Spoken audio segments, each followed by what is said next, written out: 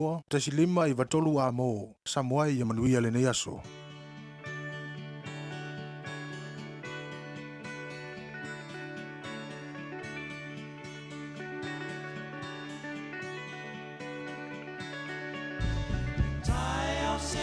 Sengi le vave au ele malama le tala lele mo oe le tala lele mo au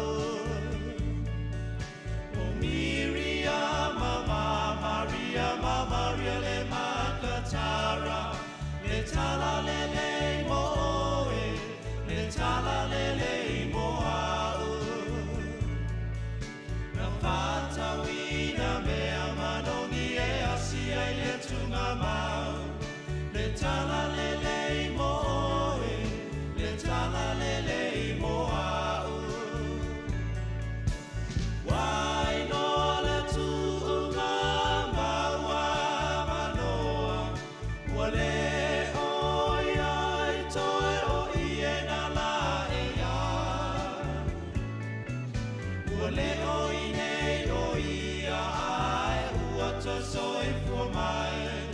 Le tala lele mo oe, le tala lele mo au.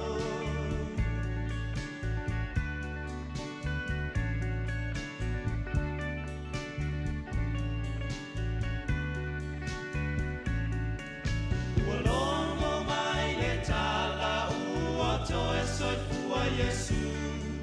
Le tala o le file mu, na longo mai e angelu. Ai misionare na tala ina o tina le tala lele mo oe le tala lele mo au wai no le tu mama wa manoa wale oia I toe o iena la ea wale oine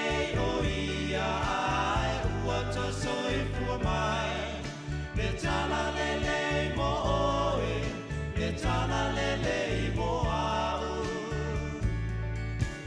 Wai no le tu mama wa manoa, wale oia I toe o iena la ea. Wale oine o ia ai ua to soi fua mai. Le tala lele mo oe, le tala lele mo au. Le tala lele mo oe, le tala lele mo au. Le tala lele mo au. Le tala lele mo oe.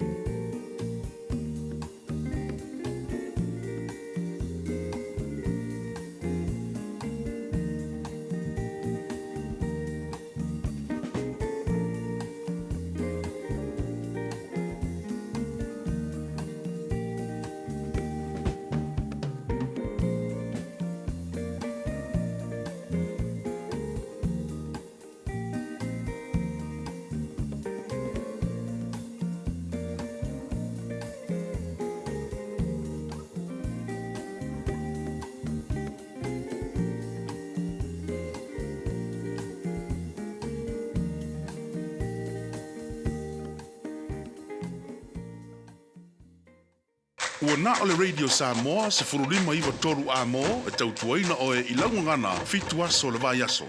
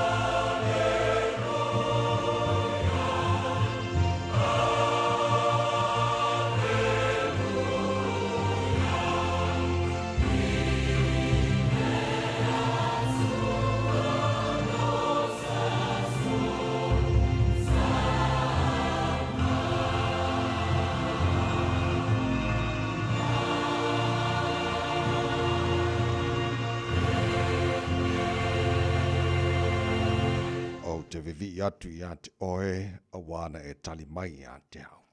Wa vea foi oe mo whaola tanga. O le maa na la fo ina te funga fai fale wa fai lea ma maa tu le manu au pito alunga. O le mele wa fai ele li i o le mea tātou te ofo ai pe awa ai ai. O le aso le nei wa fai ele li i ia tātou ori ma fia iai. Ve ia oelo mātua tua, o le atua o le wa mātua maua i le ola.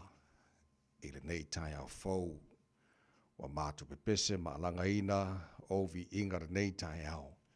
A wala taulanga o le vi inga ma le taulanga o le whaaftai wa te tau mona mea lamale i ante oelo mātua tua. Mātua whapeatu le nei tai au e pa ia lava oe le atua ma malu. O le atua mamana, o le atua siri ese, ma le atua matautia, o oe lava lealo mātu atua, e soifua oe mai le vavau e o le whavavau. O le atua oe la eile vi inga, ma malu, o le atua oe pulupulu le mātang o fie. Whaaftai lau mea lofo lo le fau mātu mōra nei tahi hao, whaaftai we whaapopo fori ni asa fau, whaita wina aso le soifua le tunu mora mātu wala, mātu o ria le nei aso ngofua o lusu wha i aso mati o le wholaunga ni foi tu sanga tama o mātu tu inatu o ao le mātu o wholaunga nei aso tau te mai i le malanga a whai nei manuia whai wale a whengai ma le tunu le amatanga nei vaso fau o mātu Sevalia manuia onga nei mātu whanau ia whamaria whai wale whengai mali mtamata whai a onga ngafa male o ina nei mātu whanau tapo inga nei mātu mātua tu a sensino le tunu i manu mātu malawa nei aso maua pera lato se fua lau de lei ala lo fatasi mai. Te mafa mdia le tunu peli Samoa, pa pena fo le nia tunu o New Zealand o matu nofo mama wai, o le nafo le talo mo atunu uma, le nei la langi, me uma la mfara matu whaia nia sa fau e mai, matu whaia i ne fo i le vi inga ia, te oe fa mdia mai te mafa mole mole, i le tautua Radio Samoa ni aso ato matu wole matu wala au, i nei mea malava, e ala le swafa mana malo Yesu Kiriso, lo mātua ri mora mātua whaola. Amene. Ina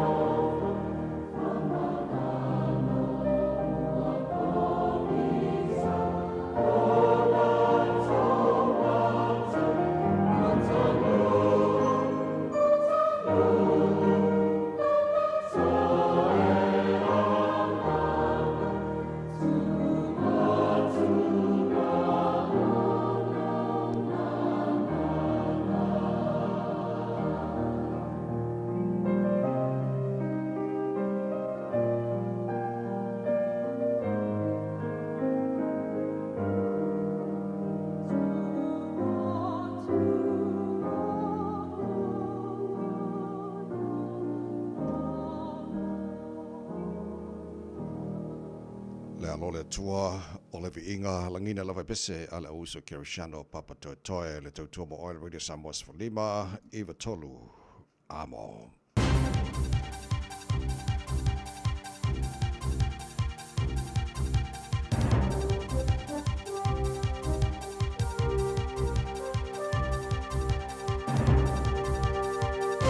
In this update, thousands of civil servants are being asked to identify potential areas for further cost-cutting. Political reporter Azaria Howell has the story.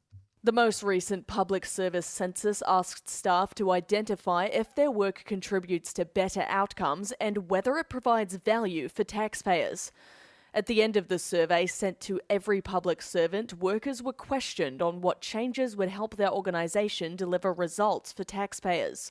The Public Service Commission says this is a question we should always ask, and delivering good value is an important part of public service. Winston Peters has pushed back on pro-Palestine views of some protesters at his State of the Nation address. The New Zealand First Leader spoke for an hour in Christchurch yesterday and was repeatedly disrupted by demonstrators whom he labelled communist, fascist and anti-democratic. Peters, who's also Foreign Affairs Minister, says he's been to all the leading Islamic countries and claims all agree with New Zealand's stance of a two-state solution, which is cross-party and won't be changing. A post-mortem is set to be carried out today on a man who died in a homicide in Wairarapa over the weekend. The man died of apparent gunshot wounds after a car was shot at in a supermarket car park in Featherston on Saturday. Two men have been charged with murder and are due to appear in Wellington District Court today. Worry as New Zealand continues to fall short of HPV vaccination targets. HPV is a very common group of viruses that can cause genital warts and are linked to various cancers. An estimated 32,000 young people didn't get their shots during the COVID pandemic. Our target rate for vaccination is currently set at 75% and we have a completion rate of just 66%. Otago University's Dame Sue Bagshaw says it's important parents get behind vaccination. She says they assure them it's not dangerous and it won't encourage them to have sex and it will prevent cancers. That's news. In sport, Oscar Piastri's embracing title charge suggestions after winning Formula One's Chinese Grand Prix in Shanghai. Liam Lawson finished 12th. Finn Allen's bounced back from a duck in Auckland to lead the Black Caps to a 3-1 T20 cricket series win over Pakistan with one dead rubber to play. His 50 off 20 deliveries helped New Zealand to 220 for 6 at Mount Maunganui. They won by 115 runs. Shot putter Tom Walsh has won his third gold medal at the World Indoor Championships by 3 centimetres with a first round throw of 21.65 metres. In League's NRL, the Sea Eagles beat the Raiders 40-12 and the Bulldogs claimed a 16-8 win over the Eels. That's sport. I'm Jody Gill. Ua na ole Radio Samoa se furulima iwa toru amo e tautuaina o e ilaungangana fitua so le vai aso. Ile swafa manumalo tātua li whaolo Yusu Kiriso e mo mora o whātalofa mo whāwhelai ia mo whātu limai fo ile amate le lama mara mingao sa mola watino pele e le pa ia mara malo lau whāwhonga angara nei tae ao sing malo lava le soifua mara wia ia whamalo fo ile tunu ia le wholau o mai esi tātu alanga ina vi inga o tātu tua wa lele o tō mai langi manu o nei tae ao ilo tu soifua mara mātu malosi ia o le ngata leo nei fo ia so fo le aso o fai le tua tātou te ori ma tātou fia iai para matia le anga le lei sili esi o le tātou tupu sili le langi ia le fo o moni mailu tu si fo mana mātou malosi tātou sili fai manua le o mala telefon tu o mali tātou maftanga ia ma tātou pokalame le na fo i masa fo man fa moe na wani tia pe uma ni fai unga na fo i yaso fo i pere vi inga o tātou tua ala fo mailu tātou tua ma tau tai le fo launga ni aso fo ia ma tātou fo lau de lalo na lofa o tātou i ni aso fua o lusu fai i yaso na masina mati o le tātou fo launga le lua fe lua se funu ma lima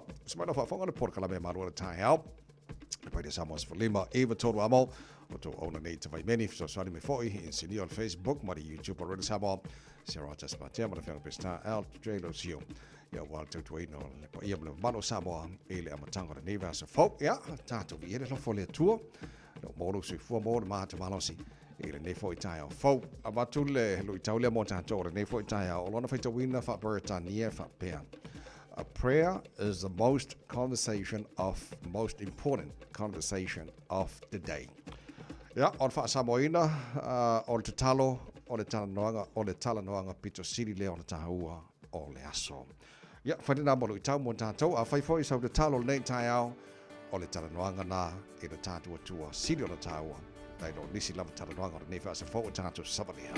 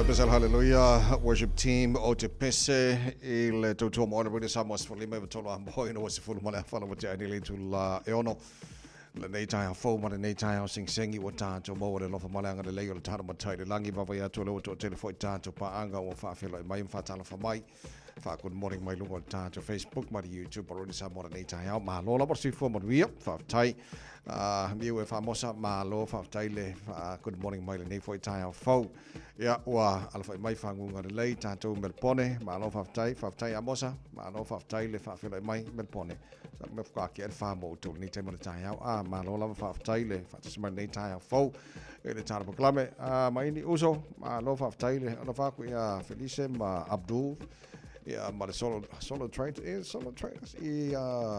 solo plastic Avondale ma lo fa tai uso lo fa ku ni kai au fo okay, molto televisione pa anga UB36 or California, America, Malova of Tai, France right. Good morning.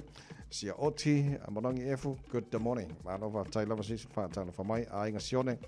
Pena fo imona matotia Malova of Tai fa tes mai nei fo Tai. Fo nai minuto musica su I faith no se fa feel to nei fo Tai. Fo mo na matanga nei vaso ka ko ye va so fu ka fa ku ka na so fu na le sa ku ka ko le weekend ma e fo ya le relax la ko mo mo ai fa malo se mai a mo fa so fu pe mo ko va so anto la tom to quarter fitul town nei vai a woni ngalo ia to ai fa no mo so time mo tara ko la me a retoliola mai a pasta la fa copa o tato malo ta fa la nga fo na bole ne so fu tato ya today in history da va vai poi me na tupule so su fa mati ile telo to sanga vai le ta in il fitu ile ta ne fa po telefoni al Poltania ya pa tar fitu le ta ne tar proklame matana ole nei foi tai fo Aaron Sila also la fatu nei tai fo ota tau tai ma lo lava fa tai fa mal nei tai fo ole vai nga matala nei o tato le poja matama no wala nei foi tai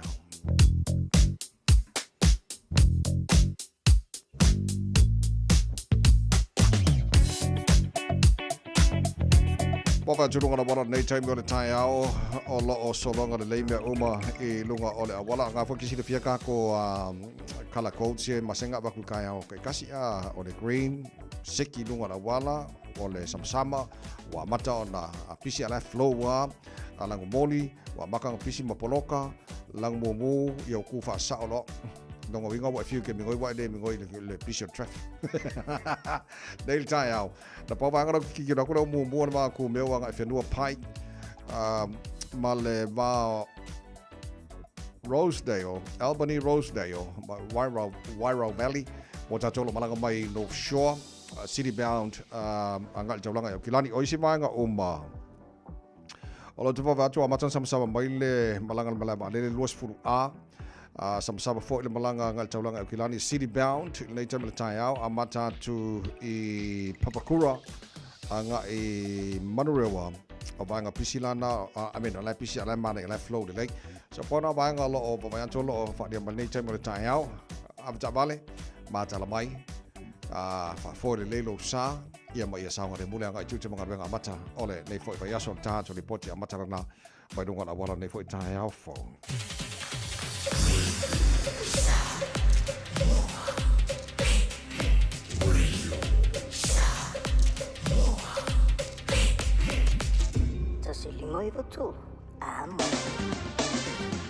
Ua mawhai ana au ina atu le tala o le tau Iaso Taitasi ona o le lango mai a le Pacific Finance Limited. Telefoni o Varselau fitu whawha lua fitu. Ma lo whaftai whanalonga le Pacific Finance o lo mwhaina au ina tua le tala o le tau o le Radio Samoa le vainga amata I le tala o le tau o le nei fo I tai au fau tama ki makaurau au ki lani no whanga whasalonga Radio Samoa sifu whalo I le malulu I le nei taimi o le tai au winga wha mawina o le tau le so o le afa solo ina susulu matango file la le telo vaenga au kilani ang himari mar savili mai sau te isi sifo lo so mar fara marunga nayo ele bevela mo au kilani ele nei foi asonga fua wa tatu au dia tai au pe au dia le afa solo au awalang le leifo le tau tu sal le de bevela fa mawina mo au kilani le so matai au lo su fa lo na marunga vaenga yon tuatu o le afa solo au awalang le leile so lulu fa pena fo au awalang le leile so tofi mana ia foi langi le leo las for raile mana ia langi le leo las tonai mana ia langi le leo las sa oka ai kalu anga sau kingi o maki ese le lei ka fefe ele ngata ina langi le lei ai mafana fo lo kikilo aku molo silfia lo sufa nei lo sufa tai au le maulunga bevela amata tu le aso lulu wa amata on tau pa ule kiki mai lalo lo su tolu o las faraile ia lu askonga o ia askonga asosa la umamaki ai lu sfulu lo le manga ya ma fanfana ko le mai fo langi le mo ta to le va so a ko e kwa manga ya fo le ole ba nga matalana talo tau ora ne foi tai tu la masani a fanga solo le por kala me malo le tai ha la fantar va al tu la ile tau tiro si va ngolu sila pa pena for tau samo ia mani se va nga ole kelope Ua loa le tautua le Pacific Finance in nonga tupe mo so se wha moe moe. Ma liu, whai pui ponga, aso whanau, sa whai whai ngā malo longa, ma so se wha lawe lawe. Apa laine lo le pacificfinance.co.nz. Pea wala au le oval sa lau fitu whawha, lua fitu. E talo sanga sauna nonga tupe ile bao le 5 se lau tala, ma le lua se furu hawhe tala. E lua minute whai lau talo sanga online, www.pacificfinance.co.nz. Ai tasi le tu lai whatali e se tali. E iai, ai inga whabitoa. Pala au lo le Pacific Finance Limited. Ile oval sa lau fitu whawha, lua fitu. Oval sa lau fitu whawha, lua fitu. Football fitu lo tele tulai ono le por kala me malo le tai radio Samoa for lima betono a mo RSA se mai se tala fa fianga radio Samoa nei foi tai a fo le tunu anga chucha banga wenga o tai a fo po la to fo la fita chunga chucha banga wenga o le tai a ma lo la bolusu mo nga foi nei aso pesele mo ai Tia tama le la le taua la mai I say you so what to fight you say so vai Aulo ta oto ma e tilo iai e wa e se e ti solo ai na e alu atu le ai se ainga o lo fai se lo tu ai fai esa ta saminga wa e mo le manava na o si toya ina le la le ua mate la ina foi messa falinga massa filinga e moni e alava Talanoa, Petele, Loa, Manatola, Tawalanga, no.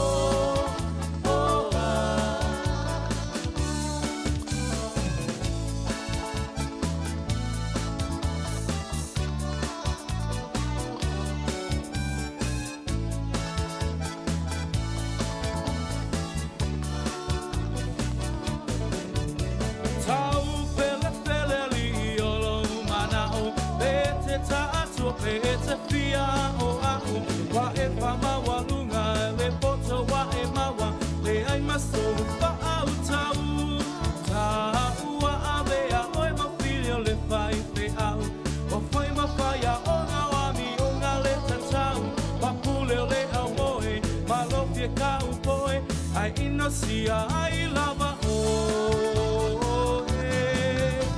ai messa falinga massa filinga e moni e alava ita Pete talanoa, pete leiloa Manatola tawalanga no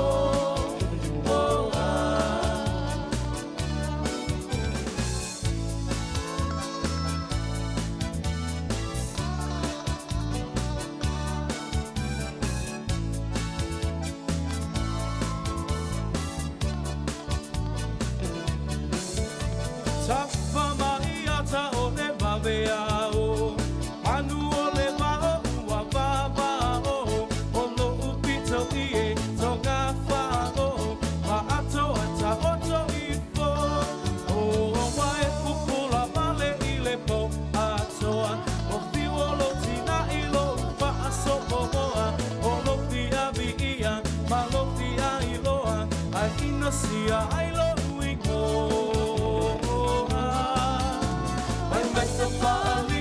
Massa filinga, e moni e alava ita Pete talanoa, pete leiloa Manatola tawalanga no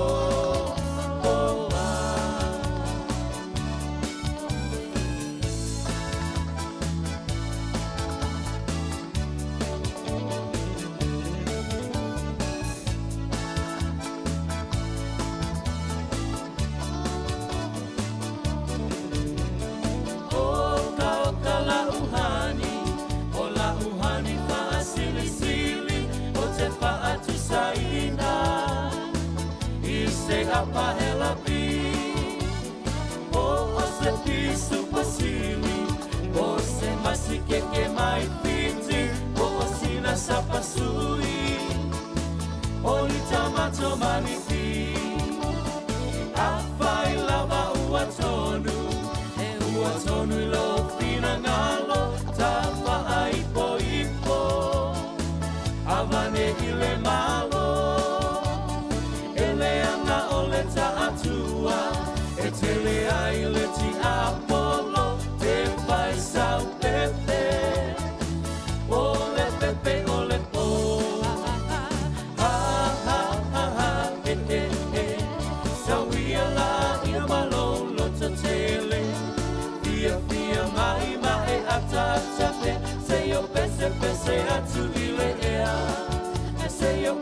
pese atu ilea.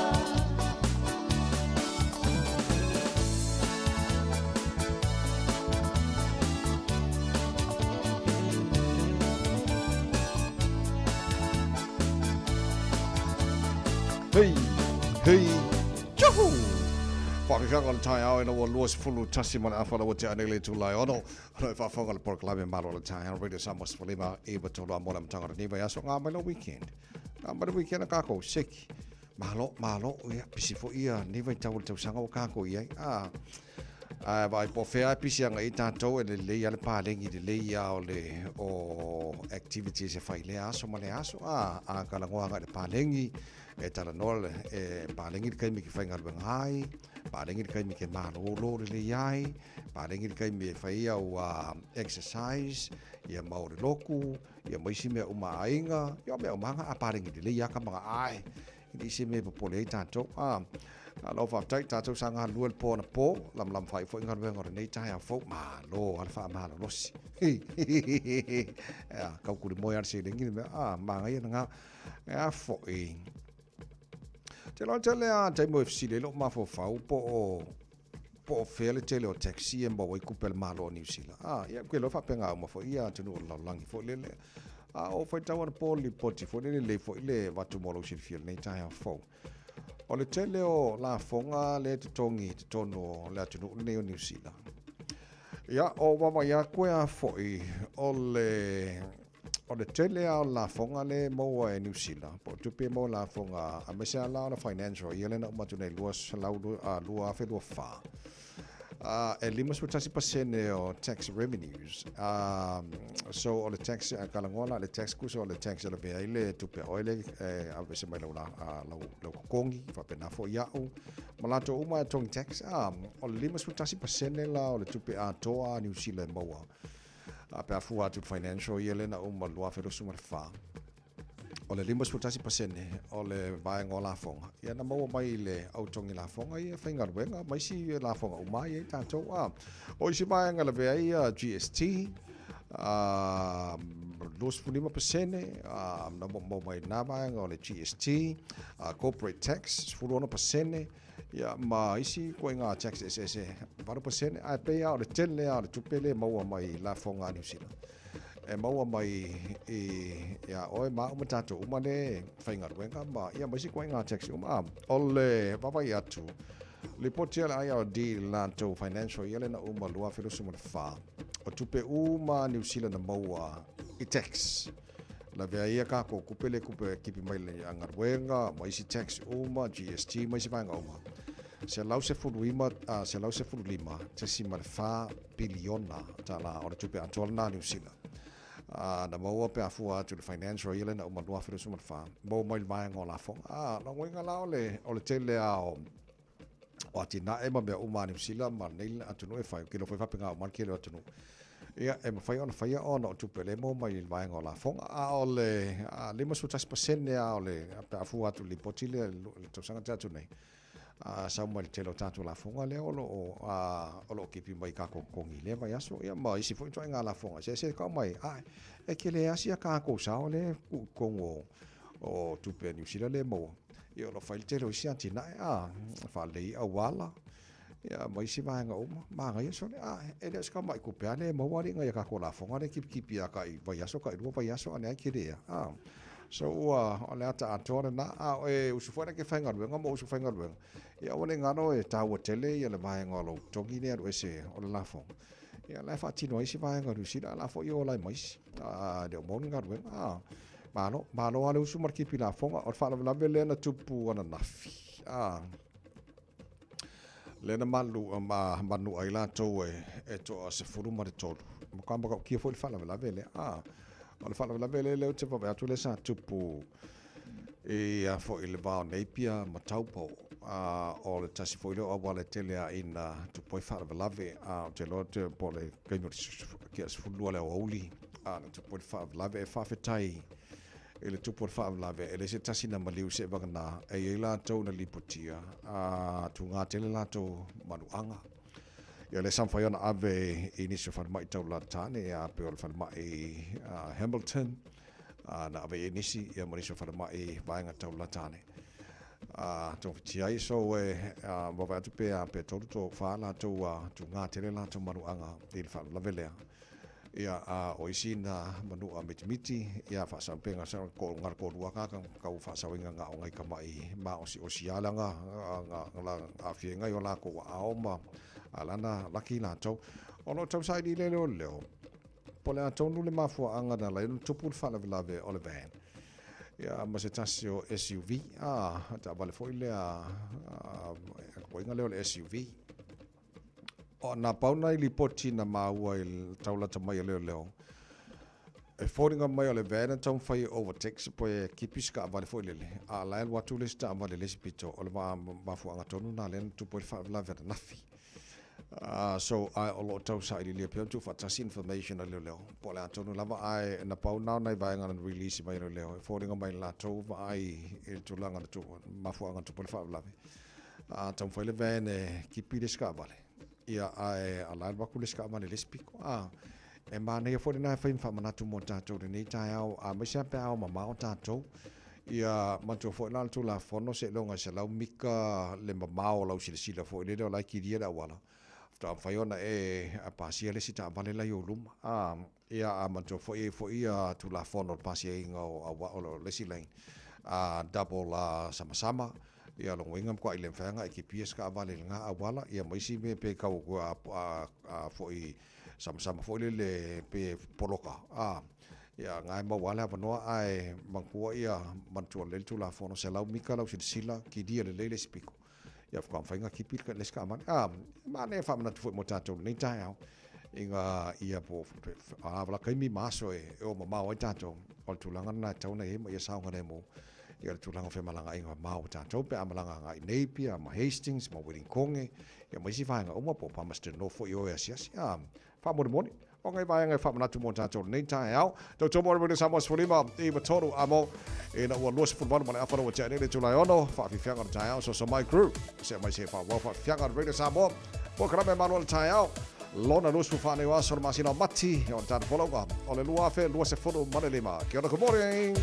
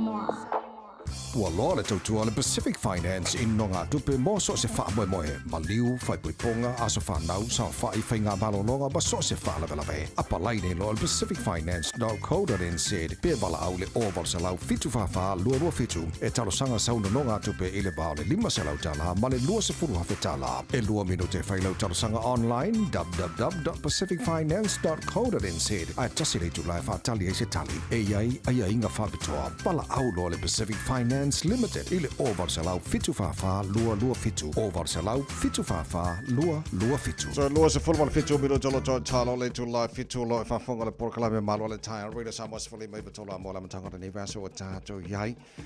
Do telo tarapa anga mai Australia, Amerika, mai si vaenga lalangi malo fa taile fates mai le malo le tai hao. Rida Samoa se fuli mai batola mo telo tato le Amerika le sa ni mo to. Ma ria lava ia sauninga no tu whengai mo tau ni fo ia sa pati wa tātu o lia. Solo Sami, malo si fo maruia, soso, fa taile fatis malnei tai hao, Caroline Tuala, Mangele East, malo lava si fo maruia. Ele le fo i tai hao fo, puna, lo fai kuasi, good morning, malo fa taile fatis malnei tai hao. Fatusa, ngā solo, le ua muli, malo lava si fo manuia nei tai au fau, tari me lei, kirikiri loa, malo fa taile fatis mali tāna poklame nei tai au fau, teo filo waa, good morning, malo lava si fua, fa taile fatis mai, si toi lau fui fatu, lai fa fonga mai o i Oregon, Portland, USA, malo lava fa taile fatis mai, ele nei tai au fau, ya o le fwa ke a fo le ono le tai o le asong fu mo matou ya ke lo se ka tatu taimi langa banga le o Amerika se ka ko kaimim ka ko waso ya bi ile no fo le tu o tatu fe loi e tai o fo te lo tatu fia mo o le na ma nei le tai o le se li poti salo taimi o le so te ai tu mo fa mai mo tanga se le sa ta fiel te ta le Ecclesia Catholico Pope Francis ina o mai ana va so ma vai foi sa e tona fa mai mo tanga fitinga o le tala fiela ia e uina tu nga fo ia vai nga sa fe ngai mai e lona nga ngasi ia le wa family ina fo i tong fitinga fo mai sa ia se i tau ti lo tuni se ripoti la tamai le potina na o ma wa nei le tai ia mole fata ngasi fo le tai o le Ecclesia ma lo te talo e le tatu no o ma wa ia to telo scientisi New Zealand o le telo fund na mai fa atu pa ia la to porkala mo le to sanga e sa mai tono America le la o ma o mai le auto le to sa o le president of America ia Donald Trump ua whaali ai o le ale toe whaatupine Amerika ia vaenga tele sosani ia mo New Zealand so o le vaenga na pena whaalia mai le Universities New Zealand Chief Executive Chris Whelan e masane na maua tupe mai o i Amerika msalape o vaku male kolse food wafe msalapo le tupe Amerika lima sutasi yafe o le grant ngal function Washington ia ua kwa mai wale ko mo mai nga ku fa pe kai le so songi mai Amerika nga ba nga le ki le for fandal ba nga le mo mai kausan kai kas ya fa maria ko mai ko sa o le presking Amerika ia wale ko mai nga ku pe la foi ko fa o langi o ya Amerika la ko il kula ko ku ia tu langa na pe ona fa lia mal nei tai au ta tolo la la tono fan le o le afo i fanene o le ka inga ora le vaenga lo fina waile act party tono le parlemene ina ia avele malo si anga ile pulenga ka inga ora e tuli e se il tangata le usta ima le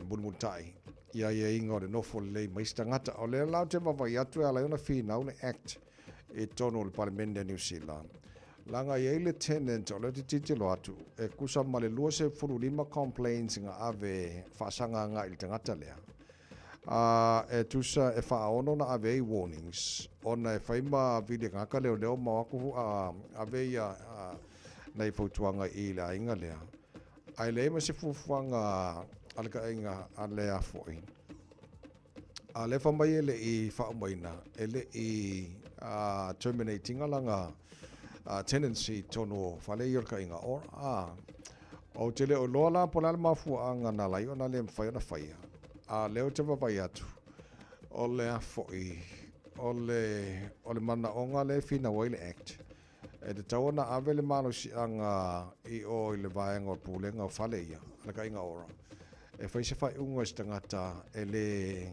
ami o le taupulea Bale usta ia fatununga tu ina tu teme move in el fane. So afa pela los fulima complaints e ongo warnings nga vi e the tenant there. Alele fa se fofanga. O le fai unga le na fai the tenancy tribunal. Ala no inga la pe fo nga mai o le afenga ya la tangata ye ngo fo I au ka fo ngai tenant. Ia fa fika o le langa ngai ka sanga ako. Me fo I pe fa kinga o fo I se ka ka fo le ke ro kwa o ya ma sha fale ia e ku fa kasi uma ia fo le ia tenant ia department ia many apartments. Ia longo winga la e o ngo fa inga e ku se fe ngai o marki a poro ka mi uma la. Pe fa pe o la next door nei por mo kwa fa le ko nga ma fa kinga fa ia o. Ona la le fa mai tenancy tribunal. E ku e pe ku sa pe di mas fu lima complaints ma warning se ono. Ia fa ngo fa penga. E fa ma fidia o le ke ngo fa fide mo I fa le ka inga o. So tele lola po se va nga le fina wet act. A vele mo marsi anga I o ka inga o fa le fa unga. A o ne fa ngo lango I o fa unga tenancy tribunal. Ia langa le afua ku ke le ngi complaints mar ke le ngi warnings nga ve ale ale fa se fa unga ngi ia tenant ka lo fa. So I fa mai na ngo fa ko ngal fa le ka inga ora. Ia mari ia. Ka ko wo ia fa penga por ngi kai mia. Ai o ke ngi ke wa ku ia nga tenant ia e a fa ngai le ai lava pelo wong sai fa mod fa ka ku se yopo. Ele le la vai lo wong sai. Dos full minuto lo talo le tola fitu. Wakala be manol ta ro sa mos fulima I tolo amo ko riso sa mo mai ne puni alaba.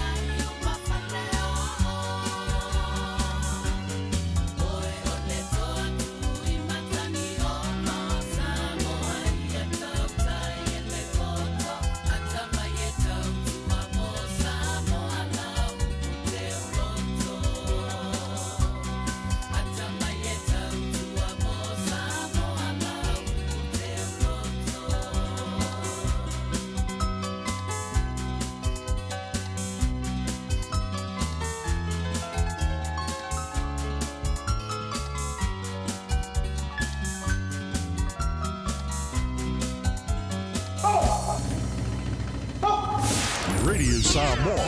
Tasilima iwa tonu amo.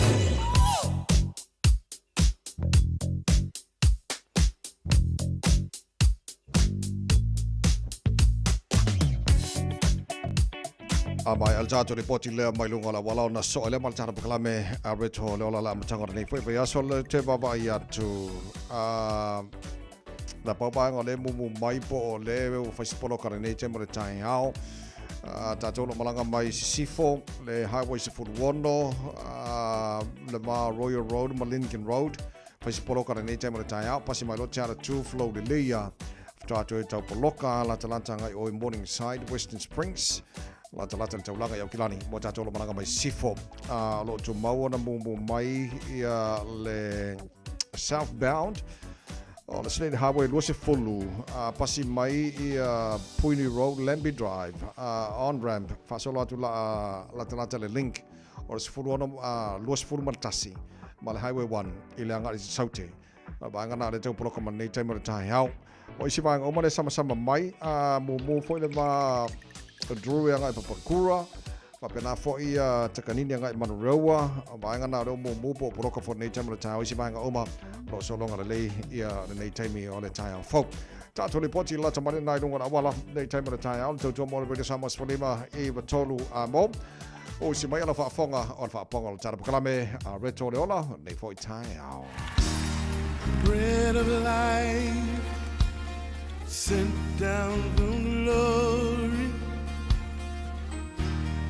Many things you were on earth, a holy king, a carpenter, but you are the living word. Say it now. Come on.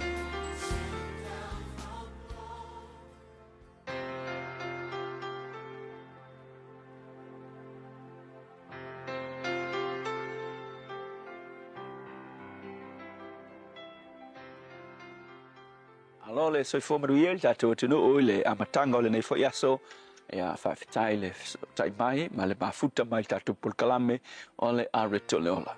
O le Roma sefurulua a le whai upe sefurufā e whapea ia whaamanuia atu i e whaasauā mai ia te outou ia whaamanuia lava ai aua le whetu. A le upu mo o le aso le nei whapea whaamanuia atu ai le o le whetu. Bless and not curse. Ia, ole ase mea o tele i ailau tautala i le nei vai tau. O vea lau fofonga ma fofonga e tautala tu tangata i le whaamanuia, po a vea lau fofonga ma fofonga ngā ole wheku ua le mesa wai. O isi tangata, ua sili atu le tautala i le whetu, nai lo le tautala i le whaamanuia. Ai whaalonga isi a inga ngā onwheala mai le kai au, a makalo upu wheku. Kusa ole upu wheku ele lo whapea ku fo i ia malai ama e a upu wheku nga o upu fo i e kua i e leanga kele makua e pai e makua o upu whetu uba lava mea nga wa ole tele o lo tautala ke lafo ina tangata i upu negative whapenga e o nga fua mai i o lato uolanga. Wewa e whailai a Yesu whateita inga o Yesu e panga i e tele ana o onga wa e vai tala le nga umai e paulo le katu te whaonga inga e moni o le tala Paulo, ai o le tala Paulo nei e quote mai, penga ia au mai, i le saunoanga Yesu, le fai mai ai, a whaamanuia i e whaasauā mai a te outou, ai aua le whetu, e mo o leu koe fai e Paulo, o le tala, o onga Yesu, nga ke wa ili tu se matai o fai mai, a whaasauā mai tangata, au aku ke wheku uinga i a te ilatou, ia ai whaamanuia i a te ilatou, o onga ese nge ia o onga, e ele si fai fe au whaalongo le stala le fai fe au matua nga fai langi le wholaunga si fai fe au ia fai mai nga misa e mal ti akono langa ti akono le siasu misa kongo farsa ia misa hika ki aku runga sa vali lo ki akongo walu o koe o ki akongo vala au fai fe au pai o ke fe ku ia ke oe ile suafo o Yesu ia la foi la hika ki akongo la ko i fa sanga merke a mo mai ia ai o ke wheku ia ki oe, i le suafa o ka mao Yesu, ua whai ka unga wheku upo ia malosi, whai mai whai au, o ke wheku ia ki oe le suafa o Yesu, ai whai mai ki akong, au ke wheku inga oe le suafa o ka mao Yesu, ua whi ngau po ia malosi le whetu. So, o le mea sili la, ia tia, o le aua e ke kaukala i le fetu. Po le a lo wika i se tangata, manatua le saunoanga a Yesu fe mai.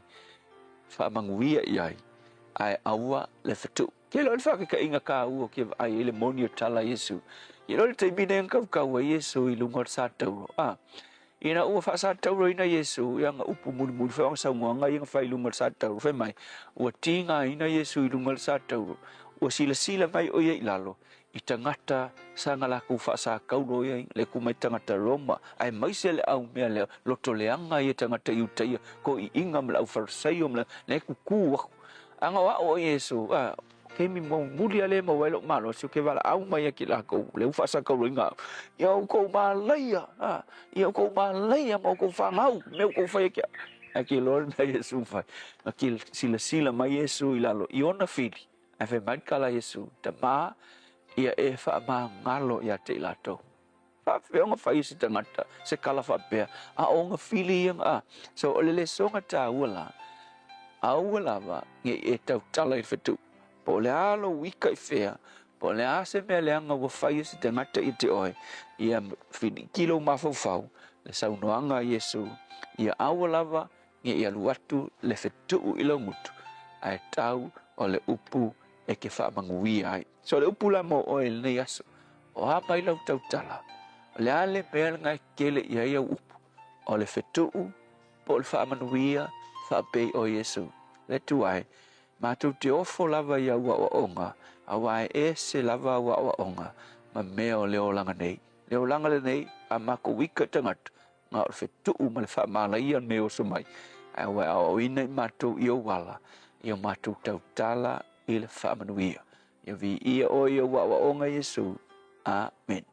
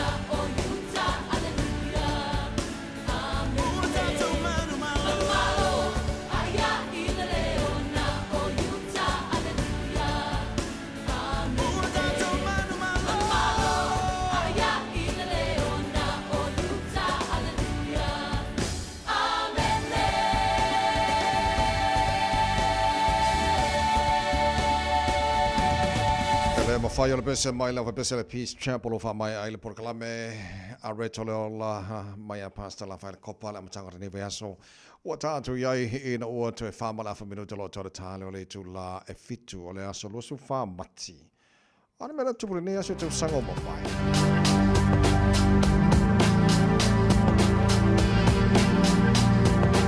O le aso lua se fulu wha mati o le tausanga lua fe lua se fulu o le aso na saini ai le presidente o Amerika, President Donald Trump. Ia se vaenga tupe tusa ma le lua, tesi ma le lua trillion American dollars o le stimulus package. O le vaenga pito sili leo na te le po le largest in the US history. Na saini I lalo tu la fono I tono Amerika, il presidente o Amerika le taimi Donald Trump. Na ia whapea nei lana taunoanga, I never signed anything with a T on it. I le aso lua se fulu wha mati o le tausanga lua fe lua se fulu. O le aso lua se fulu wha mati o le tausanga lua le lua fe lua se fulu. O le aso na wha mani ai ua maua le presidente o United Kingdom, Boris Johnson, i le kōwiki se fulu iba. O le talafi fiel whanga ina technology e ui ina sa isolate ma le o il mauta whono aina mwhaila wana ngā lua mai le maenga sa isolate hai tala mai le aso losu wha mati o le lua whi losu fulu o le aso losu wha mati i le tausanga lua whi losu ma le lua wha mawina lona iwa sumar wha Academy Awards Coda Maramalol Best Film Best Director Jane Campion Best Actress Jessica Chastain and Best Actor Will Smith o le pōwhore nā i le Academy Awards ngā pōa kakaleo Will Smith i le host o le porkalame i la sarosu wha mati lua pe losu ma le lua o ni sina mea wha mawina na tupu i le aso losu wha mati i le tēnā tau sanga mawale tau tō mo le mwene Samoa Sfalima i watolu a mō whakiwhianga tai au mai Leone High School mai Amerika Samoa Malona Masifo Maria, good morning.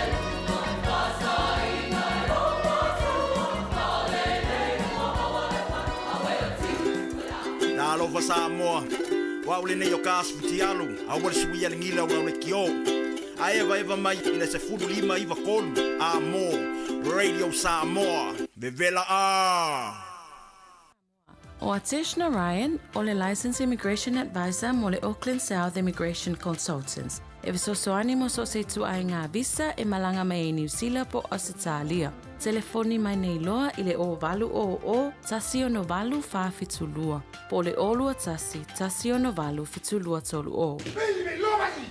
Hey, hey! Oh!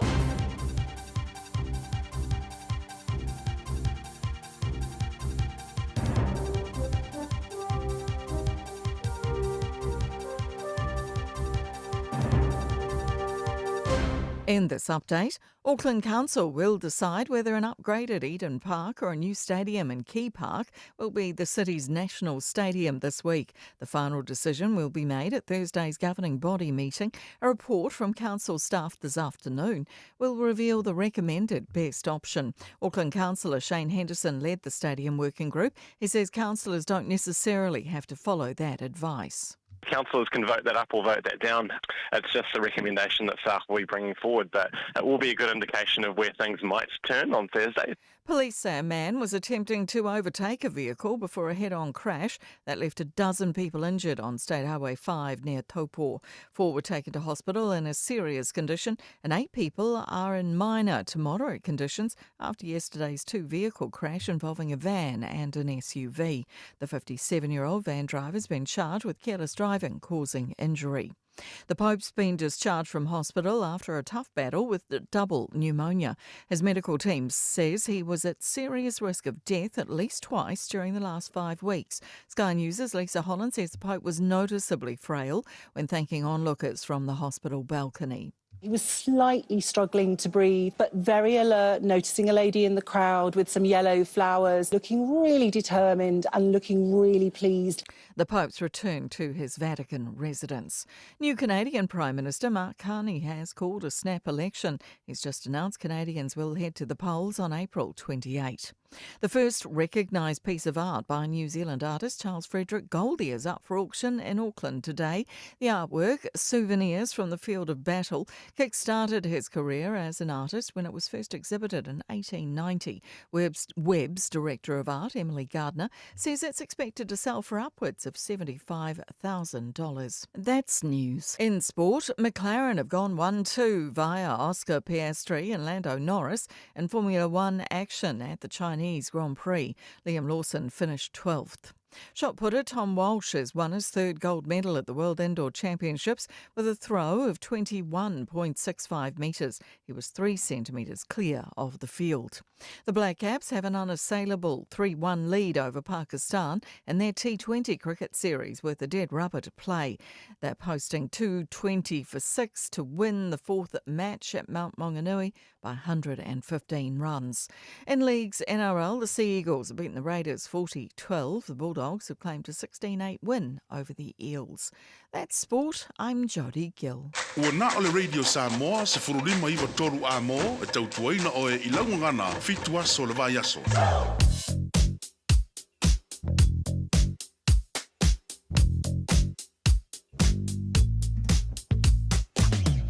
Malo se fomaria le tunu le nei mo le tai au, fa tai mo le tali mai le tautua ale ma Radio Samoa ma le manu le tai au. Ilo mota le nei foi tai au. Fo o le bai ngala tamale nei lunga o le awala fai asi poloka tere va ku meuma whenua pai i le vavai atu i le talala tamai waka kotahi. O le sivaenga poloka foi mo la tola malanga mai Sifol Highway Sifol Maleono, Westgate, Royal Road, Lincoln Road, poloka fasola atona nei taimole tai au. Pasi mai lote ara tu flow le leia ui na pisi ala flowa ka koe poloka i tai lata Morningside mo Western Springs lata le taulanga ia kilani mo ta tole malanga mai Sifo i le highways furono afa mai le tano mai le highways furono i le highway lusfuru la flow le mai nei taimana tau tātou malanga mai Sifo anga mai nei saute le highway lusfulu pasi mai le tano la flow le lei whapena fo ia le Mayoro on-ramp, Dominion Road on-ramp, Hillsborough on-ramp na seki kako nei taimana tau afko ka poloka lai titia i le malanga le lusfulu anga i le malama lele ia whapena fo le Linkers fulu highway lusfulu anga i le State Highway 1 mo tātou lo lunga State Highway 1 city bound nei taimana tau faz poloka lai titia le va Droima Papakura pasi mai Papakura flow le leia ka poloka le va Takanini Manurewa pasi mai Manurewa flow le leia e o al tali taulanga e kilani la manga ia la pisi ale traffic ala flow manaya nei temole ta mo tato malanga State Highway 1 city bound nei temole ta hao faz poloka lai titi for North Shore tato poloka malanga mai North Shore Albany, Rosedale, Wairau Valley, Takapuna, Esmond Road ba poloka na nei temole ta hao ya pasi mai loa lunga malava le lunga la wala papa ia on a flow le leo tato ngal taulanga e kilani le malanga mai no Sean nei taimi o le tai hao so tulanga na lo i lunga la wala fa so no local tele ni si vai ngola wala ya mana i le fa lave no poloka i tātou i le nei taimi o le tai hao sa le mulanga i tute mga renga mata pa yaso di poti la tamai nai lunga la wala nei tai hao fo Malo soy fua, ol si fufonga Samoa, Radio Samoa, tasilima i vatolu amo, se kia Radio Samoa. Ua mawhai ana au ina atu le tala o le tau Yaso Taitasi ona o le langolango mai a le Pacific Finance Limited. Telefoni o Varselau, fitu whawha, lua fitu. Waingala tamane nei i le tala o le tau nei taimi o le tai ao tātu a mata mai i Samoa, whaatala whatu e fo i tāra pakalame pānga o malawara maru o le tai ao. Olo mai mo mai Samoa i lunga o Facebook, mari YouTube, a Radio Samoa, malo lavara si fua manuia o te wapai atu le langi le mai le tau Samoa.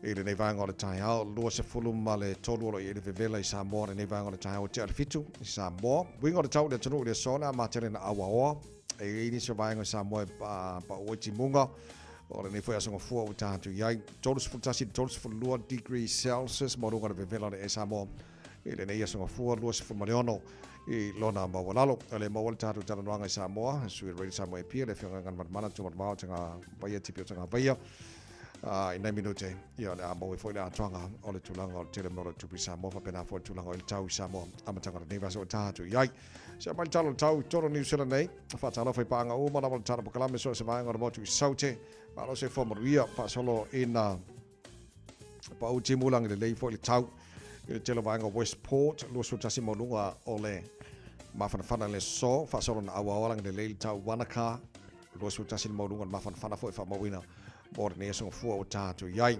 Mo vai atu langi le leili tau i Queenstown, sfuru iwan maurunga le malu o le ea. Whaasaro na awa oe pa o timu langi le leili tau Timaru. Sfuru fitu maurunga le malu lu le so Nelson. Whaasaro na awa oe pa o timu nisio taimi. Nei le tai alo su tasi maurunga le mawhanawhana. E le tela waenga o Dunedin. Awa oe foi pa o timu nisio taimi sfuru ono maurunga le malu lu. Ia mane ayo whangala aure ayo kariso kare stete. Good morning. Malo lawa si fua maruia. Nei tai a whaasora na awa pa o timu inisio taimi, langi le leile whiawhia nā nei. Sifuru fitu morunga le maruru wha mauina, mō kana estete, o le nei asonga fua o tātu. Iai, i le motu mātu. Pito la morunga le motu mātu i kai taia, lo sifuru lima morunga le vevela, whaasora na langi le leile tau le so, i le laumua New Zealand, Wellington, ma loro si fua maruia nei tai ao, whaasora na awa pa o nai wanga langi le lei, i le awa uri mane whiawhia nā nei, angi maria marisaviri, mai mātu si sifo, Whaasolo nangi mai saute i nisio taimi sifurwalu al maurunga nal malu al ea mo Wellington ne so langi le lei tau ranga whaasolo na awa al tau i tau po whaasolo fo ina awa pa unai wanga nisio vaenga o Rotorua i le so i le tera vaenga o Palmerston North e awa pa o timu losu lua maurunga na mawhanawhana whaasolo na awa fo i pa o timu le tera vaenga o New Plymouth langi le lei tau i Napier pa o timu nisio taimi losu toru maurunga na mawhanawhana whaasolo na awa langi le leile tau Masterton, sifuru iwa maurunga le malu o le ea. Whaasolo in langi le leile tele vaenga o Hastings, Gisborne, langi le leile tau mo tau kirikiri roa Hamiltone.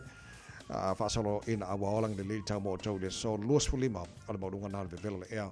Mo kirikiri roa i le so. Tama ki makaura au kilani no whanga whasalonga Radio Samoa. Sifuru whalo i e pēr le malu lu le nei vaenga o le tai au. Wawe atonu ngei ai le koe o mai le mala masori.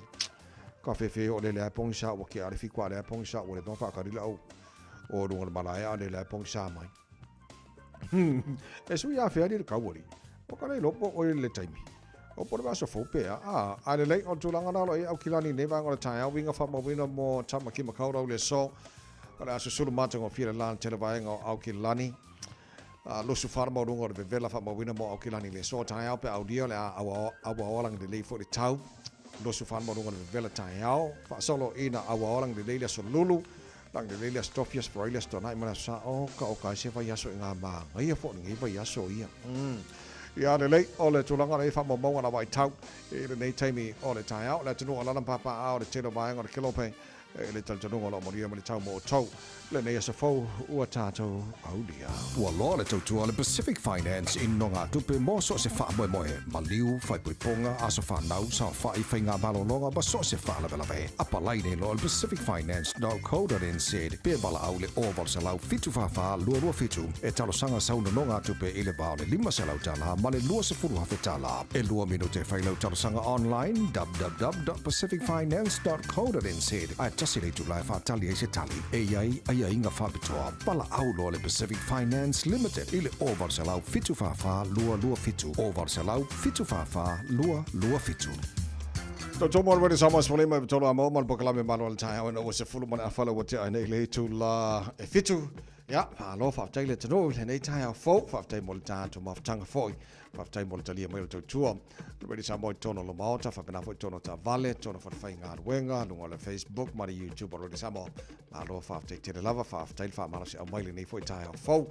Ja, la gona foi le mano si o le tino e tua le tano ilo to fa good morning mai mo to fa mo mai nei tai out ma lo fa te lava an talonga na mai boy fa ona vai aso I can ka mai boy o mata le kirikiti na po New Zealand ma Pakistan na soli ma kwa ke le ai ngi sida ke fa ko le a ko se la o ai nga kuli ai o ma pe Pakistan ngi soli kwa so nga fai fo New Zealand i la kirikiti Pakistan ngi ko kasilla tu ta longa le toi soccer o for the World Cup qualifier in Oceania semi-finals na faile aso ko ngai ta alola New Zealand ma fiti semi-final ia New Caledonia ma Tahiti ile vainga le oli o ke fai aku ai nga malo New Caledonia Tahiti le tolu ai malo New Zealand ya fiti il fiku le ai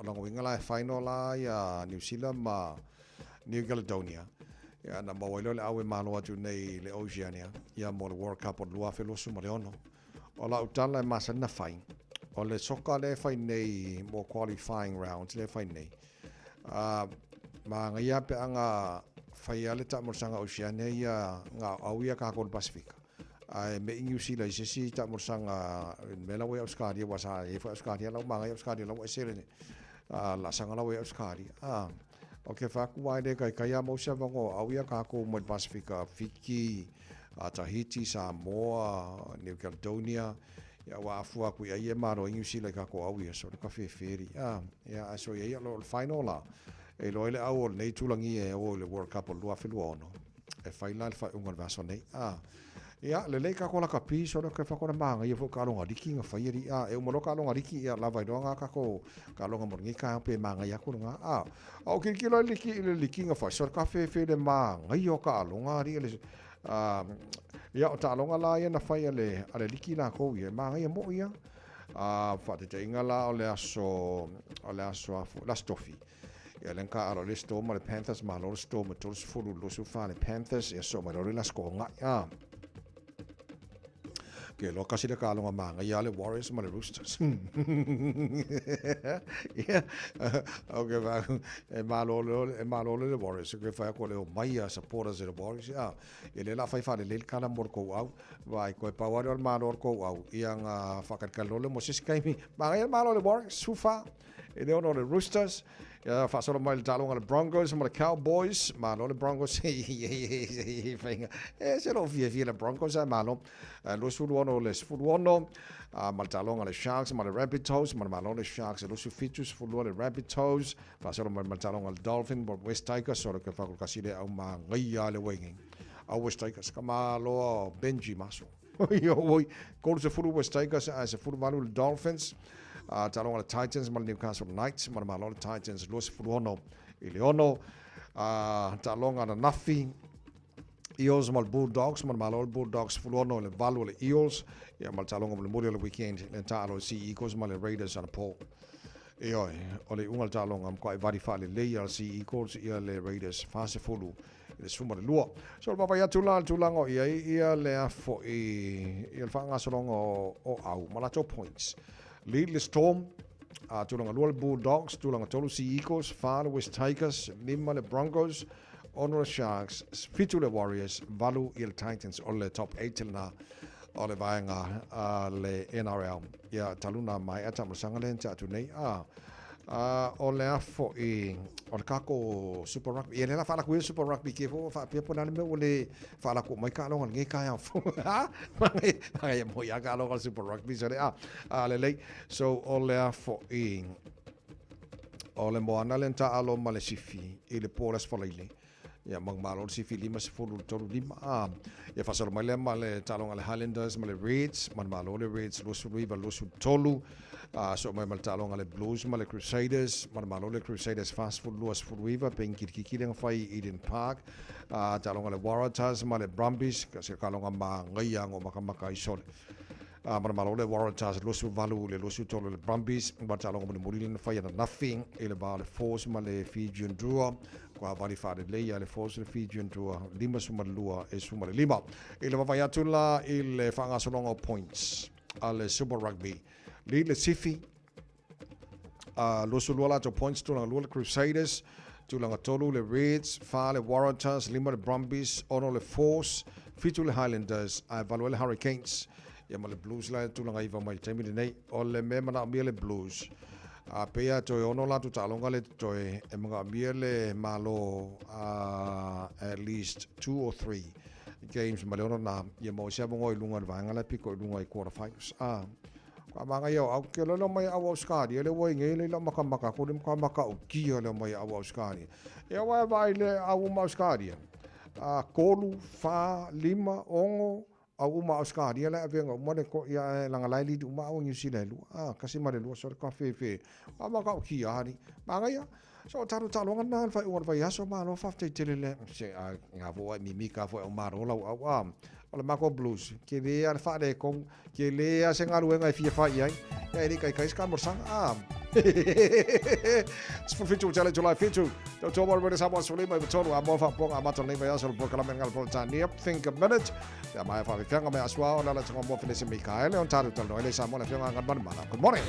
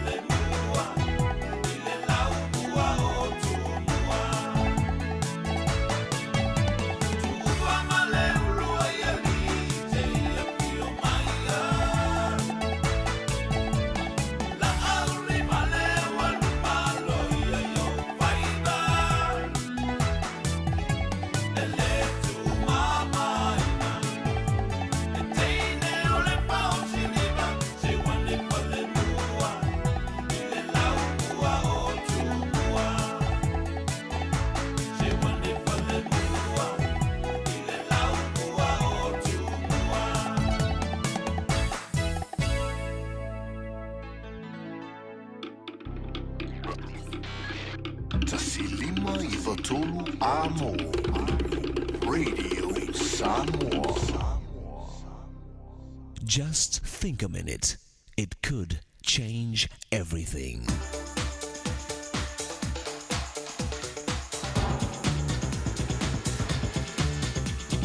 Think a minute. You know, it's truly amazing how the Jewish people have survived after thousands of years of being slaves, persecuted, and even attempted genocide when Hitler's Nazis murdered 6 million Jews.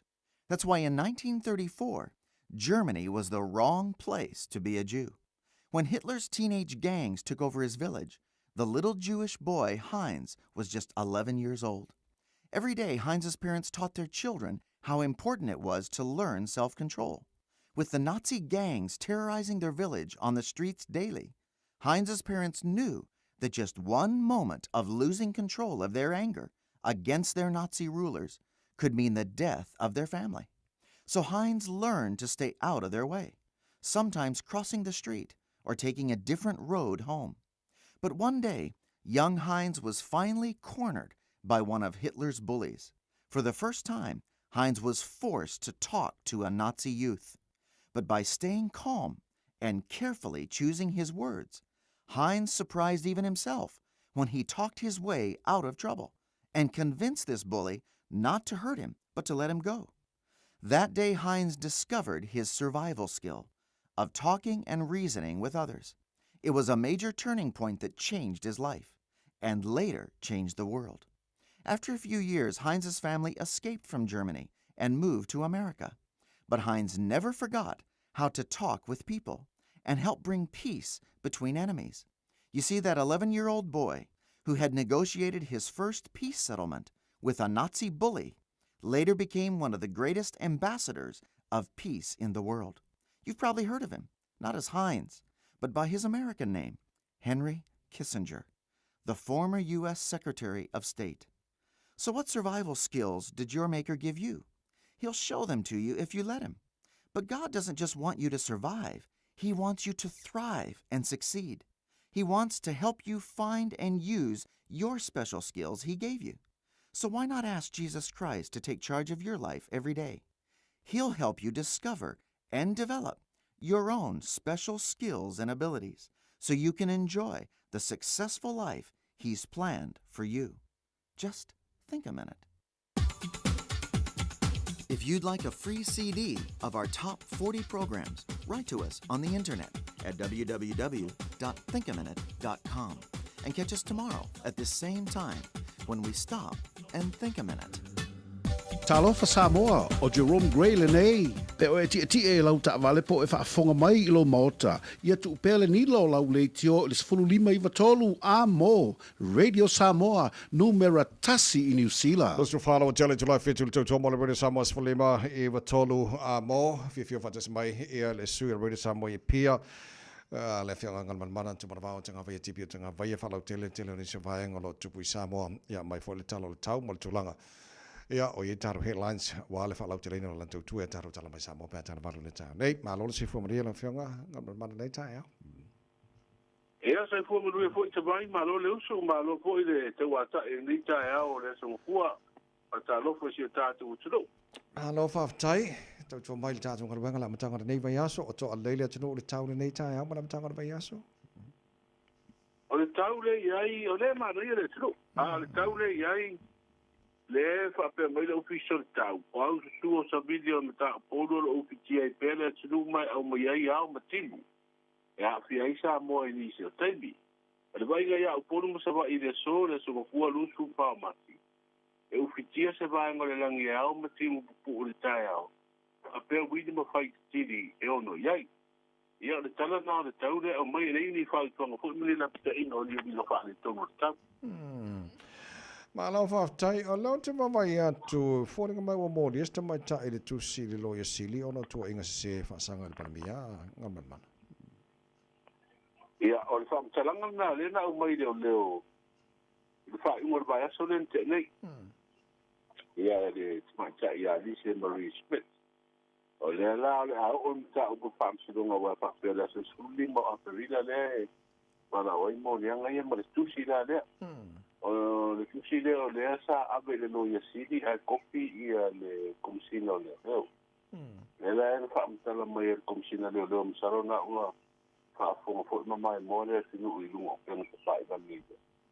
Fa te no anga na mai le komsina le fa mo le vai. Lo fa mtala mai ai tu la mai le tusi ia matu ainga na va tu le tusi. Ia ma le su nga le sa fa ti. Ia le la tau le su nga na e le ni ba fa ba ni ai tu ai. Ia la wa mo ni ai ia te mai ta ile fa so a o ko le lo mo ni fa te mai si le sito lima.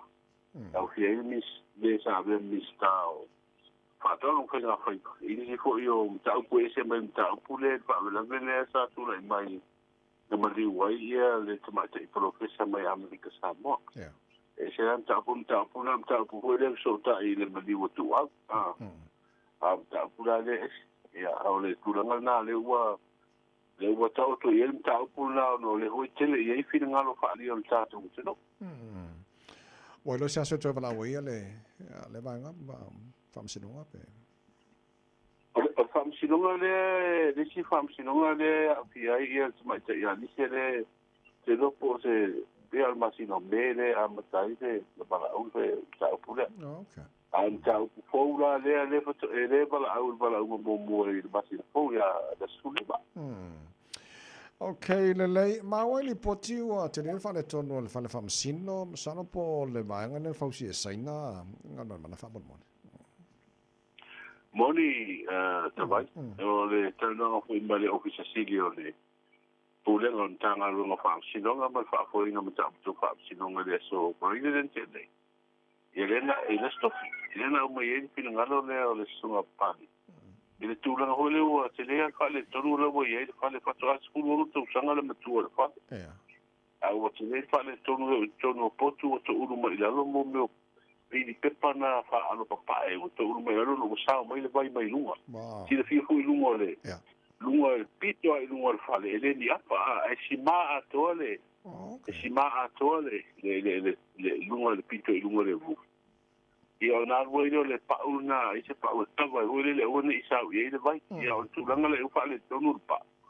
Sa mai le vai wa mata na ta e mo e mo le si ma le la sa mai le vai sa u tonu o potu whaamsino. Ia ore tūranga fo ie le saunga le mua o lalo au tafa atua whale. Ia tate vai au timu e mutua so ai le vai. Sisi vai ngā whale tonu o le whale atua o le tūranga fo nei le o le vai le anga fo le o le septic. O no le e almi lalo fo le o lai na timu ngā fo le mata amilo le vai le toa. Ia e o mai whaatasi ama vai le anga na. O te dola o le fufua le ofisiri ko iman tanga ranga e te rea se ngā ranga tauntu e whai le whale le maua la mati ai ko saunga le mu o le whao ngā ino le whale I le tūranga ua iei nei o le whale la le sa whausia se na ia te le whai atu whape e le leina whai a wā le ntatu wa e sa le nei whale a le whale le te le mauta whaamisino ma le whale le mai le sa whai ko I e con carattere mai sai na so ne sai ia o te le fui fale tonu le forma le e maruru wale si baanga na te forma sino wale le e maruru na ko si te le fale ma wa va tu masini vo e maruru e ko le e to e vi si ma se tu lo ma to fa pi e ma wale e maruru wa fale le puri uma fa pena fu le fale tonu le tu le mai ta so forma in chochu I vai ngā whare mai fau. A mera wha tuai le se senga. Whare mai tuai le sa ia, le sa whau so soani ni usita. Ia vai la ua toi nana toi renovator, wha komi si vaenga. Ma toi whao ngā, la ua toi whao ngā I nei. A lai le ia whare. Male. I nei ni vaenga, ui wha pe tulu pe, ini vaenga wha pe. Nā, ia atolu ina I tulu wa o apa ia. Ai toi sui atu apa. Se senga nai le levo, whare mai le sa whai te meni usita la le ia. Ma whao ngā pia. Ma le whale mai fau le whai e saina. Wa te lea whale tonu le iei, wa te turu po in whale mai le. E malu room toa le. Ngama mana pe ale si ma nga ta wono ma wolo nga mala sunga pali maintenance plan. Chele lo pesa tausa no for leia sa ise va nga fodele ya matanga wenga se forma I meno famsino. Ma saina na faile fale folele. Ina ya pe kai lua kausanga ma siaki po lenga toto. Ya ole stulanga na sa o de vai sa sili ai po le wa tibide sa yai kulanga tanga luanga in te holen to a matamaton ko nga luanga wa ma nga uma isa taun sa pena ai ole stulanga le maintenance pe pien to sana fa yo fa wa so so ni de mai malo sai ele nga to fa wina le fa alfa wa wina pela ole maintenance ina ia motino ala en fa no mai to fa ya tulanga la le ya ele tulanga na ya e va yo la ili fila i te pa nga ho le e o nei tanga te lunga ele vai na pito lunga le kon pam sin ya nei te mamla i tina mai fa le tolu ao yo e fo ye la to no fo pa ta ver vale ya den fa o mamnula ele li fi va pe o le ele li fi da pio ai pa am sin o i vai ngor pa le ko le pa pa pe na le pa lunga le wa abatu ele ia ta vale ia bio chia sa vaina na tanga tane fa nga ko ye o lunga o lifia le lunga fa nga wa le va o ta tia ele to Okay, le la ta fa o le ta o le foringa mai le tele mata li va ngol tu te foi le o le fa ya ma bakwa fa la fa saina le ai se tono sa mo ngama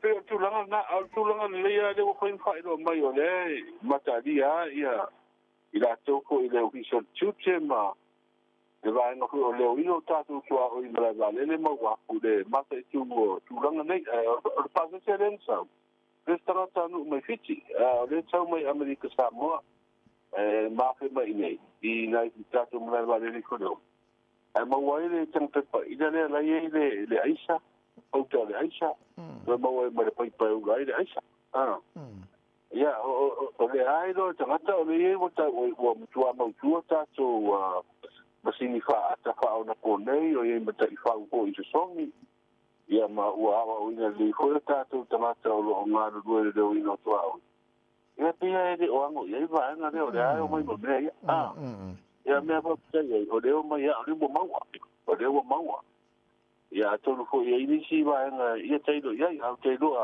o te lea ia tūranga o leu whai lo mai le maua o peo tanata nei o mai ma pola uka tai ma no whawhetai o a mai le pao o whai ama pere pao a pea o lea koi wa whai lo mai ana po ana po le wa mai le nisi fo i o teime e pea ide e kise ai o la isi vaenga mo le motu ato pot o lea la wa mai le lisi o amata atu nei taua i le sfaraire o le mato i tūra i nei le East Coast Feeder o le pe nei tarbat ia e umolonta ta no kura wa umame de ale isela e ola tape ia wa tauna pe mai ala ua pe ia kusaisa right ia na alwila ia wa kwa tola mai na nei le ono le fia sole ia o tūranga o paurale lakire ia e mo le pe le au ia le mo le tisel po ia le fo so tato wa tofu ai no ti poti alu le wila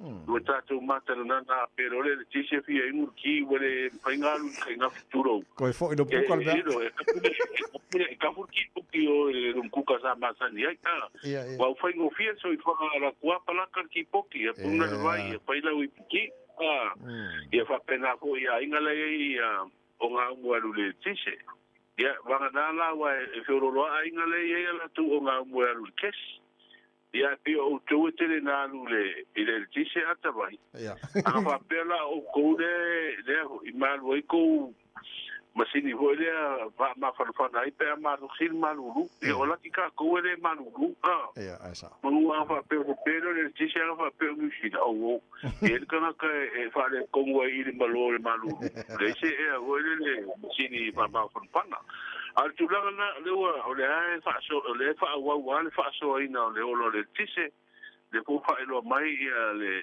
Jamie ia baba nga se o koru le fa pena na motu si ai le o nga le va so amata to nei tau las forele ia tau se ia wa te lope ana malanga tu i New Zealand ia minister nga tele male fala tonga ti se no wo mala no fono i fit na tau sa i di fo ina i so te inga ina i fa mo mo e tau o mai o di afi le fa pe o mai e hai o le mai na fa nga fa li si fo le tau na so ali na ia te mo le ti se ala fa tari ja fi fo le lua le fa pe o le au mai mai sai na sai na le au mai ia fi fo e lua a pe o na e fi o tu nai si da minister ia tau se ia va vena mo mai se so ani e afi e fa mo mai na fa nga le tuba ia tau to mai le o ka ia wa tumu lunga social media i la ngona fo le tu ala wa makan ka foi la lo apu o masani voi ta vai pisa ma ka fa ali ia le o masani vai tu lo fa lo mai o ka ko e pe le valu ta ia ka mo fo ia ngai ai ngala ia pe le fiafi tau sulu al po pe nai o tu la fantana wa le tu al po sa ia mesio ya nga nai fa na we fai me la me el tisi agua no mia e foi membori foi nei e ola ile malo si le la o meu solar lights yes pan fa na avele apa foi ida le mo wele tisi tu i fa fo e me le moli tu le fale ia ola no pere el tisi la ka ko ia ai ola me tamanga ia o meio mori nga o te vai karu no pe fa pere tisi e puro e fai la u kaule mo mori nga ale tau la mori nga o sai e tanga tala o vai atu post mai lunga social media alu so lima kara ka o mori nga si le lo walu tu mai la kar sini sfuta la atau mal mori matan wale ka mga umbi ia bel mori nga e un tale le me tu el mori nga o mo ko mare ma se pela o se si ma mo ko mare fa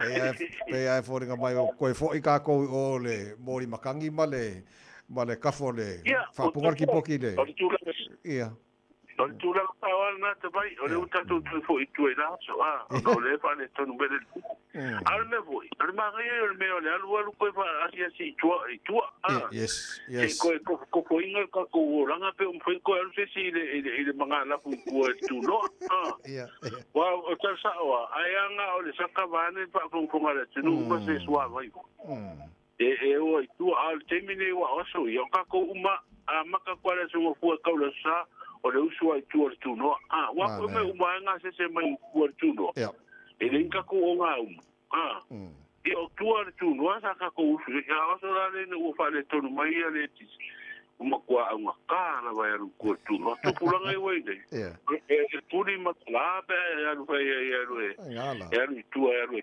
e ki ka kasi fa punga le vai or ki o ka ya so ye o pe na tu ma na ya na ka ko ya si ku ya si ku ba vai tu pula lo so le be sa ka ko ye ya so sa le ma lo va tai lo fenga ngal mana la va tu la va no fa ilo le tu no ta penanga va fo ia la tu e taru tala ma sa mo pa ta va fa mo o le o ye ile ko nga ko ye se komisi su sa ili po ai lo pero le ma fu anga le pero le tise il tato moto por o tengo mo fa le nga ile po kalamber fa so le tise le sa napi ina o le to no ko ile fu nga an ko to pa tingo fa so le tise le fiafi o le o masalo mia ni nga yo ina fa por kiki o lo la fi tu si la ave le fionga da le malo le ma fu tu ina se fa sanga de pa dia wa mata ni nei va ya so ya le sta la fu nga no fa ba ni fa nga yo ta tu official fu no fa ba yo tala mata yo va ya so to ba mana fa malo fa te tele lava tu tu mai na ma ngol ta tu ngal ngala mata nei va so mo yo fa ne so fu so ya fa pena fu na tu ta tu nga venga pero pe le fenga ngal mana tu mar ba tanga va tipi tanga va ya ma fi so ta ingor nei fu ta ma mata ngal va so ta tu ye wa na wa va tu ta headlines po tala la fa lo tele lan tu tu ia tātou tala mai Samoa pe ata ia le valu e le tau. Nei tau tōmara rei Samoa sforima e wa tonu a mō whamuri angas whanau ora nei fwoi.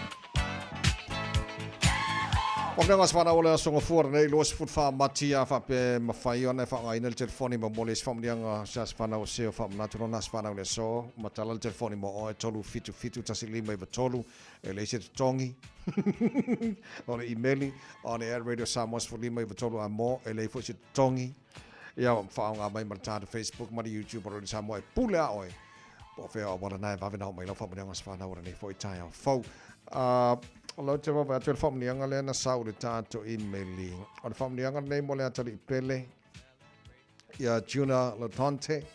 A to le sol lima tau sanga o lona o langa o le matu te talo junior. Ya lofa le tua fa poponista tau sanga tele mo oi manuia le la sanga foa o awa onga le afenga yai. Ya ma ya family le tua mo lo mana ia tamara lei. Ya mo sta le yo matua. Ia ma ia whaonga ina le tua oi. Ia wā, o la lava se mei whina ngaru iei mōlo o langa ile lo manai, mātou te alof tele mo oi. Ia mai o uso mo tua whawhine, ia Renzo, a Naila, anu langi.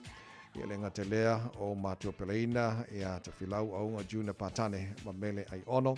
Manu ia tele lava, ia lo wasa whanau i le so. Whamnianga nā mali tātou i meli nei tai au. Se o bawai atu pe isisi whamnianga i lunga o tātou Facebook, mari YouTube, already Samoa. Whoringa mai o tātou whamnianga nā ora nei fo i tai au fau. Yes, ka konga. So koe bawai aku kia weis whamnianga i misi aku ia tia nei tai au. Ai, le ai, ka konga ngi kai au fau. Pese mai le Sangala Sisters, whamnia tole pulenga mara whenga renga radio Samoa. Malpokalami malo tai au da tuno fa plato to wasa fa na ne so maria tele lava de lofa mana ngare leo tana matai de langi to se fulu male fitu minuto lo ton talo le tula balu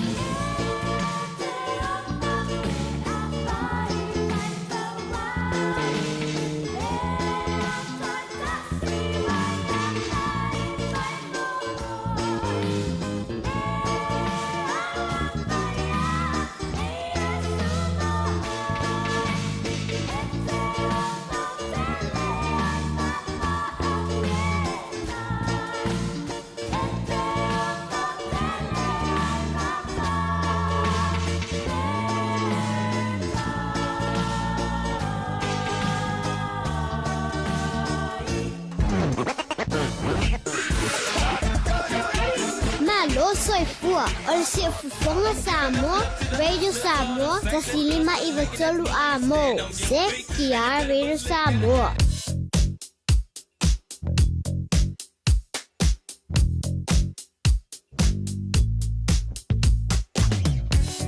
Le poti la tamai lunga la wala nei taimi o le tai au fau, whaasolo na poloka le mai ngā wala nei taimi o le tai au, tātalo malanga mai si sifo, highway se fulu male ono, o lo tumau na poloka le wāku mewa ngai whenua pai, o pena foi le malanga mai Westgate, poloka mai nā ngai Royal Road, poloka whaasolo atoa, ngai Lincoln Road, whelolo le wā o te ara Tuma Rose Bank, nei taimi o le tai au, le ba Point Jubilee nga I Morningside, Western Springs, taulama taulanga I kilani poloka whasola atoa tola malanga mai sifo I le sefulu mo le ono ia walo whaafonga mai nei taimi o le tai au I le asa wabai atu le highway lua sefulu pasi mai le tano Point Jubilee whaisi poloka lai titi o le Mayoro Road on ramp I le nei taimi o le tai au whapena foi I le ba Mayoro Dominion Road on ramp here's Barra Fai fesi poloka lai titi pasi mai here's Barra nga I le wala la papa live flow le lei poloka lai titi le luas furu a o le malanga le malai ba lele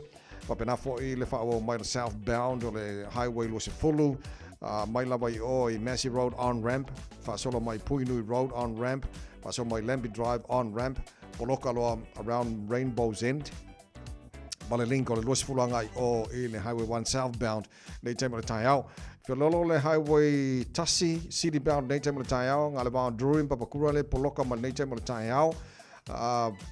Pisi left low a le wāo Takanini, ngai Manurewa, Manukau, te Irirangi, East Tamaki on ramp, o akuroi Highbrook, Tip Top Corner, poloka nei taimi o le tai au. Pasi mai Mount Wellington on ramp, whaisi pisi lai titi lava, angai o Alice Lee Penrose, tia tuloa, ia Green Lane, Flow le highway 1 te pa ia level taulanga ia kilani o tulanga nalo I pisi le lunga la wala ni temo tai after valley ia walang fangfang pa o le la kai flow le ia le fasonga pisi kai ia ton le tai ma lava on sai ia mai awone toi ta tau ngar wenga nei foi tai mala matanga va so ta tu yai o le lipoti la tamani na e lunga o le wala ile nei foi temo le tai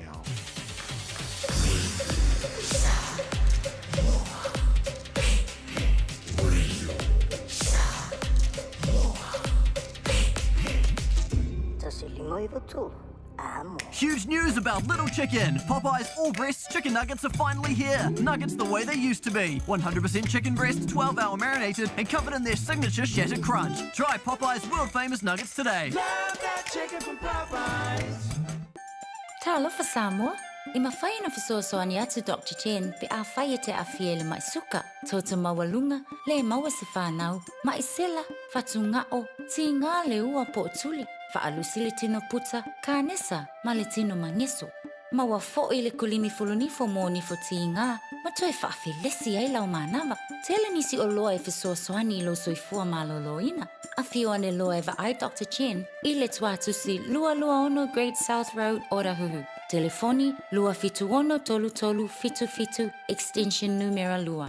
Talofa Samoa. O Ateshna Ryan, o le Licensed Immigration Advisor mo le Auckland South Immigration Consultants. E visosoani mo so se tu ai ngā visa e malanga mai e New Zealand po Australia. Telefoni mai nei loa I le o valu o tasi ono valu wha fitu lua. Po le o lua tasi ono valu fitu lua tolu o. So iwa minu tolo tolo talo le tula valu le tolo mo le Samoa spoli mai tolo amo man po kalame malo le tai au amatanga ra nei vaso tatu iai. Whanonga kuri pēl pawa Samoa.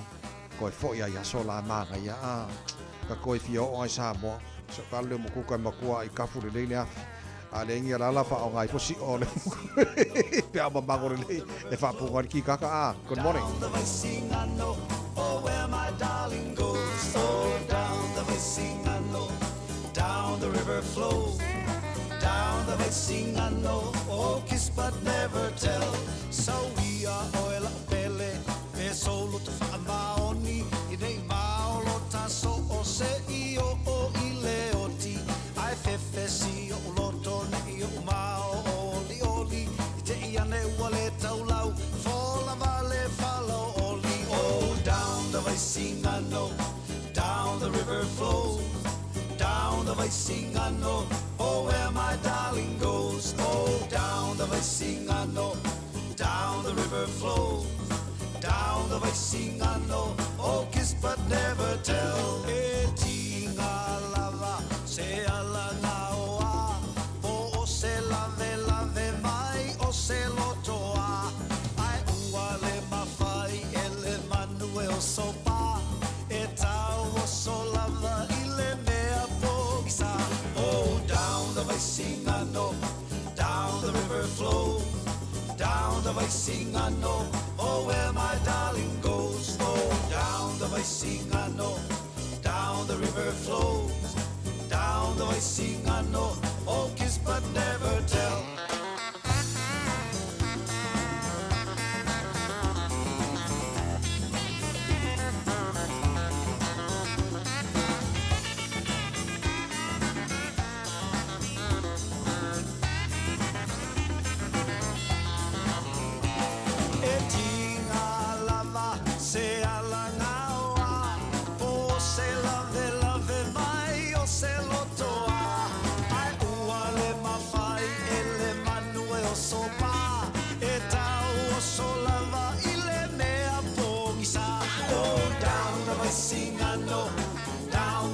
Flows down the Vaisingano, oh where my darling goes. Oh, down the Vaisingano, down the river flows, down the Vaisingano, oh kiss but never tell. Oh, down the Vaisingano, down the river flows, down the Vaisingano, oh where my darling goes. Oh, down the Vaisingano, down the river flows, down the Vaisingano, oh kiss but never tell. Down the Vaisingano, down the river flows, down the Vaisingano. Toi ono minu tolo John Charlo le tula e valu le proklame manu le tai Radio Samoa Sfolima i tolu a mo le simia manga ia le Samoa ke manga ko pe. O le usu mama. Mo ka kia Richard Parker.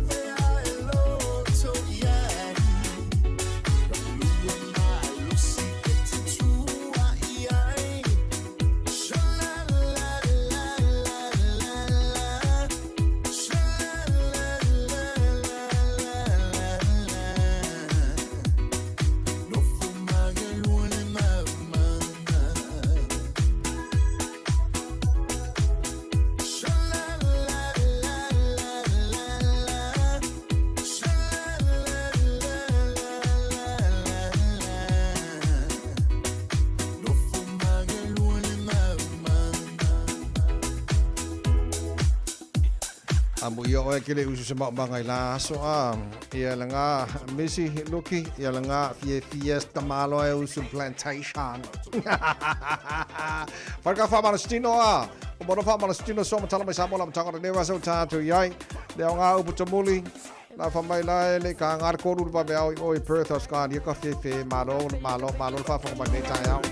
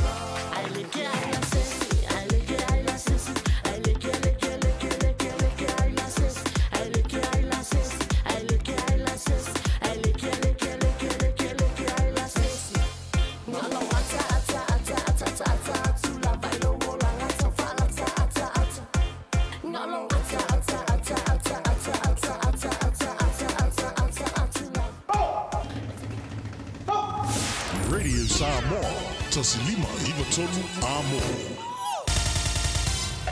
Usi mai alau whaafafonga. Telefon mai Samoa ia sa taitasi. Ua au mai amo oe ona o le langolango mai a le talofa voucher.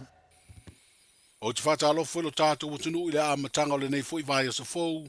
O tātou wheroa I ma mafuta ua fwoi le ngā ruenga wha awau o le nei vai aso o tala mai lo tātou watunu.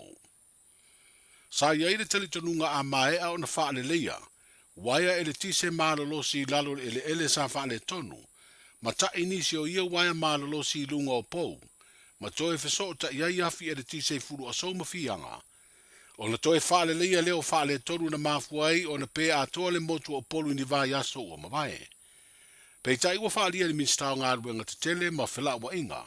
E pe o na au fiai ma le wha la tonga le malosi tau ele tise. Wa iaila na fuafuanga I siri o na avesa na whautuanga I le kāpeneta. Ina ia whaia se komisi su e sa ili tonu ai le mafuanga o le whale tonu. Se whirangalo le minstale tō whaolo a fuafiti wa ai. Ina ua feso o ta iatu I ai le whae unga o le vai aso a o tō e sea male atunuu. I se whono tanga I fiti. Na ia whae roa mai ai o whautuanga lo tu ina atu I a te ia mai le ofisa siri o le malo si anga tau ele tise. Ma whautuanga insinia.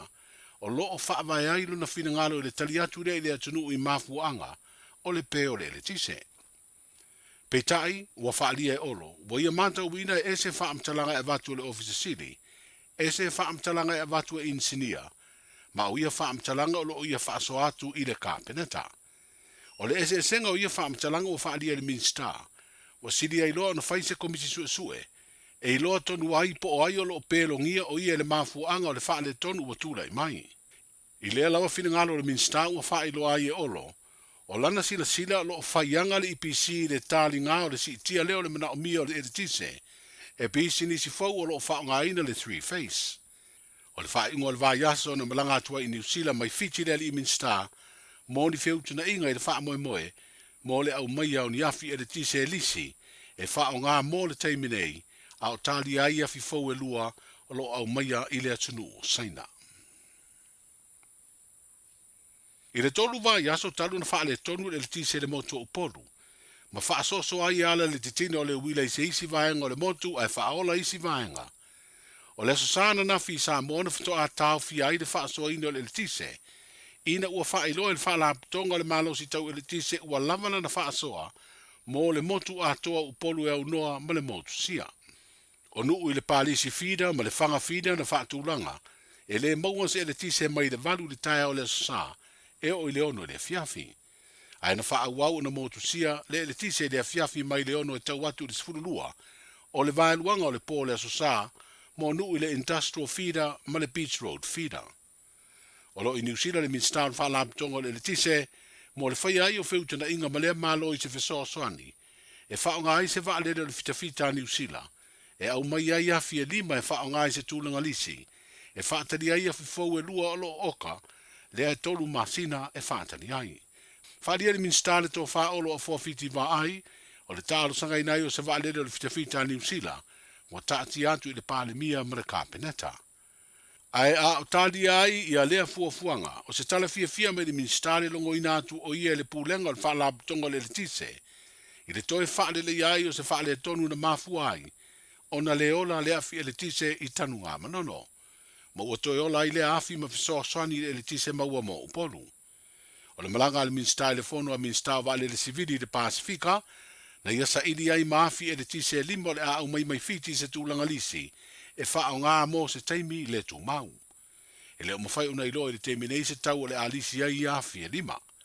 O lo iei le fuafuanga e peo na wha ilo e le minsta, o le teimi lava e tau nuua i afi fau e lua mai saina, ma wha pipi i ma wha o ngā, ona toe wha fo i leo afi e lima le alisi e le wha laptonga le malo si tau le tise, leo le afi soa swani le toe wha le leia o lana tautua i le motu atoa o uponu. O le wha ilo ai e le mtanga aluenga leo fale pui ma le toe fuata ina, e se ma le sao ni tua inga i se tusi a le tamaitai o Lise Marie Schmidt, e peo na wha ilo ai ni a fianga o le teitai o le malo, le fionga le tamaitai pāle mia i le maliu o le tamaitai polo fesa, o Caroline Sina Vaiana Carbon, i le masina o mea le tausanga umawai. O leo a whaeroa le komisina o leo le tō wha au a paulongo i Tino Filippo. O se tasi o tusi a lise na ave i le fionga i le ao le malo, sa whaeroa ia tua inga matalo sangai lea tamaitai i se puipuinga moia. Ina ne i whao ngai le pāle mia lona malo si anga whaale tū la fono o le teitai leo le malo. E whaatino ai se ngai o inga e tau fia i le whai o le mea moni ma le ame o tonu. Peitai se finangalo o le komisina i se talanoanga manisi o unanga tau whaasalalonga i le tunu. Wa whaali ai au apa au o iai masalonga o leo. E iai ni ngai o inga whaapolokiki o lo la lafi mai tua o le tūsina ave i le ao le malo. Wa whaidoi le finangalo o le komisina i le WT Media. Ma whaamatala i le komisina ua tere taimi matupe ua whaalu e leo i lato i suenga. I le tusi o lo whailo ai e tua inga, a ele ai mani mau e wha mauni ai. Ele o iei nisi mau alulunga o lo masalomi o lo o itua i tusi. O le kulanga ngā le ki kilo ima ko o unga masalomi e ka whai whakasi mai ka ile ya li se tūlanga le o ngā le e mulsi le fia o ya ma ko se kusinga ka wa aol mai ka ile ku inga ku o ile le fionga fo ile au malo e kalsanga inga ia au malo i langa mka upu le uku inga mai i le ofiso le mai i mako ka ki kilo hu ye o le ka wa fia me i kulanga fa por kiki ko le mere i le kusile nga mai pe foringa mai nga ave kusile yo i la na fionga inga ia fa mai se fa se polo inga foi e un kakao e un fa malo lo le fionga que mai kai palmi ai fa ki mo su e ngare o leo So me la nga le masalo mi ma ko ke mi ma ku la nga le ma ko ki kilo i le nga mungi nga fa ki ngoi kusi so me la nga le ka kilo pe ngi si ku a ko le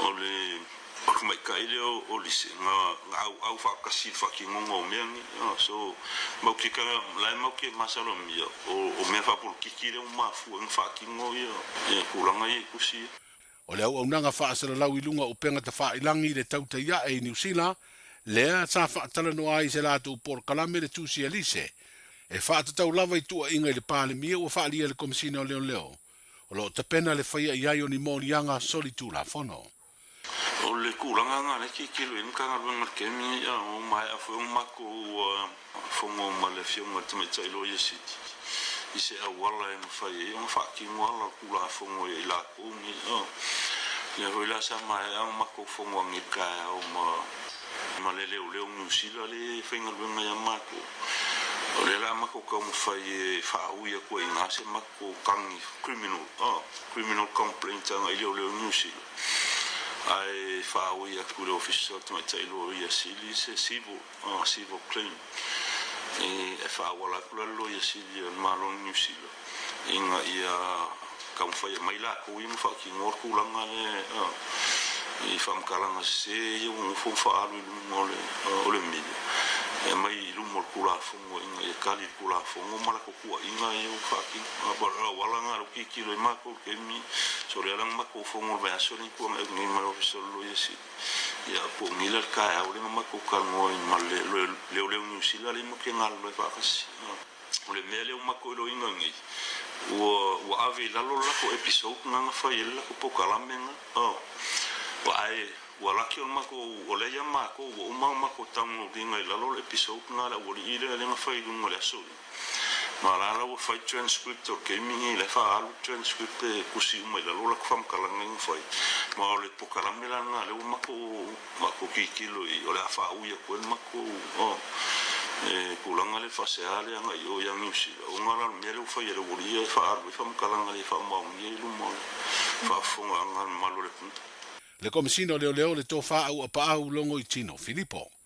O le aso sifuru lima le masina fau a perida le vala unga mua o morianga o Lise Marie Smith i le whaam sinonga whai tu malo. O lo moria o ia le whai o ni whaam talanga i le sao e ala ni tua inga i le a fio le pale mia i le maliu lea o le tamai ta i polo fesa o Caroline Sinavaiana Kabad ma le morianga o le tu inantu o whaam talanga i whaasa se ai ngā ruenga leo.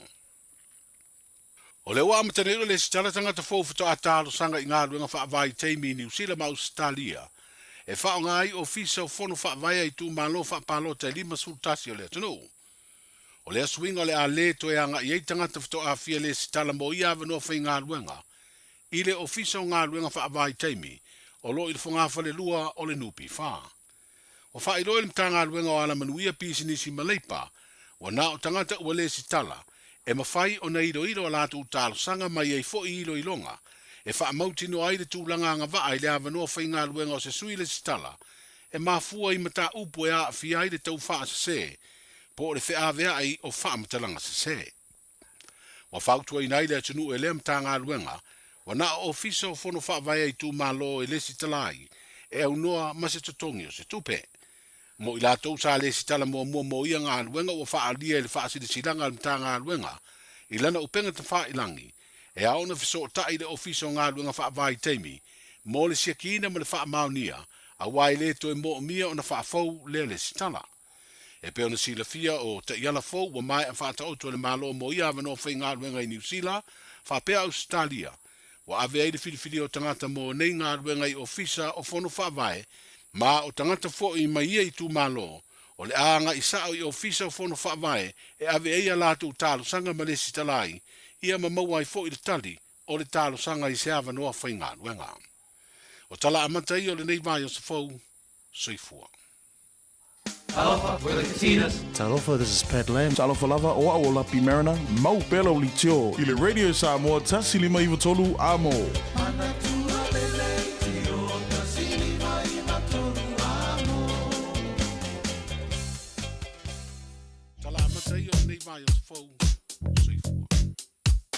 Talofa Pet Lamb, Talofa Lava, Oaola, Pimerana, Mau Belo Vitio, Ile Radio Samoa, Tassili Maivotolu, Amo.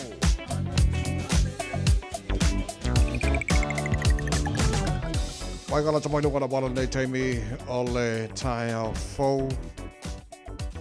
Faisipolo ka tele lukana paljon nei teimi ole tai au. Tatu av ta vale e mana mia la vale on sai fa mole va vayatu. Faisipolo ka tele lukana paljon nei vaenga ole tai au.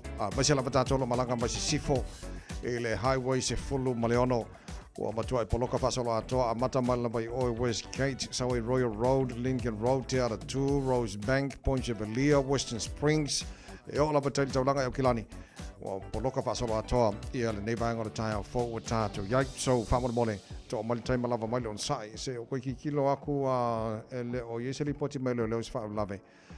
E malanga lunga le highways fu male ono. Ai fai ona fidiki meska ko update famole mole. Na no kiki no fasi poloka telo tato. Lunga le Highway 1 city bound nei time o tai au. Lo ko fero lo mai pisi le van Drurin Papakura. Pisi la foi la flow de lei te kanini ngai Manrewa fa pena foi Manrewa e Manukau. Tatu poloka la State Highway 1 city bound. Around Tip Top Corner Mount Wellington. Bound na bang le poloka mai pasi no Mount Wellington on ramp.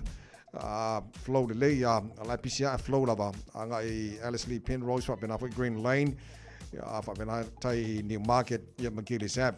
So vaenga na o le nei tai au ma le tulanga o le pisi tele o lunga la wala e wala mai mo mai ma fa fo mai le tunu e le nei vaenga o le tai au to le tai malava on sa I fa mo mole tatou av tavale ia o le tulanga lo ye lunga la wala le nei vaenga o le tai au fo o tatou le poti la tamale na e lunga o le awala Talo fa Samoa wa ule nei o kas futialu a wale suia le ngila o le kio Aeva eva mai ina se fudu lima iva kolu Amo Radio Samoa Vevela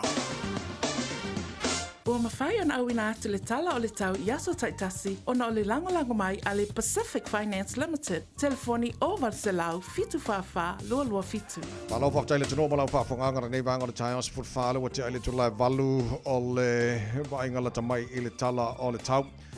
Losu man limono te vava atu ele bevelo le e sa mora ne vai ngora tai au fo te fataro fati panga o mal tara pokalame so se vai ngora tinu pele sa molo to mai mo fa fonga mai no ngora Facebook ma YouTube ro le sa mo mano lava e le se fu ma ruia to mawinga awa o le tau i le so se mangani se vai ngora tinu e pa o timu ala matele la mana awa o le tau i sa mo e faina o le tolu tasi tolu lua degrees Celsius mo ngora bevelo le e sa mo la so fu nei Lusu malima i lona mawalalo. Mawai atu tulanga o ile tau i Australia fatala fai panga.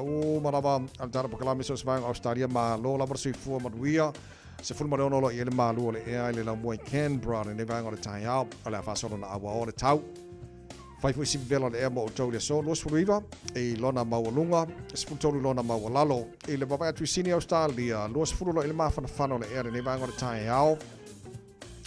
Ola fasona na awa pa una wanga di so taimi losu fitul mo lungal vevela le ea mo sini Australia losu fulu na ma walalo Melbourne ka maru luma ya ka ko ni ka ya ori fulu mo ni maru lu ne wanga ta ya ola fasona na awa lang de daily town losu fulu mo lungal ma fana fa mo wina mo Melbourne ina ne ya so fulu mai lona ma walalo ola telo isi vanga ye Brisbane fasi vevela ta losu fulu lo ye ne wanga ta ya fasona pa una wanga e le so no suruiva o le maulunga na o le vevela le ea mo Brisbane le so Perth Australia len fatalo fo mai ni so paanga opu alo lava le on sai o la le kai ari kai o le msa te ka ka le fai o le bave ori lo su tolu o le vevela le vanga o le tai o le fa solo na susulu matengo fiere la o le makwa vevela le ea mo to Perth Australia tolu su valu le maulunga le vevela le yaso Adelaide fu ono lo il malu le vanga o le tai susulu matengo fiere la vinga na tau mo to le so Luas Fruival Molunga Bevela fa mawina.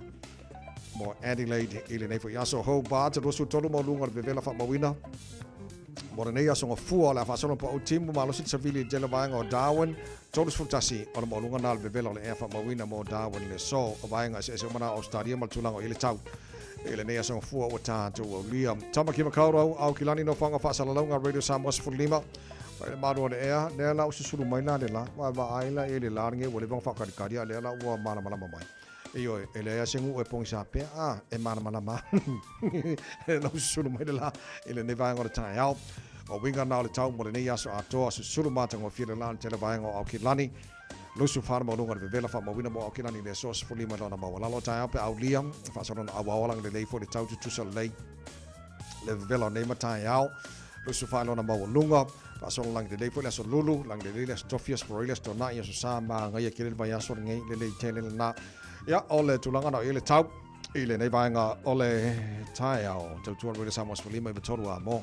Ua loa le tautua le Pacific Finance in no ngā tupe mo so se wha moe moe. Maliu, whai puiponga, aso whanau, sa whai whai ngā malolonga, ba so se wha lawe lawe. Apa lai nei loa le pacificfinance.co.nz pe wala au le oval sa lau fitu whawha lua lua fitu. E talo sanga sauna no ngā tupe i le bao le 5 sa lau tala, ma le lua se furu hawhe tala. E lua minute whai lau talo sanga online, www.pacificfinance.co.nz. Ai tasi le tu lai whaatali e se tali. E iai inga whapitoa. Pala au loa le Pacific Finance Limited. I le oval sa lau fitu whawha lua lua fitu. Oval sa lau fitu whawha lua lua fitu.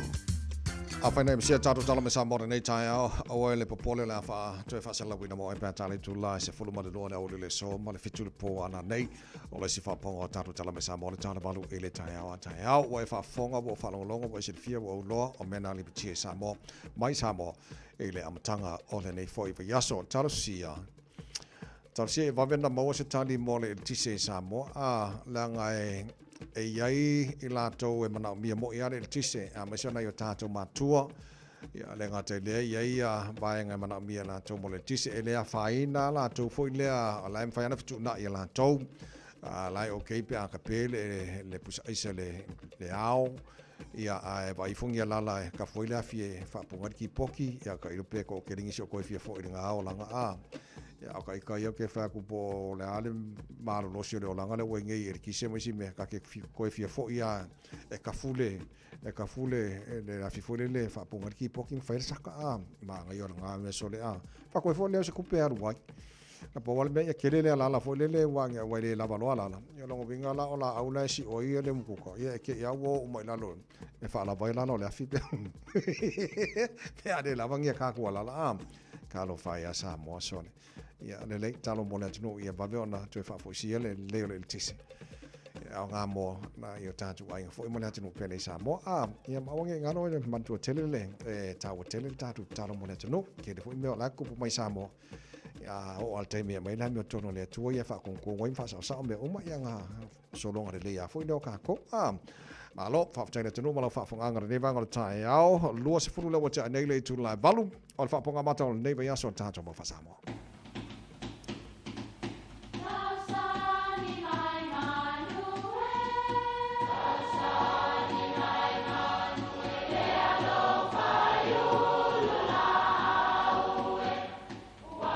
E o whanga manu i ululu o la au, awa e whawhanga i funga o la au. A o le tangata e whawhanga i upu matala. O le mawhileo o alanga upu mamuanga ngana sa moa maona whaapongai e a fua i lona si o mianga. O lona lea sao i le whaatufunganga o le iloa whaale aso mai le tautua se ia o ina pule. O alanga upu mamuanga ngana ua lantou mamanuina le tō whamanino a Samoa, mana tua fo'i, e tāo fitau muli le atunu. Se la auli, ua nā mula mailo wisu. Whapele tala o le upu lea le to ina o mali en toa fua o le to e lau ilo na uso la auli. Ina ua suia amo masi itia le fata o le ali. Na iloa le lei lava e fua o le to e lau. Ua uma foi ona fea songi lo na uso la auli ma le tamaitai. O le mafuanga leo le upu o fua o le toi lau. E whao ngā i se mea ua masalomia, a ua whaafiti pēr se tasi nana whaia. E mānaia le saunoanga ai fōlinga mai, e nā mulae pe o le upu o mali e toa fua o le toi lau, i lo na uso o la auli. Amen.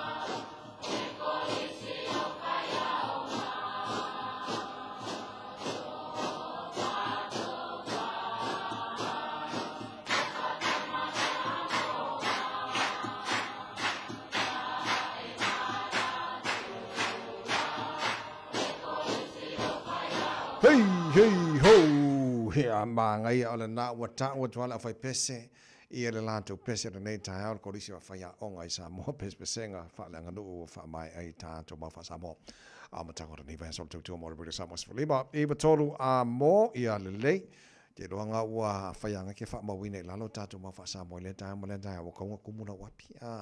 Ia ai e fwe mkako wha marasi au wha le nganga lātou. Tae mo ria Chris. Tae manere whare tola uwo, i ere tūra nei teo. Ne whai min maura mo tātou nei teo whai mai. A ware whāwai vai i le whiringa i o mā losi le loto i au au nei redi. I a ori ori wha moe moe i a ono sa i le poponga i a whina whina uli te talo a i mena. I ere tūra nei teo a a e whai min whamaru tina mo i tātou whai mea. Me a ware whāwai vai i whiringa i a mā losi le loto i au au nei redi. I a rano inga i tātou different. Tai tātou, unu tātou whai vai rea i le whiringa a tātou a mā losi o tātou roto a different. Me tātou au au nātu i redi. Friend, tau whai te tātou, tātou ori whai wha moe moe. Me tātou onu sa i le pupuanga. Po a whawhita uri pupuanga, tātou onu sa i. Tātou whina whai te talo a different. Friend, o tātou mauna mo tātou nei tae ia whamania tere tuare tu moutou. God bless. Ngārai friend. Nene ia so far.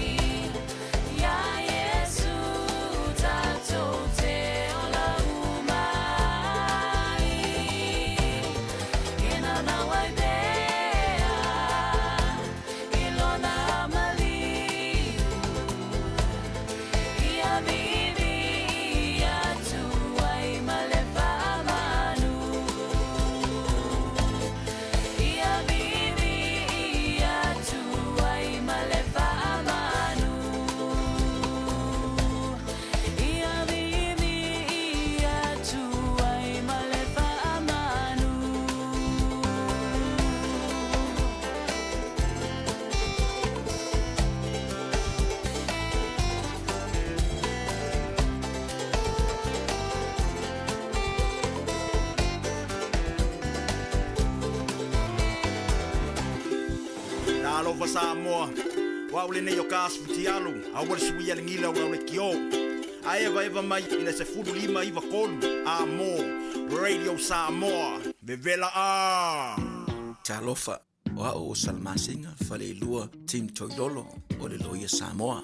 Fapitoa la o unanga I mta uputau immigration. Pepa malanga. Tangata overstayers. So stoinga visa. Apena foi le taxation. Por tu la fono tau la fonga.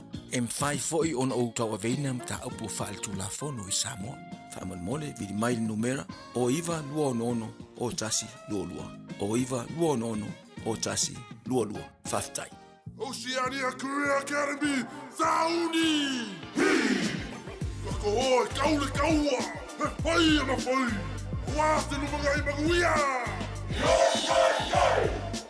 A whaia sa ili sela asanga fau moe, a waloe te no whai. O le OCA e a tawina ai oe I mtata e sese. Maua visenga fau fale, vali fale, palasa, male soifua maloloina.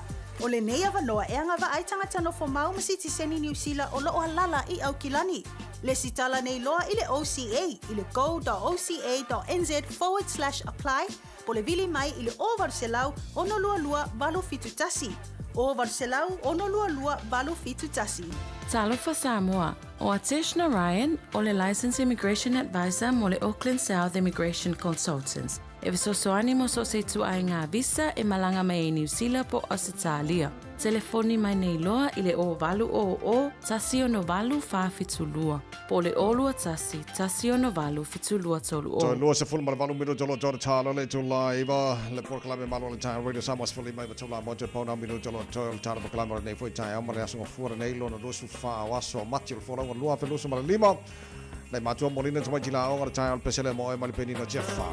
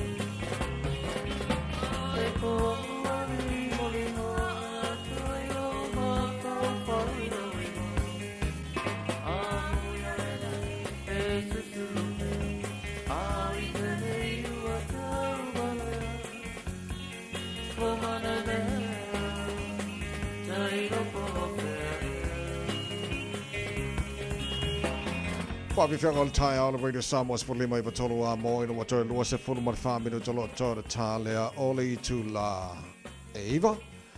Asa ko fopa yasta tasi ala por kalame radio Samoa ma le matanga ruenga leo o lo awina tuai o wala o sile fia I ale numera e whaina e wala au iei leo pe amana miofsa sani lea taimi ma lea taimi o nai fautuanga ma tima inga o ngā mo tātou saonga le mui lunga la wala saonga le mui tono a inga mso se mea iei tātou le fionga la satini.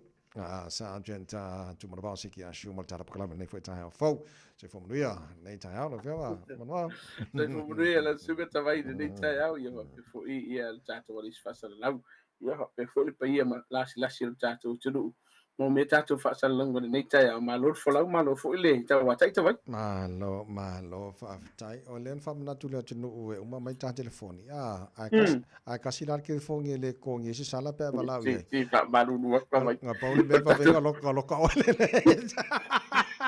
o tato ke le fo ngi fo ile tavai le fa inga ka ko nga ku pe fa mo sambo ai sa ole le ya Okay, lo tavai ai anga fa skapi singi sikar ke le fo ngi o ke len ka ku pe le bala mo tato tunu ai vanga le mai foi pe amakangi o man manu do ke ka ku pe mo pe se manu le vale la ki ta ka vai se ku pe ta ai lo ka ki ya ala lei va tai lo fiona satini mo kala men nei tai fo ma wa te le fa la be na tu fo no na wala fa ngon fa so fa te ka vai o le silia va en le o me ta wina tanga luenga le tele tato fa la be la be ia a fa la be la be fo nei ta vai o le ngata na tele na to I fa le nga ina I ta vale la vai le ma wo so ifo ile weekend la vai ta vai la tilo ia ile tato fa la be na tu o fa la be ma fai ona alo fie ma ta fie ia a o tele al fa le tonu fa ta malale wo ia ta vai au tilo ia tilo tato fa la be na ia to tele la to lo ta fie fa ma I la to fo mo so ifo ta vai ile ngata lava ia ile va o ta vale ila to fo ilo tu tanga luenga leo a wa afia to mal au sa vale ta vai o le sile vainga e sile ta o le tato foto wanga famol mole a e sila to sita mama tu o sitina ma tu o lo sa vale ko lo sina o ia famol mole fa singa luenga lo wa e nei tato ta mam tina ma tu o le na la vele wiki mana tu a sa vale bele lo ma tu o porto ina le si tu wala ko ki a ko fa mi no te tu lo fa fonga la tu ta vai ona o ma tu o fo la to so fu o I le lo ye le vai nga fo le ro le laval on sa ir tato tu o e tu mo fa tali mo la to ia o le mai mo so ia sa ngore mu e o fo lai fa na wa o tato fa mana tu ma sani tato kolosi e ta wana tu wa no le fa na laval on sa ile nei tai tu le mtanga luenga le lo pe ata o fia lo sa ia ma fa fu sa o tato ta vale ile taulo e ta ni fa mo ta vale luana vanga ta wa fa mo mo le fa santini na te fa mandino on vanga mo fa la vena tupu le weekend na ta ma wa li potel to mtanga luenga le fo le fo nga mai o le tong fa yo le si ta vale pasia le sta vale ala la kluska vale le spito le winga fa tanga fo le mala le tu la fo no lungo la wala ile time tawon e kolosi na ile si pe pasia le sta vale ile ngatel ma tu la fo no ta vai ai o le level on sa e ile upu masani fu le fel tato tu e tau mala vele o mana tu la fono la vaia se ia vanga na o e lo o se lau mita le mama o lo kilia ona faira na e pasi ai fica fa ma fo ita vai o le se lau mika lea e ke fiu e tuli e o mai forka me ki pier ta vale lea o se lau mita ai sea ono lo minoi le ta vale lea anga fa pe o le ku ka vale lea e nga se lau mita a o lo como faile equipe le limas fu mika ia e lo vaenga ia a e sao faftai ai ala ve ai skavale ia e tu lua le ola maliu ta vai o vaenga le pito sili le ta o pe ne ta o ta vai e te tauna e mala mali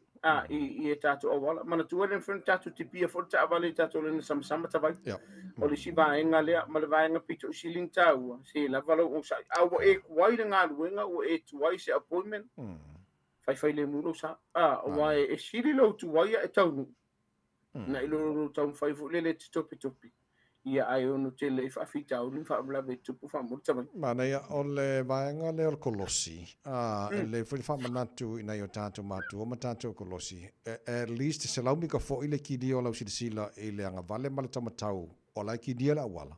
Nga whako amwhaile na Kolosi msapo tu la whano le a. Sei loa.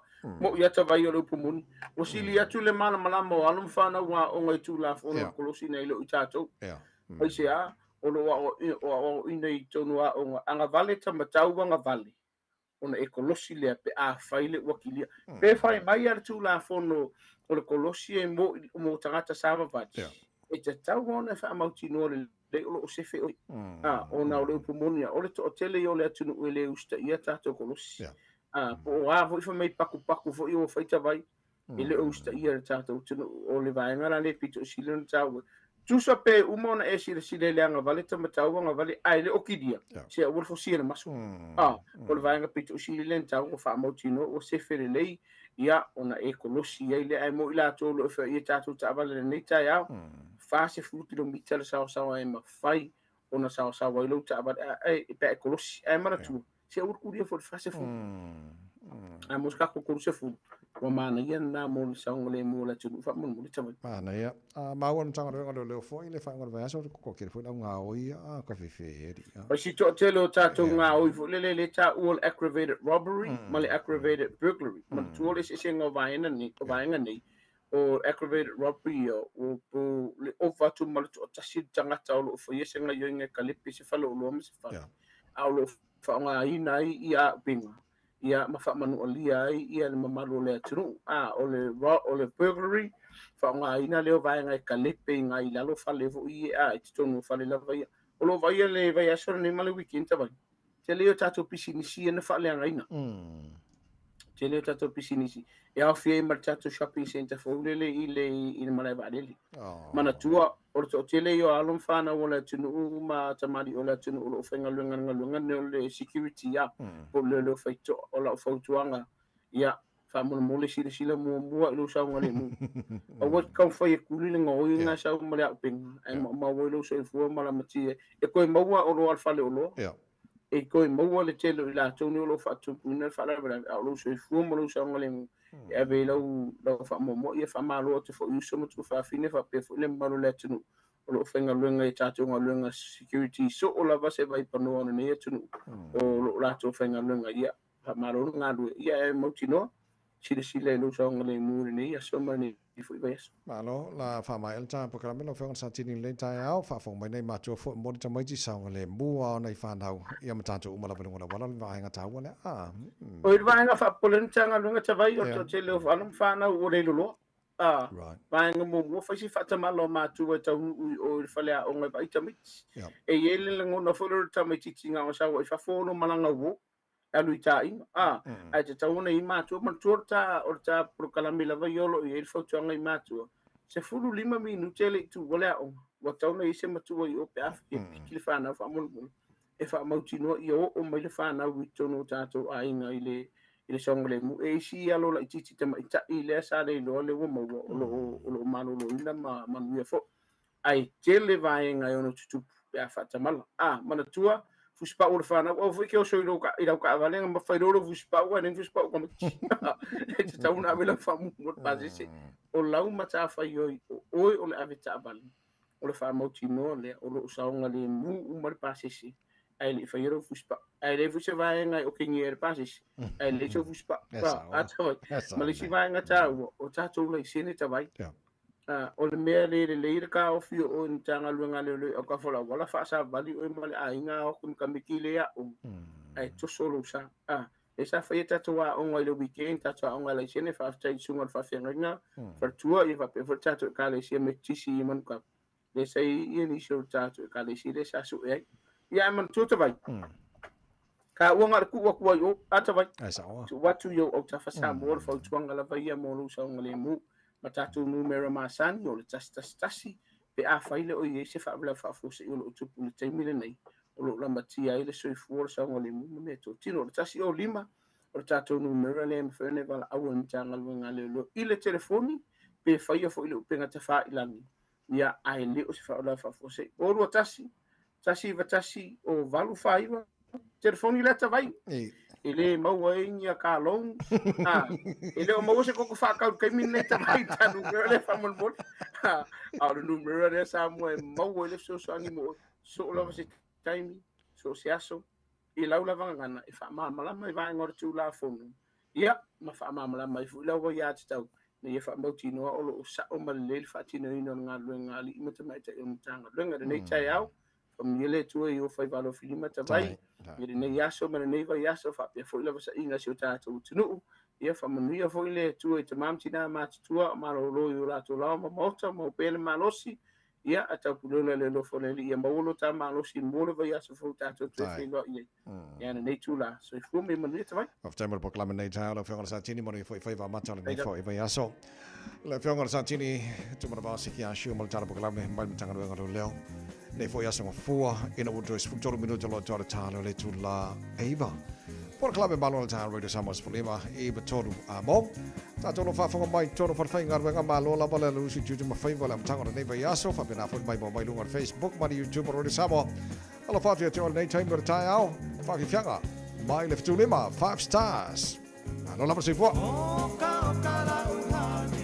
Ola wani pa sili sili te patu saina ise apaela pi pose pisu pasili pose pasi que mai piti pasi na sapasui oni tamato balipi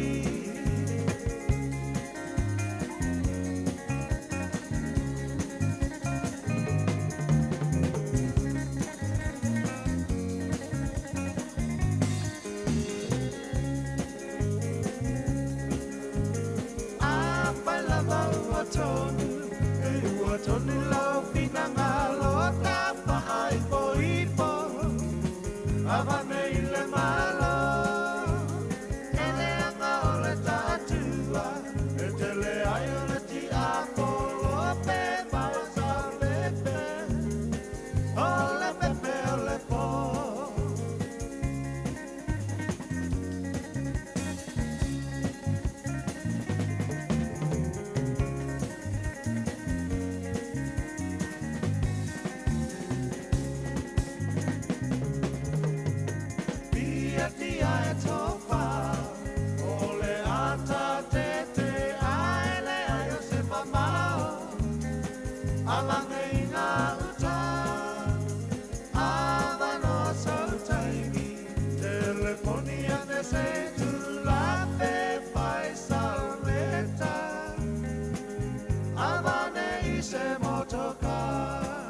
Talofa Samoa o Jerome Gray le nei. Pe o e ti e lau ta vale po e whaafonga mai i lo maota. Ia tu pele ni lo lau leitio i sifuru lima i batolu a mo.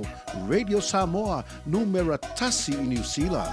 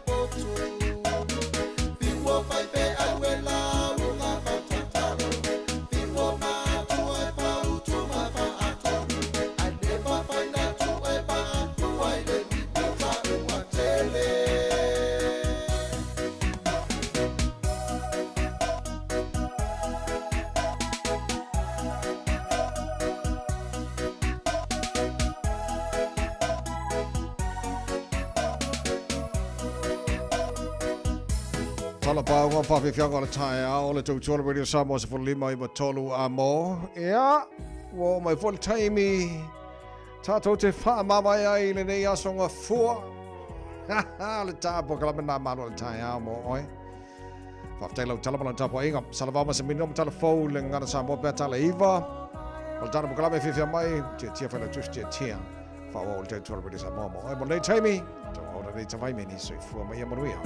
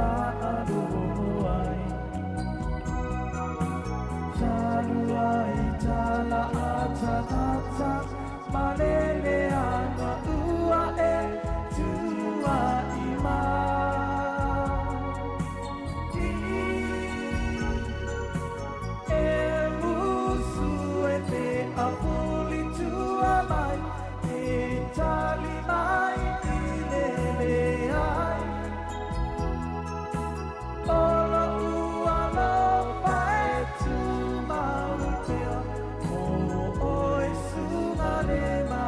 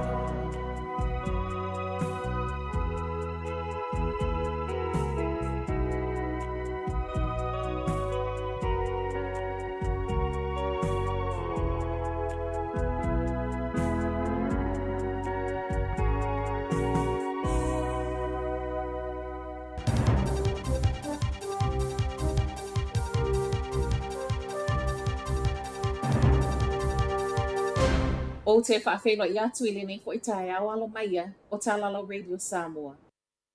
Te te ele whaitau se lau ana nafi nei pia, ona o le le maali lia I le swinga o whai mai ai o le a le to iai sa urgent care service I au nanga wha ale soifua malolo I nei taimi o le pō, a e suia a ngai I le telefoni.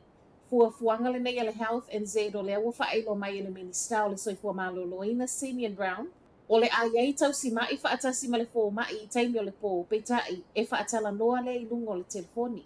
Na tā ua fo I le minista o au nanga nei e mo urgent care ai le o emergency care, ma o emergency care o le a whaia umalava le ai le whale mai ho spay. O lo tu ma o le tale tonunga o le minista ia Brown o se suinga le lei, mo tangata nei pia o na o le a mawhai ona mau e tangata fesoa soani le whale mai le nei Wellesley Road, luas fulfai tu la, fitu aso le vaiaso.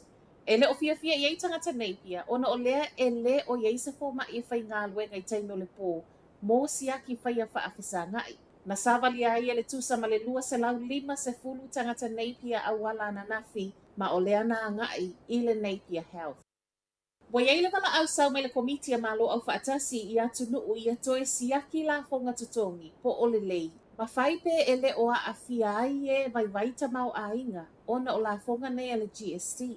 O le mana ongo le komiti o le toe au ili lea o le whainga o lo whaatulanga I la fonga tutongi. E le ngata I la fonga tutongi tupe maua. Ai whaapea la fonga I lunga o tau o loa ma au nanga o na I lana va ai. E ono a awhia I tangata vai vaita mau a inga whaatusa I e o lo malu losi. Whai mai fo I komiti, wa tatau ona toe va ai atunu I le whainga o lo tutongi ai la fonga I le vau pisinisi whaapea le vau atunu. O se whainga o whai mai ele whaatono le Human Rights Measurement Initiative I tala le One News, e matua e mo o mia lava e ni usila o na whaia suinga. Ma e whaapea fo ele whina ngalo le sui o le Deloitte. Sauno fo ele taita ele Green Party, Chloe Swarbrick, e le o se taimi mua le nei wala ngā mai ele nei mata upu. O so enga na whaia le luafe lua tolo na fo I mai, o le tolo se lausful ma le tasi o tangata mau mea I ni usila o lo tutongi le iwa tesi wha pasene, median tax rate au le isi uma lau tele I ni usila 20 tesi lua pasene. Se fulu lua tangata manunua ona o le whaalawelawe tau taawale na tūlai mai taupo i le tai au ana nafi, ma e to otasi leo ua mō lia e leo leo. O le van ma le SUV le e whaapea na awhiai, ma o le taimi na tau ma whai ei le isi taawale e pāsia le isi, na wheto ai ei loa ma le isi taawale i lunga le State Highway 5, mai lea o whai, o le to aiva o tangata manunua o le ana ave helikopa i whalemai Waikato, to a whāti ngā ina a o isi uma e whiololo. O isi tangata to otoro o le ana awina atu e ambulance i le whalemai i taupo. Mo le maule pule nu o taupo, o se wha anoa noa ngatele ia te ele whaalawe matu iale nei, ma e reporti a leo lewa mo lia le avata avalo le van, limas fulfitu tausanga, ma e tūla i luma o wha amsidonga wha i tū malo i tauranga i le vai aso a sau. Te ngā ina manu ango le to atasi ono le misa na tūla i mai Mount Eden i aukilani ana nafi, fe ese a inga le nei na tūla i mai le whataula ingo a wala i Dominion Road ma Lambeth ma e whapē taunu uatu leo wa umona tatui tu low le ua whaamanu alia. Whaatope atu i le whalmai i se tūlanga tīngai na tele le pō na pō, be tusa leo le lata i le tūlai fitu. Ripo tiol mata upule neia o atu i le sefulu ta avale leo na iai whaapea helikopa ma ese mai le na tatui o le afo e iai le isi na whaamanu aliai mo na whafonga. Matala whaaiu, fia le palemio New Zealand Christopher Luxon i le taunu unga le whainga malanga na oai i nitia. O se tasi le neo au malanga tele i le tala whaasolopito le atunu. 5 aso le ana oai ma e le ngata i whailoa inga i le vau Luxon ma le palemio i nitia. Ai whaapea whonotanga i le vau minister tau whaatā wa inga, whaapitoa lava i tū tau whaatā wa inga. O le alavana tō mua i le toe langa mai lunga o tala noanga i whaatā wa inga sa oloto i le vau atunu e lua. Ma ua whaamauti no mai fo il palemia, o le masina fōweto e whai eitala noanga o le mata upu lavele nei. Ta utino Luxon, o se malanga i manuia, ma ua atangia mai ai, o loo iei le ava noa e mawhai ei o na ngā lulu e whaatasi ni usila ma initia. O le alava fo ina finau malosi ni usila ia maua so na ava noa i le makete o le susui initia. Ma o se mata upu ma ale pita ai, o le ana manuia whaatala noanga. O le malanga le nei na saini ai fo i le maalienga, i le vau atunu e lua i tū tau puipuinga i le ngata i whali. O Talanala Radio Samoa, manuia le tau. Ua mawhai ona awina atu le tala o le tau i aso taitasi ona o le langolango mai a le Pacific Finance Limited. Telefoni o Valselau fitu whawha lua fitu. Ua loa le tautua le Pacific Finance in no ngā tupe mo so se wha moe ma liu, whai puiponga, aso whanau, sa whai whai ngā balolonga ba so se wha lawe. Apa laine lo le pacificfinance.co.nz pe wala au le oval se lau fitu whawha lua fitu e talo sanga sauna no ngā tupe i le bao le 5 se lau tala ma le lua se furu hawhe tala. E lua minute whai lau talo sanga online www.pacificfinance.co.nz ai tasi le tu lai whatali e se tali e iai inga whabitoa pala au lo le Pacific Finance Limited ile oval salau fitu fafa lua fitu oval salau fitu fafa lua fitu. Hey oh.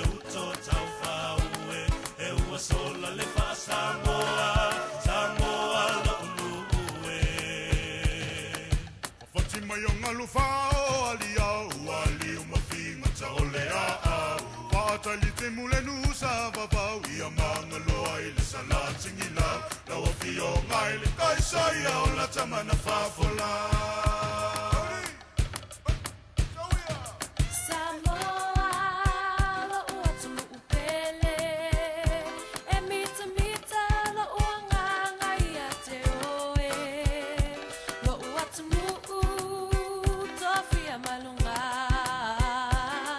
tanga lulu e mata.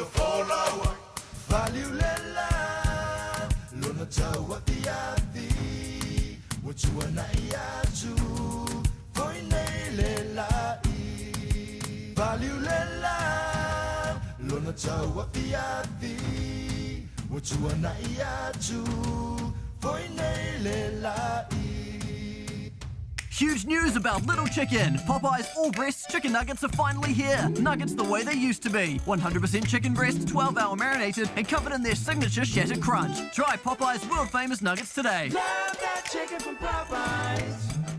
Talofa Samoa, o Atish Narayan, o le Licensed Immigration Advisor mo le Auckland South Immigration Consultants. E visosoani mo so se tu ai ngā visa e malanga mai e New Zealand po Australia. Telefoni mai nei loa i le o valu o tasi o no valu wha fitulua. Po le olua tasi o no valu fitulua tolu o.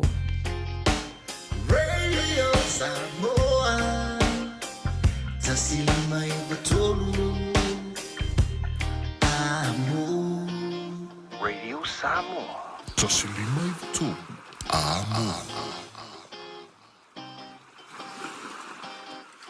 Faitauina le upo le poto no le tautua matavela linga Fusi and Sons Funeral Services i Mangele ma Samoa. I taimi o mawhatianga ma whaanonoanga ona o le maliu. Mana tua linga Fusi and Sons malana au nanga o le a wha ma avenga atu mo oe ma le ainga. Wala au i le telefoni lua fitu lima tolu o fitu.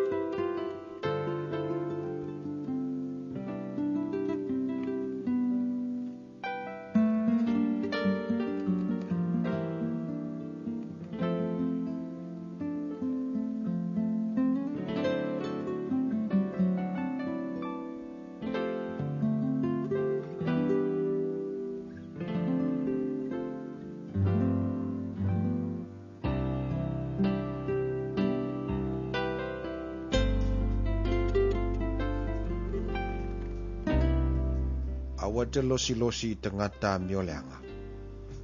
Awa fo ia te fia to anga ya i lātou. Awa o mawhauwhau o lātou loto sawanga. Tau taltala o lātou lau ngutu i mea e whaati ngai. Wati nā ele whale le poto. Ai wha mausali ina ele whautauta. O le poto fo ia tūtū moia whea o loa malamba e tāua marimata ngofie. O te ngata poto ua malosia. Ma le te ngata ata mai e tupu lona malosi. Awa o le whiriwhiri le leia te whai ai loutaua. O le to telefo i o whaipule. E saunga le muai. Ua maualunga le poto i le vale. Nā te le tautala lava le whai toa. O leo ua mawhauwhau e whai meleanga. Ta ua oi o le te ngata whaitonga whiti leanga. O le manatu le vale o leanga sala lea. E ino sia fo i te ngata le ua whata wemu. A whai te whawai laso vale. Wai iti lava lo malosi. Ia e la vea i e ua puea i oti. Ma e a o ina whasia. A whai te whapea whaauta. Pātou te le ilore nei tangata. O le ua fuatia loto na te le langona ea. O le ua tausia lo wanganga na te le sila fia ea. Na te le tau ia tu e le tangata e tusa malana ngaruenga. Lo watali e aile meli. A waele lei. A toa mali meli sisina e sua malia e lo ngutu. Ia eiloa. Whapea fo ile poto ilo wanganga. A whai wa e maua. Ona iai leo lei unga. E lei uwale fo ilo wha moe moe. Le tangata ami o le angai. A we te lama lama ile me no fo le tangata ami o tonu. A we te whaatafu na ina le me ta oto ai o ia. A wa e atu fitu ona pa u le ami o tonu a toi tu o ia. A oe ami o le angai pa u la tau le malaya. A pa u le waita ia te oe a we te fia fia iai. A tau suai fo i o ia. A wale oli ai lo loto. Ne isi le fia e leli. Ona le angai le iona luma. Mana wha le liu mai lona to sa ai a te ia. A wa te wha meo i e wa whai me le anga. A wa fo ete losi i e a meo le anga. A wa ele i uise le leile wa meo le anga. Tina ia la me pae a meo le anga. Lo watali i e matau le li i a toa mal tupu. A wa te wha wa i mai e whiliu li wai. A wa e wha fo sei. Ona tula i mai o lo la tau mala. O ai fo i se na te loa le mala i mai a te ila ua uma. E iei fo i nei mea i e papoto. O le whailonga ino te ngata i le whamasinonga i le lea. O le o whai atu i le a meo leanga o oe le meo tonu. E fitu uina o ia le no. Whaafano ina o ia e te ngata. A oe wawa i atu ia te ia la tau te fifia. E o ia i la tau le whaamanu ia i le iai. Tau whea songi te ngata umama le o tali atu i upu tonu. Ia sao niuni i whafolau ngā ruenga. Ma e teu te wai le mau.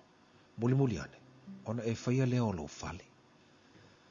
Awana i whaifua oe ma moli mau i le lua te tua oi. E te pepelo e o lau ngutu. Awana e whaapea ne pe ona whaia le tangata ia tau. Whaapea labon o whaia ia te ia. O te tau iatu ia te ia tusa malana mea o whain. Na o alwane le whanua o le tangata pai e.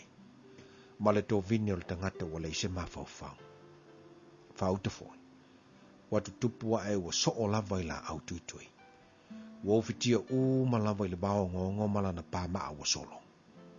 Ona o wa aila valea, ma o matua mana tunatu wa oloa, ma ua o ina ia. Se toi titi sina moe. Toi titi se mata moe. Toi titi se pi lima ta oto ai. Ae o mailo mativa e peo le malanga. Malo le tango lima peo le tangata wa sauni. La na upenga. Ua awina atu le upu o le poto i le nei aso o no le langolango mai a linga Fusi and Sons Funeral Services. Ua mawhai o na tu whatasia o nanga tala whea ngai i ni tau ngō fia tele. E fso soni atu ai a o whea ngai oe ma le popole ma le whememea. E mori whatasia atu ai ma wha mai senga, ma wha mawhana whananga mai a linga Fusi and Sons mo a inga uma o Samoa ua whea le maliu ma le oti. Malau mai loa ia lingalinga Philip Fusi lingalinga, to ia whaapō lingalinga, to ngia si ulavea, pesusu mai i le luas fulwalu Canning Crescent i Mangele.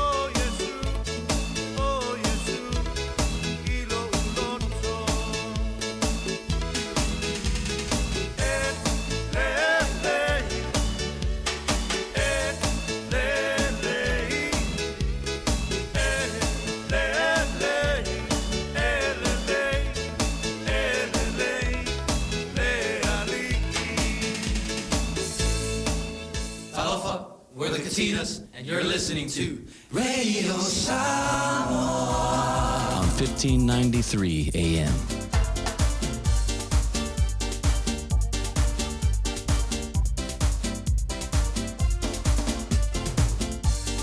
Wale pada atu vela wati le luas fultasi minuta lo tse le tu laiva po kala be fifia mai le taola sangfua le fo was ia tu fo wale tu ino tatu wan tu mo tatu po kala mi amata mo nei vayaso amata fo le tu bala danga le po kala le malu le tayao pe ona fa fonga mai le sunga le ta meni mal talaina fo tatu fa salonga le ia fo i lungo le tu le fonga le Radio Samoa tasilima vitolo amo ia wala no fisa autu nei maruka na watu inatu tatu po kala mi amata mo tatu o le upo le poto ta yala mto mua i fo le tatu fo longa mo tatu savalinga mai sel po kala mi fifia mai mo tatu bi ele ni fa fitai le tu mo fa marsa mo tatu le nei tayao awala fa wino tatu tu manga luenga pe ona mas yai fa talo watu nei tayao fo ne yaso matongo fie le aso amai le tu tatu ti oli matatu fia yai o se tayao manai o se tayao to ta manino tatu baba i va venga o le tua mana fa marianga i tono lo ainga malo ainga ina o tatu mata matatu tilo ile alofa malanga le leo tatu mata si langi leo mafu ai le tayao amai le yaso fa popolo tu se fu maso matu wala bye ya mato fa o wina tatu poklame amata natu samu se fa unga le yaso fia o se fa marsi au male fiong pa ia le tu i so se fata fa taulanga faile matao so lo fo lo ngi va yaso fa malus au ia oi au e fo lawa yo tute manga ruenga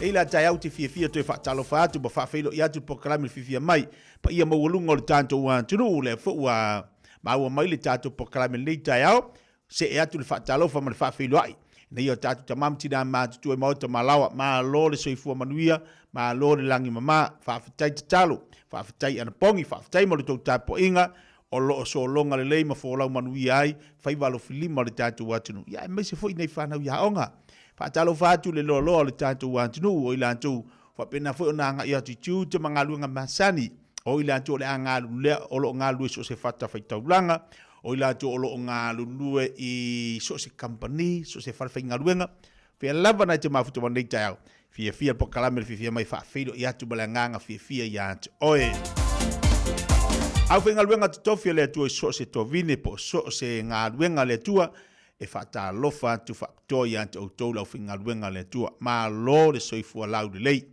soifu manuia ya to yo to favor mo to tutor vala wina nga luenga le tua fa malo fa fitai ele fa ngofie ai fa fitai ile fa ngaina ia male vala wina male follow ino upo le tala lei awa lava le ai ina ni loto mani nganga mole atua malona malo tu maula le vi inga ile li wana le se no ya ti tatu ile mo fai no tatu tu e pati le tai au le ya so mani aso ngafua le tatu ye la so du so mal fa ni masina ese le yo le li pe yo upo le pese check se ese le na va tu fa mai el tatu proclame le poto ele le la vale ala ile tai au tatu baba ili matau tio le atua na tatu fa pay for ile le ala tayau la sa fa longo lutino isi swinga ala tayau baba ia tu pati tamai tio le aonga ala tayau o del tama o sulinga luenga seki io ai vai le manga io me pito sili na mataua ia e foi malu tau la to lo langa bersama lo tatu yai biai lu tau le fo longa malea tatu te malangai tele yo lu tau tofto foi nai tanto a tofto foi na tato na tato fa pay for le le a tato fu ye le fai mai e tofto foi na tato me le o ina tato te luai le mata ti o le tu pa o mai tofto fonga ya ti tanto la nga tato te la fo i me uma ya te o ye fe so so ni mai a ola na tal no mai le tu ma mai le tu so sa ni mo tanto for 4 fa fitau sa o me tato te o ye sa o me tatu tiu ia mana ia fa malo fa tai ia o sa ia tofto fonga li o langa mali nesi fonga lo tatu iai tu mau tatu fa tu ile tua o ia fiso sani mai antik tatu iso tatu watu le mafuto mai tono fa fenga wenga le tai au lo fatu po kalabel fifia mai mo to umalaba amata fifia va yaso o le whaamarasi aua na le pokalame mo tātou ia so umalava a mata le fia aua te whanoa noa o le tai au fo te ala mai le mana i o le tai au e te ala mai e ala na fa no le aso o i lava i te no fa o ma fa no le aso o le aso fifia le aso mana i o le aso e te ata hai au mai fa fita hauri ata au mai me tu po langa ata ai ala ka ia ka mai ingi aka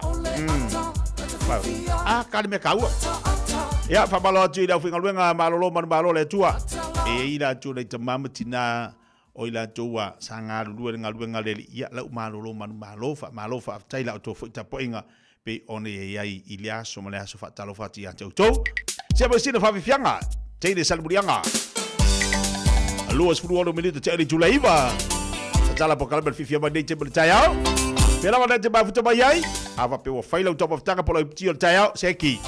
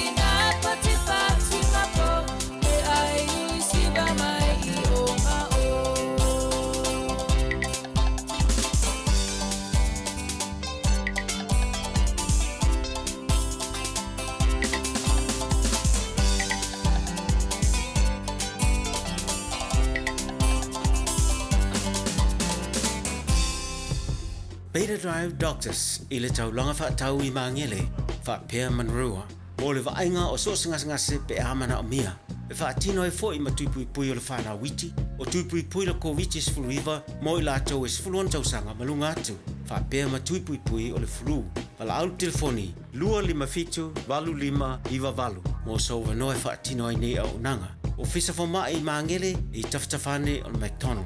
A manrewa I taftafane o le Whaletusi po le Public Library.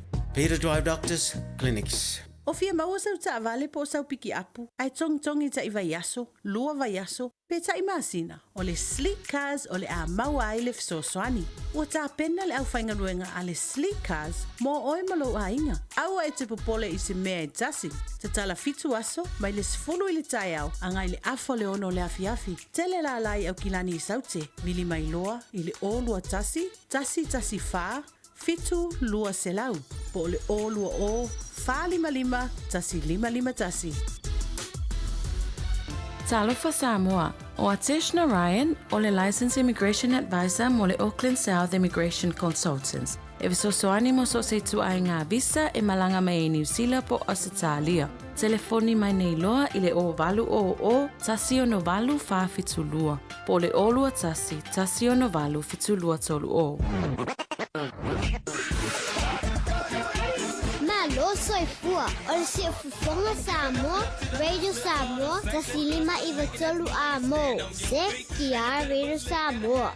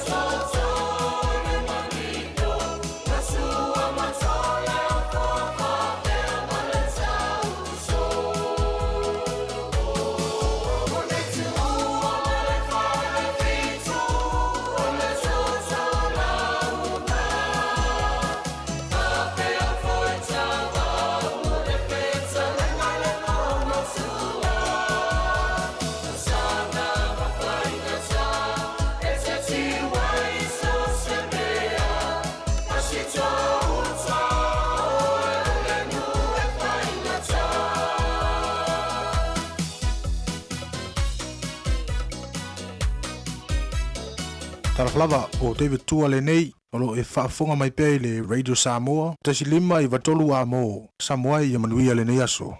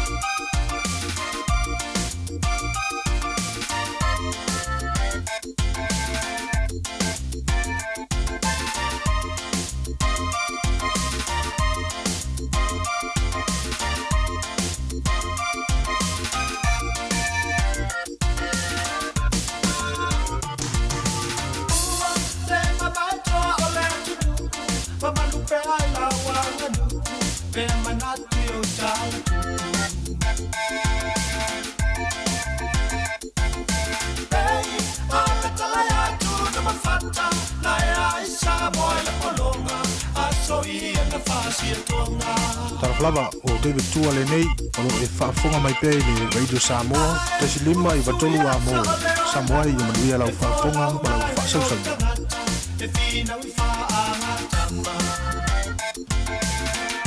E ole leilo se mari mantatu te mino te luas ful family tan leo late July se follow. Porque la masana tanto mole fionga fa wina to David Tua pe masana ia so fu va sta tasi. Lewo fa tasi vai ngol tatu porque la me le vai ngol tayao. Ia mole matanga fo le va yaso. Se e atu de light tu ole vai lo fa tasi mole fionga fa wina. Ma lo le se fo mania le nei fo tayao. Malo fu lang mata. Malo fu fa malo si berita pokala belita ya wa tontai. Ya, ta manuia. E lo songa te ya ta manuia fo ile. Fa anga sa mola tunu pele ni ta fo. I sulu na lo fa malo na ngale lei. Ta to le mal ni ta fo manuia. Mana tu sa manuia ya fo anga le weekend te Mana ya, afo tanga matua mana ya fa ngol va ya solato. Ese le manga ya fa ngol va ya. Kwa sko di paling ya fa ngol va ya. Ya, kile asi fo e pe ona masani ai. Ia, ma wana i te mi fo ie asi se atu e whainei wha Marstino, wha Savali, ia whainei wha Marstino. Ia ma rei fufuanga fo wha ingal vai aso lato. Ai, manga ia. Uranga na masani sa whengai fo i mili weekend, sa mau fo ile amanoa se fo inisi fo ainga, sa fo ile as whanau tena ia whaurunga, ia whapea fo ia sunga ia ungasa. Oh. Oh, you 21. Oh, you 21. Yeah, 21 ko inga ungas. Like kio. Like yeah. Like mang. Me siringa e wa fa popole sta usanga le se for uso. Ah, yeah, wa strong. Yeah, me strong. Yeah. Ah, ia le fa moi. Yeah, vi sulu na lo fa malanga le wa wi. I au mga luenga i movie. Ia le. Ah, ia fa lave me tupu. Ia fa kai le kua ua kako lia mai lam tanga nei vais.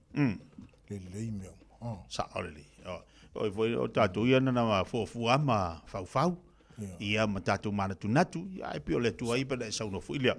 O le tu ai o fa tau no ina poklame ma. Ia ba se fo li poklame tatu foi. Mai sa. Ia o kau kua tete. Life of service. Ala. Ia ke lena mea o life of service. Mo le tautua. Mo le ola. Ola, e ke ola mo les. Ia. E peo kala ko inga mai tau ne taia. Good morning, sir. Mai kuman. Good morning. Atu mai. Mai ko inga, good day to die. Fakul ko inga pola ale wing alang tala. Mai ko inga, you live for someone. And you live to die. Fakul osola. Loko ke le kal ngoma toin. Wo ko fango ka kai pa. Wakala ngole ko inga me imang ia fi ai. Kai do loko ale. Mo di manga sau ko inga man karango. An wangi mangimo ale ko ile kirkino toi. Bo le ai ko inga le ko.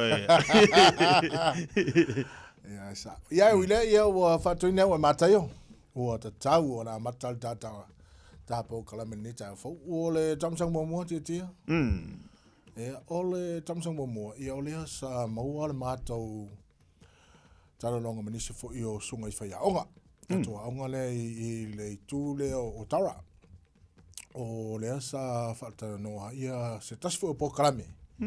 Ia e nga mo fana o le nei na po kalame ia oni mafo fonga fo I ma Ataita ta penanga ona oni mena tupu ia taita o me fu e cha nga lo tolanga yo le ala o tam fai fo ilea e toi fa soa e toi fa soa ia ma atu e iso na nga mo le tupulanga e o tupulanga la amata mai le fitu tausanga e o le futas ia o le ala sa fa ta vale la por kalame ia ona o mea o le tupu I o langa ma le soifuanga o le po foi tonu la onga ia fanau ia to lima la tamiti ana fata vale lana amata le pol kalame ia ma tamiti umane ia le tusa uma o le ngora tala pe o tu langa fo ilea I o lato winga wal pol kalame nei e fai fo ilea o lona atoanga o winga o tamiti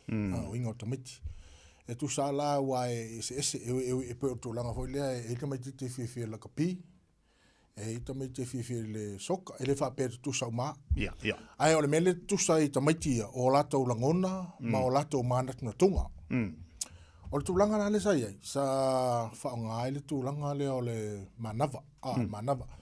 Ia, vai ni fo tai au, ia sa whaka oko raro ka maiki, wha relax le nei, mo i ini.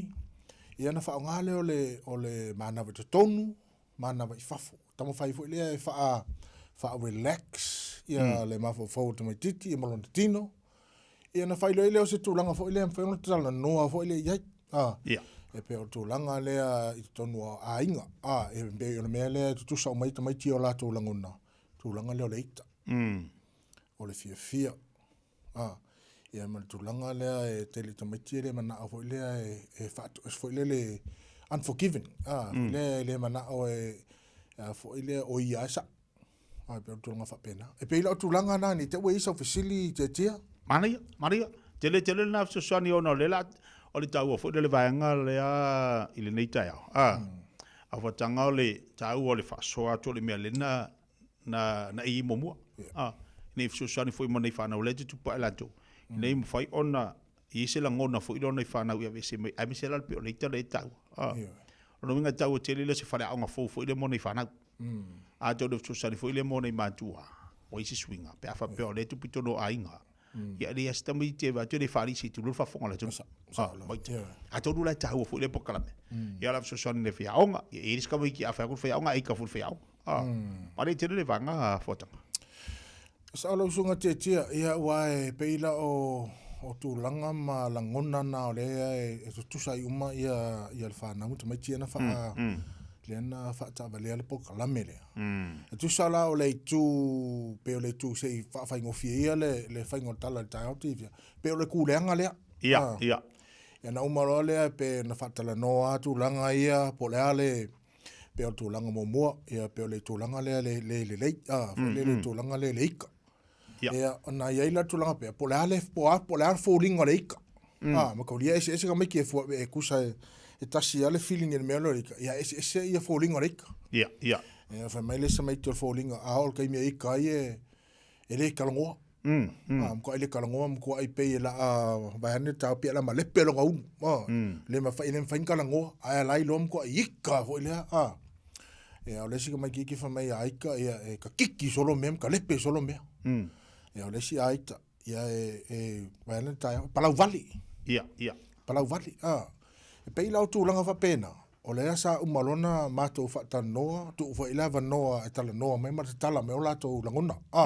Wanga e piko siri, safe, ai loa ka meiki e safe le mele le environment le iai, e tala noa mai. A loa ka meiki e le sefe, matari tonu ina ni tangata o la lātou ngāriru, e le karikai kalangoa mai. Ia. Umalona tūlanga lea ku ngā leanga. Ia, pe 2 minutu na whatana noa. Ia, whailora lesi o lei tū le leila. Ia. Ia poani ni o lātou langona. Ni lātou langona hoi e pēa o ni teimi hoi e ni mea tutupu i lātou langa. Pēa mea se mea lei. Pēa fia. Ia pēa o tūlanga lea fia. Ia pēa o tūlanga lea e mana o e hoi le e wha fia o lātou mātua. Make your parents proud. Ia mana tūlanga lea hoi i sua ni ngā luenga le lei. E pēi hoi lātou tūlanga umalana. Na o tala noa hamo o fesili ai. Po le alu tūlanga, po le ale se tino o le tūlanga le pefa pe fia. Mai au fia e ovo le fia ua momoa le malkang. Wangana au kaka kai mi fia tama te wani sa fsili te tia. Nei mane, vale tele vanga le fasoa mai la usunga lita yao. Mombo le taua le vanga lea. O le suinga le langona le ita ili fia. Ave se ile o langona ia ia. Wa tasi le vai la usilo taua mo le fia. Ele ngata mota mai. E o fia foi la onga. A fifia ma fofo, fifia foi se mea. O le vala usini no tau. E peila o tūlanga ma mea na o lea e se ai le tūleanga ma le tūlelei. O wha tūlea la wau wha asoa i tamaiti i tamaiti. E ka kaunga ko ka fiofi i tūlanga le lei. E pea o tūlanga pea ai loala wa ika. Ia le ka kaunga e ngā alu ke lo le fifia. Kaunga e ngofo mai mawhau lalo, mana wai tonu, mana wai whafo, mai e loela ia lea. Se tūlanga wa alaina ele fia. Po se kala ska kan whai mea ki oe. Wa alaina ele fia. Ia tau whanau tailo, e tau whena ise au wala e whai ana au ane i yo o mai le fia le e teita. Sa vari ese, mana wai tonu, mana wai whafo, pe ka kilo vo i peta te kilo vo i se tu le lei ta te no fuma tama fa po la me wa laina fai mai tala fa pe e le tangata le fo la ka return fo le tala fai atu ele le fo fai na to e fa fo ia le fa fitauli fa pe la me la fai me o kai ka aku fo ia ku leika ia o moro le laso fe kau au pa of tawinga maria ia pare te tawa ia mo tatou ile ngata foi lai fana ia susani foi mo tatou langa o le melo rita e le se afu a ona fenga tauna te tango foi le fa foi le ngal tala foi a ovolorita wo sistu langa ya ta tu ti lo yai e tawa foi le pokalamel mo nei fana ia ilo tanga tona fa utou le lo na ita mai lo fo me tona fai sa ia o toi fa toine o matayo e wa ta tau na mata tata msanga na lua e o fofonga la ia te tia o lele i mo proclame o lena he fa savali pel proclame e o nei fo la to e fa ia ia to no to la so ia wa mautu mai ia ni fofonga me en fa ia so sani telefo o fa na ia ma tata msanga na lua te tia ia o le sa mo fo ise mato fa ta singa i le velodrome o lea sa fai ai fo i le tālasto nai ia fufuanga fo ia na matalas faraile ia fufuanga fo ia ta'vale fo ia le pa o speaker kam ko le nam ko inga kai lunga le kima kui kam pa kui ia kam kui ana ia vala fa moi fa tu ia te ia e ko ke fo nisi de fia nga le pa o ma le ke le ka vale ia ole ma ngai ole me ole sa ku fa kasi ma pe si socia telefoni si o tamafana usa mo mal Pacifica sa i fo i le sa faila i le mea le o le velodrome le sa faile le Pacifica i me le masinga faile festival sa mita ma nei te le fa mo le va ai pa o le mea o ke kira ko mai le neipa mo so pa e ai berto langa na i le sa faile pe miko fa sa faile pe miko o le va ngale sa fa ta valea nei pokalame akere lo ya tu ai peti fi to na pa over pena o pokalamela lea na automati sa mo pe malista mitel Pacifica le afia ko Pacifica pa langi mauli ko nga me fonga so ska vale ho le fa kanga so ska vale ai lo ai ku sa ka vanga un po ai la de okeli la speak pel tu langa na mangi ele mo wala unga ponga sola mo speaker lapo lo ka kan con el cámara lo o ya wese le uma le fa mo ole vai ya ka kilo ka ia tete ka kilo loto tono nei fa mo ini fa ngo fio ya ka unga ka fo ya le wa inga fo yo speaker ini fa pe fa ngo fio ke le penga wa penga fa ise wa speaker de ar ka fo ila ar ka fo na speaker so Kongka. Dale, kongka ni fa moi. Ia man to foi la fotangai e li fa penga speaker la po. Ko ngai ma kai kama vangi ve famia ia o Twitter pe ka po si ko kam. Manga mela tum. Ko fa palengi. Ia. Ko fa palengi. Ia. Ai kere foi willa, kere foi me willa foi ka mai ki vili vai. Ia ko foi la mala ko speaker foi. Pelo kama penga silia kural po o kama. Ia. Kamalanga batu fa fonga ko peringi ma fa mangko fo ile. Maria na ipoka. Ia wa telana va ngaluanga ia tu pulang tal volte bini. Mana fa mo e sei tu le lei. Sei tu le lei fa kai e fa mo pe o ka ia mai ia ka mai ki wale o e fa tu langa masani fo ia me le tau fai. Ia le uka inga mai pe o se me le fia ia. Ia. A fia la ya se tu le ya maria why not give it a go Aia pa on me ya o ngi ke ku pero sa pare tu le e fa masani di stal vo fer fa de fo tu pulanga la to sa o fia tete fia o vai la ausilina o ngi o po fa pa olaf ia ngaka le var ka le var mo ka ki aonga ia o toi fatu ni o matayo o ta tau ona fa uma ta programa te o le sa mo o no sa o wai fo i le fa mo o nisi fo i o tama fa na sa mo o le a faile so ino lato au ave lato au fusu i Samoa. O le whai le competition na tātou i Samoa. O le competition na le whai me. Ia o le ae, o ia uni. O uni lea la whai ele pokalame lea i se competition le whai Samoa. Lo kilo le mele i alo Samoa ni. Moi maa ngai al kam whainga kamiki. Maa ngai al kam whainga kamiki. Ngā o le junior la, o le level la le inga, o le juniors lea e te whaalongo tu le asto. Na i o le sa au wai ngā o le level na o le ae. Junior tu sa na o le saua mai lalo le fitu, walu, iwas fulu. E ngata mai le sfutol. Ni anta usanga tameti. Sutolo ngai lalo? Sutolo ngai lalo. Ai mana i le whaangoi moi. Wa ise fo le whaanganga ma le saikolosi o le wai ei vai taimine ta ngā te. Mana ia te. Ese le tamai, o ese le tūlanga ho, ile o le malosi. Ia o le skaili ma pia o tūlanga. Ia malpo asa taimi sa ei fusuanga i aso, sau sila. Ngā kala ka fusi mo mbalai fusu sa whai i asola. Ka mau e fo ngiri kilo ka alunga. Kilo o ka raso ka wai koe i rama mo panga o se whaalaba vunga. Ori. Ia o ia au ka whare malai o la idua e la walanga banga, wamalanga le livar kaiminga. E o soi. Ore si aka e fuafia, e fia arvo le su os whaalaba. Ia, e fia os whaalaba, e se kupe moi. Pai aman whanguin. Pai aman whanguin.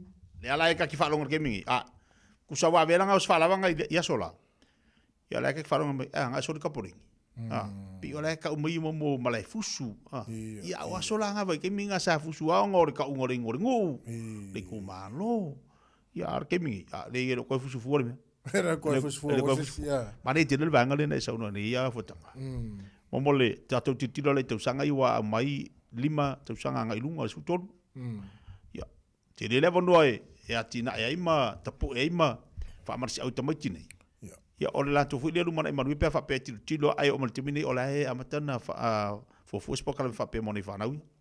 Atonu e sao leila sa ngang titia. E le ngata i le lumanai, se lumanai le ia o le sui e le amiu.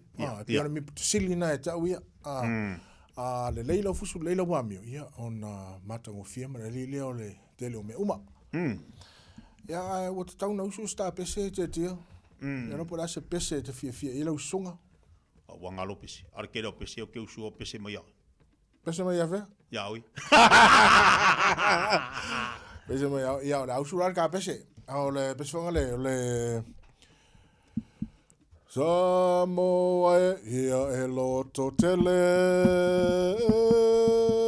Tūlai mai ai aua e te whewhe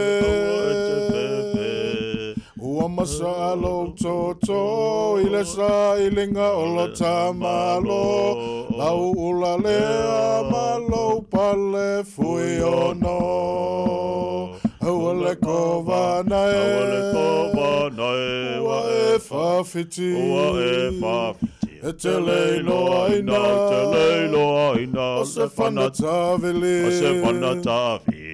Ae moli mau tamaiti malea Whawhine o Phyllis O e lawana e whapau le whanatawili Awe Tafia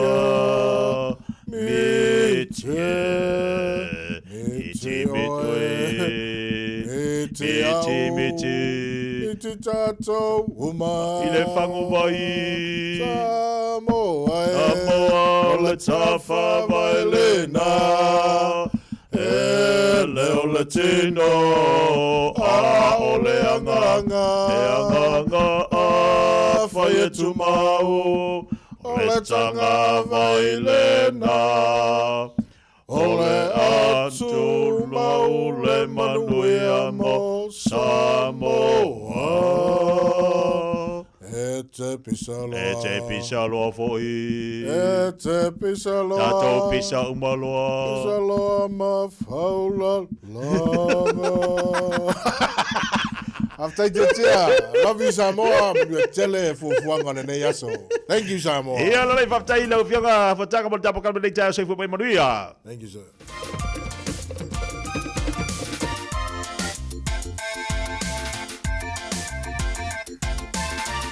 Toi whapanita tale o le July Sfolo. Whaponga le tātou atunu nei pokale me tāua. Le whionga ia whatanga whomina tai David Tour. Pe ona awea Tunisia me le tupu tono tātou community.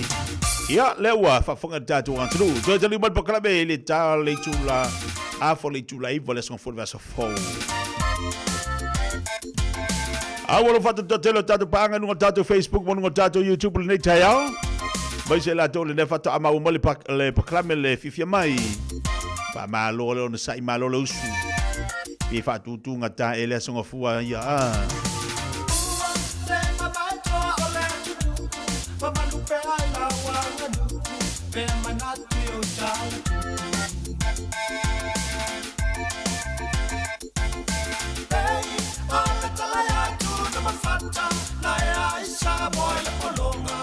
So in the fast year tonga I usuya so le olanga e fola una na yo tangata e fina wi fa amatamba David aha ta pasuire o ti uma matafie wata o ai ma amanie Tama, tama, tama, tama, dua, David, dua, tama, tama, tama, tama, tama, tama, dua, dua, le kama anga le wasau male sasa sasat mai le au panga mama le lalo langi le fusu anga le tua men wa apeo na tala toya in le sambo wa alanga due ole ulu popo le manapa le tua men mauna lo fa anga I love you mama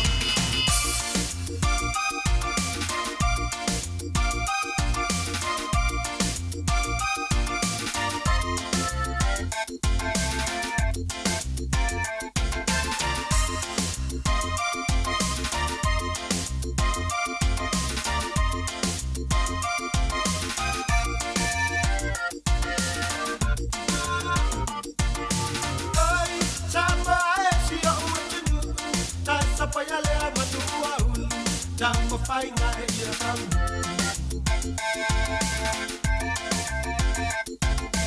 Lau fa asau ngau sa taitasi Fai pelena o le luma daki Sambo ana i le lalo langi Sale tua masi, tele tua O bala i tele lau tau tua Pei tau samo ana mua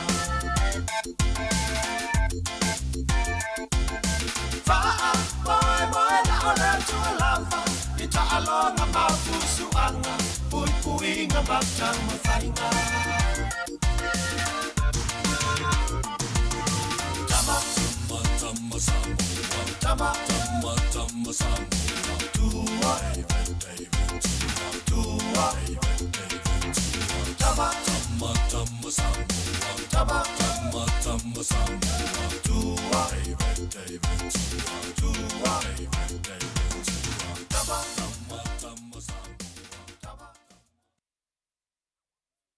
Today, 7 days a week, Radio Samoa streaming live on www.radiosamoa.co.nz.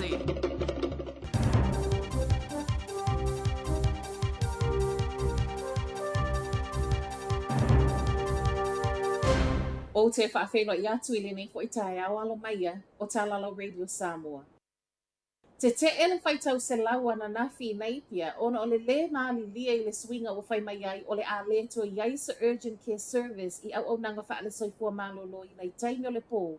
A e suia ngā i le telefoni. Fuanga le nei le Health NZ o le awa whaeilo mai i le minista o le soifua malolo i na Simeon Brown. O le a iai tau si mai whaatasi ma le pō mai i taimi o le pō, peitai e whaatala noa le i lungo le telefoni. Na tā ua fo i le minista o au nanga nei e mo urgent care ai le o emergency care. Ma o emergency care o le a whaia umalava le ai le whale mai Hawke's Bay. O lo tu ma o le tale tonunga le minista ia Brown o se suinga le lei Mō tangata nei pia ona o le a mawhai ona mau e tangata whesoa soani le whale maile nei Wellesley Road, luas fulfai tu la, fitu aso le vaiaso. E le o fia iei tangata nei pia, ona o lea e le o iei se fō mai e whai ngā luenga i taimi o le pō, mō siaki whai a whaafisa ngai. Na savali ai e le tusa ma le lua se lau 5 tangata nei pia a wala na nafi, ma o lea na ngai i le nei pia health. Wa iei le wala au sau mai le komitia malo au whaatasi i atu nuu i atoe siaki la fonga tutongi, po o le lei. Ma whaipe e le o a fia ai e vai vaita mau a inga, ona o la fonga nei le GST. O le mana ongo le komiti o le toe au ili lea o le whaingolo o whaatulanga i la fonga tutongi. E le ngata i la fonga tutongi tupe maua. Ai whaapea la fonga i lunga o tau o loa ma au nanga, ona i lana va ai. E ono a fia i tangata e vai vaita mau a inga whaatusa i e o loo malu losi. Whai mai fo i komiti, wa tatau ona toe va ai atunu i le whaingolo o tutongi ai la fonga i le vau pisinisi, whaapea le vau atunu. O se whainga o whai mai e le whaatono le Human Rights Measurement Initiative i tala le One News, e matua e mo o mia lava e ni usila na whaia suinga. Ma e whaapea fo i le finangalo le sui o le Deloitte. Sauno fo i le taita e le Green Party, Chloe Swarbrick, e le o se taimi mua le nei wala ngā mai ei le nei mata upu. O so enga na whaia le luafe lua tolu na fo i mai, o le tolu se lausfun ma le tasi o tangata mau mea i New Zealand lo o tutongi le iwa tesi wha pasene, median tax rate au le isi lau tele i New Zealand, lua se fulu tesi lua pasene. Se fulu lua tangata manu nua ona o le whalavelave tau ta avale na tūla i mai taupo i le tai awa na nafi, ma e to o tasi leo wa mō lia e leo. O le van ma le SUV le e whaapea na awhiai, ma o le taimi na tau ma whai ei le isi ta avale e pāsia le isi, na wheto ai e loa ma le isi ta avale i lungo le State Highway 5. Mai lea o whai, o le to aiva o tangata manu nua o lea na ave helikopa i whale mai Waikato, to a whāti ngā ina a o isi uma e whiololo. O isi tangata to o tolu o lea na awina atu e ambulance i le whale mai i taupo. Mo le maule pule nu o taupo, o se wha anoa noa ngatele i a te ele whaalavelave mātu i ale nei, ma e reporti a leo wa mō lia le avata avalo le van, 5 tausanga, ma e tūla i luma o wha amsidonga wha i tū malo i tau ranga i le vai aso a sau. Te ngā ina manu ango le to atasi ono le misa na tūla i mai Mount Eden i aukilani ana nafi, fe ese a inga le nei na tūla i mai le whataula ingo a wala i Dominion Road ma Lambeth, ma e whape tau nu watu leo, wa umona tatui tu lo le ua wha manu alia. Wha tope atu i le whalmai i se tūlanga tinga i na tele le pō na pō, pe tusa leo le lata i le tūlai fitu. Ripo tiol mata upule neia o atu i le sefulu ta avale leo na iai wha apea helikopa, ma ese mai le na tatui o le afo e iai le isi na wha manu aliai mo na fofonga. Ma tala wha ai fia le palemio New Zealand Christopher Luxon i le taunu unga le whai ngā malanga na oai i ni tia. O se tasi le nei au malanga tele i le tala wha asolopito le atunu. 5 aso le ana o ai ma e le ngata i whainoa inga i le vau Luxon ma le palemio i ni tia. Ai whaapea whono tanga i le vau minister tau fi whaata wa inga, whaapitoa lava i tū tau fi whaata wa inga. O le alavana tō mua i le toe langa mai lunga o tala noanga i fi whaata wa inga sa oloto i le vau atunu e lua. Ma ua whaamauti no mai fo i le palemia o le masina fōwe toe whai ei tala noanga o le mata upu lava le nei. Ta utino Luxon, o se malanga i manuia ma ua atangia mai ai, o loo iei le avanoa e mawhai ei o na ngā lulu e whaatasi ni usila ma initia. O le alava fo ina finau malosi ni usila ia maua so na avanoa i le makete o le susu i initia. Ma o se mata upu ma ale pita ai, o le ana manuia whaatala noanga. O le malanga le nei na saini ei fo i le maalienga i le vau atunu e lua i tū tau puinga i le ngata i whale. O Talanalo Radio Samoa. 24 hours a day, 7 days a week. Radio Samoa streaming live on www.radiosamoa.co.nz.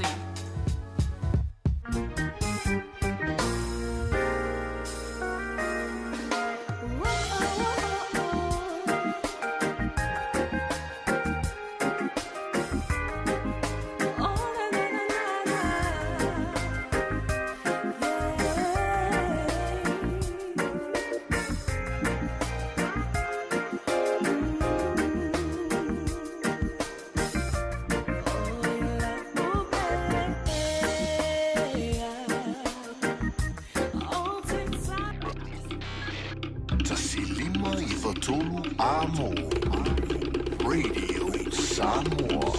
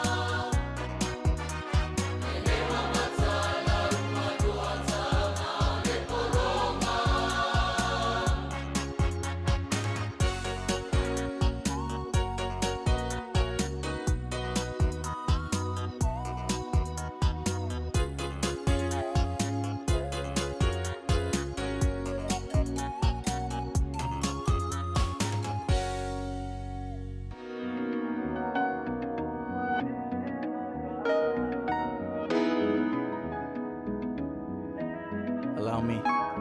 Let me preach like I'm at a pulpit. Hope my words break through like a catapult hit. I just might get enough airtime on a satellite. There's a real chance I don't speak. I'm at a T-Pain,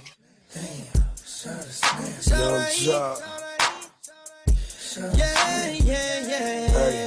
Hey, she said.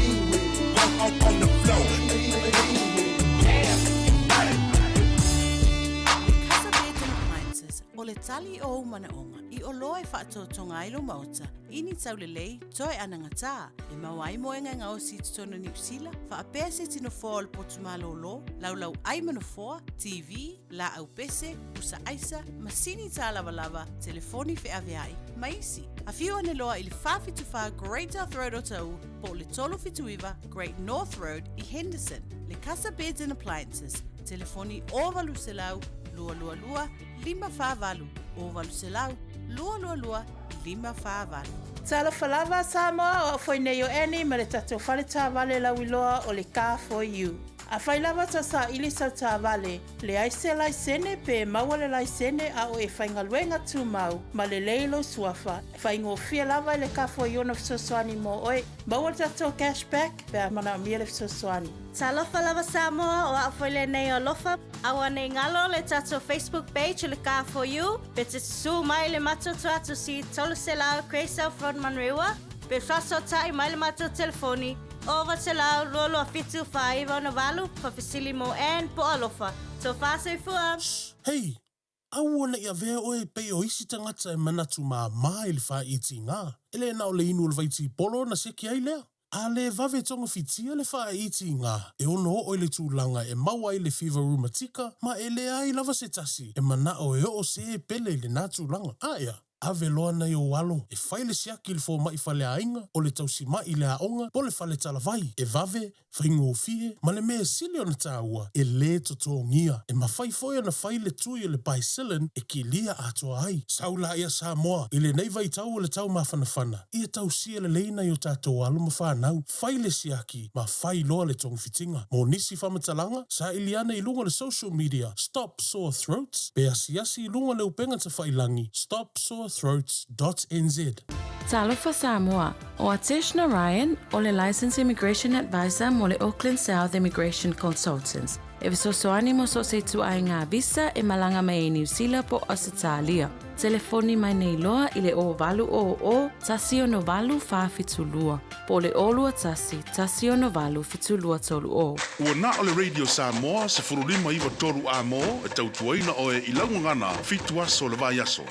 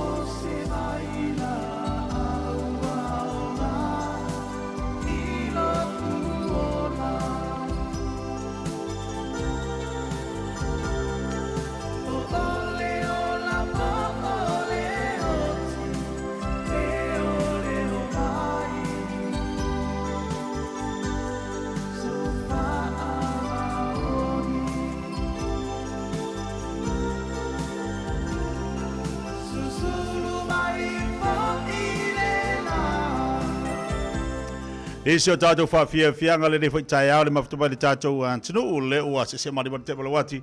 Se whipole iwa minuta lau te ene le tūlai, se wholo.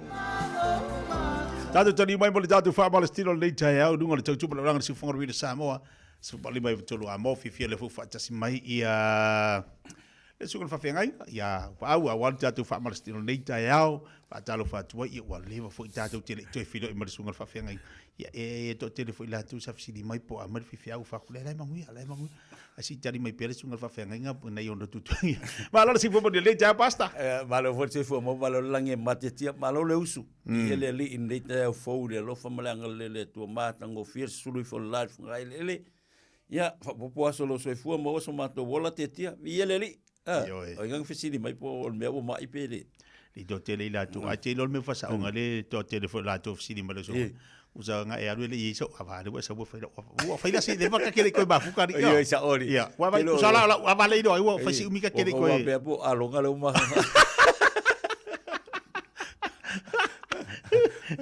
lo pa ku ki o ke ki no me ole ava pior ava bo se vale ava alonga fa alo ka bikala ma alunga la ua ei ole ava ka mo o ala ka mo fa muinga ole ava mo se ole ava alunga fa alunga le ava alunga ngale upkeli ia fa alunga ia belanga ka fe mai longo ulu fa unga o ta fe fo lo na o mamu ia le uso la wan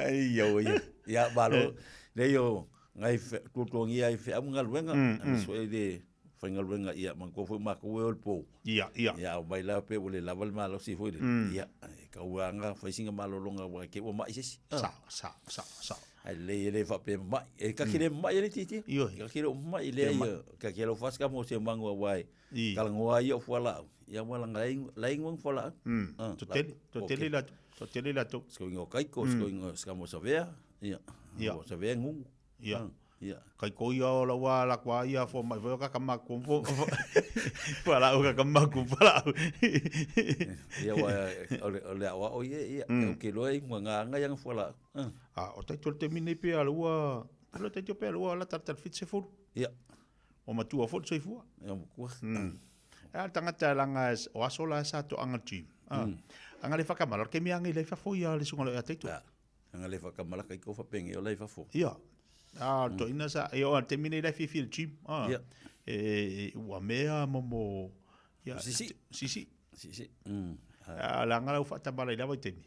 Ia. O te roa ua le te talwhenga e wholisi, to ina te mine a o teitu. Le koe kusa whono malosi. Ia e whafkai o la e mawolo na vanoa sa o i e whaua u tiu te mwhaifu. Kusa lau whewhilo e le malosi e walua. No ko malo si e volvo kwa. Ai ama le weekend. Maria le weekend. Pisi ale fuanga laiti, aba se foi nai fuanga itu no ministry o nga lu ai, lu nga le li. Ia ai, o so nga le ama manu ia me uma le lo fole tu. Misi ma ftanga le stonga i ngo to tu ngo fe di se va nga le kalesia. Ia o ke tu nu e temta ma fuka fo. Ia ai sa. Le tuale si me le si me le. El famo mo ma fuanga le fai le stona. Ia.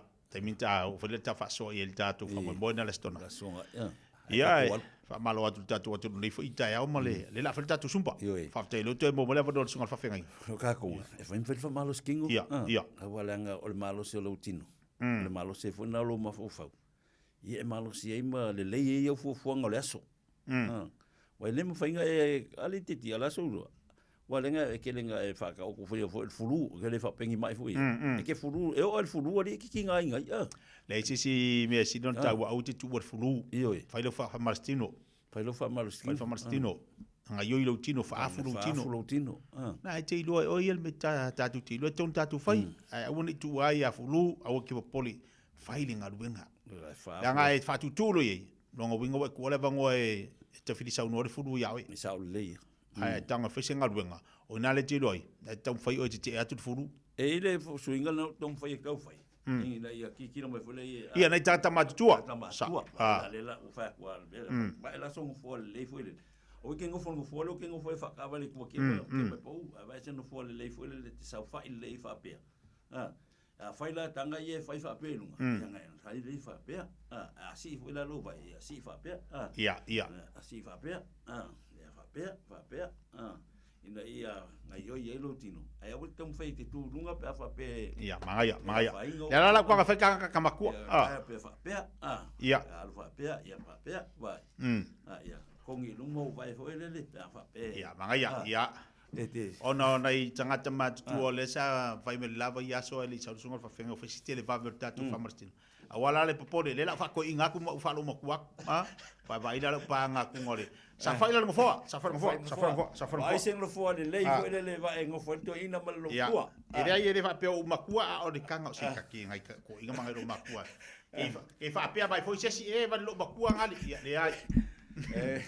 Ya baka ka ko a fa lo foi lo li fa lo e vai sau fai le no fo vai ya ko yo fa le me ko inga malo ma ko o ke pori ya era fa lo ma ko le sau do ma ya kasi dua kolu fa lima ongo ko lo mai lo bakua lalu iva sulu lunga kasi lunga dua dalo kolu lunga dalo lima ongo fiku lalu iwa sulu ya ufa pe ku le lalo kas lua kol fa lima long fik palu iwa sulu ya luma ku le luma ku le fa pe ya ngala kasi lua kol fa lima ong fik palu iwa sulu ya lunga kas lua kol fa lima tatou matua le fai atu ia sa ilunga iva falolunga ya hapea kas lua hapea fa lima ongo fiku makolu ko inga ila ava sulu ya ya lua ko au ya lua ko au ya vai ya bose ngai fa ya ku kanga alo la vale lua alo ya ko fa lima kas lua kul va lima ongo fik val tatou ia ma e fai atu tu tatou matua ia fa te tai pe ya pa ya ai au fa tu pe ba los ya kas tatou no no fo no fo lua kul fa ai ya lima ongo fik ya val iva sfulu ya ya kosolo yo lima ma mfayanga ngofo ngofo kosolo lima lima tama fa pea ya so fa pea ko pa lima le siku sangal le pa le ngi le lo ngofo pea lua ko pa lima ya ka ko so ku ya ahora le tv lo makua ai marco ina fa la fa maskiu ya le siku ya ko se chula vale lua ko ya ko so luma ai ya lo le maso luma gas fa pea lua ko ya lalo kas lalo ko ko foi le ban kakao maso lo kingo le nga vale ke mi ka oko ka faro lalo kas lu ko aya kas lu ya ko fa lima ya kas luma ko fa lima ya aya ya kwa pe lima ya pe kas lunga ko fa lima ya kalianga kas lunga ko fa lima ya kafa ya fa la po kas ko fa lima ko kas ko fa lima ya fa kafa ya mi fa pe ya ma ya mi lo ya pa pa dinga yo manga ba mi fa pe fa mau len no fa lima ya sia da ya ngof kas lu ko fa lima ya vali ya si lugar vai kas lua ya kol ya lugar vai lima si lugar vai fik ya falo luma ya luma kas luma fiki luma kas luma kol fa lima kua kas ya lua kol vai lima ya aya ya amaka kako ya luma sau ya vai ke bi tuai sao ya ready ya saungi ko kas lua kol fa lima ong fik van iva kas lu kol fa lim ong fik van iva sut kas lu kol fa lim ong fik van iva sut kas lu kol fa lim ong fik van iva sut ya lesiko ya lo le singavani kas lu vale fa lim ong fik van iva sut kas idalo fa lim ong fik van iva sut kas lu kol fa lim ong, fik, wan, iwa, sul. Aia. Aia. Kong, apakaki. Ya. Alu male. Alu male vai.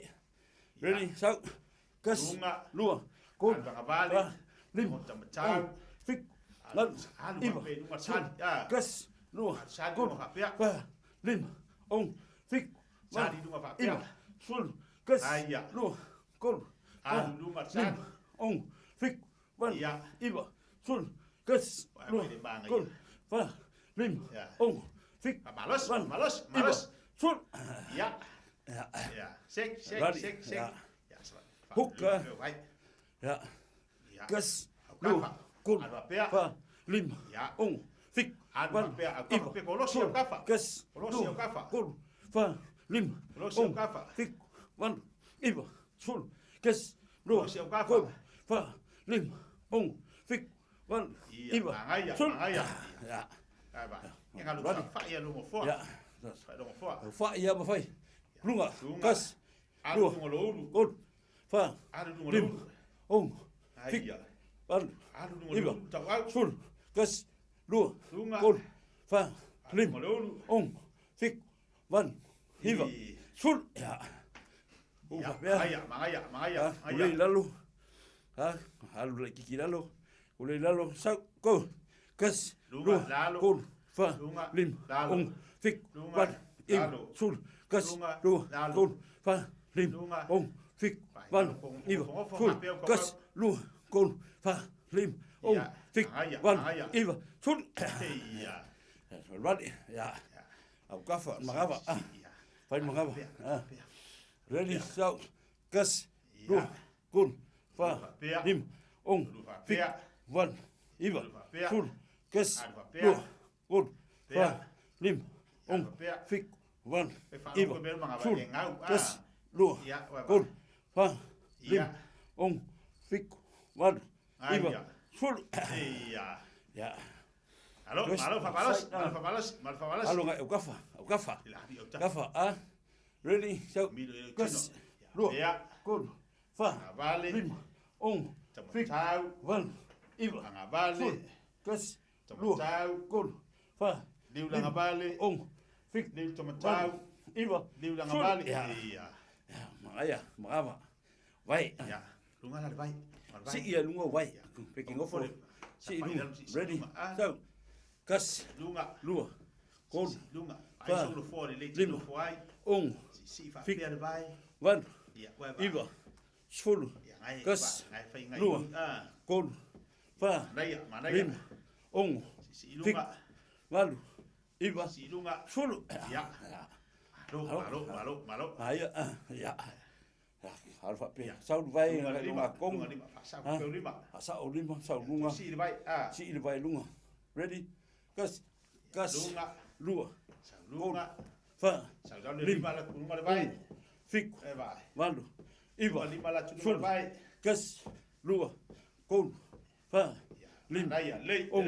Fik. Wandu. Iwa. Sul. Ja. Lei. Ja. Aia. Hangoi kua. Ja. Back kick. Ready? Hou. Toda ia langa de fai fa do mal vai. Kon. Fa sa do lim. Pongo. Fik. Lo tua fa sa do ma. Iwa. Sul. Kas. Vai. Lua. Kon. Fa. Lim. Ong. Fik. Wan. Iwa. Sul. Ja. Aia. Usao. Iki luma.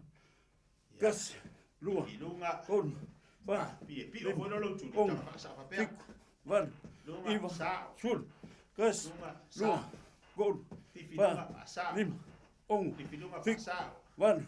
Iwa. Sul. Ja. Maar je verpas ging om maak so. Sau. Swa. Ja. Ja. Ai ese si me ma. Kas. Ja. Uma le la culpa. Lua. Ja. Kon. Fa. Lima. Alunga fa peta wa. Fik. Ja. Walu. Aia. Iwa. Sfulu. Ja. Kas. Lua. Ja. Kon. Fa. Lunga. Lima. Ong. Fik. Walu. Iwa. Sfulu. Ja, la kupesi. Ya kulo lunga ko inga. Le yang ale fai kanga ka ma ko e ma ko sa fai lalu. Ya. E fa maru da ko sunga fa fenga ngora ngoma ko ngai ka maku. Ya, saungi mai. Ela dua pa ka ka ka. Gas. Dua. Ada ya. Ai de baga ya. Dua. Vale, makau. Saruma e pokado mai ki te pongai kukurei. Diruma. Ah, ai ya. Vai de. Ya. Sabangai terbenam. Saruma ni ka penir ke moangare. Ya. Lalo. Kamaya.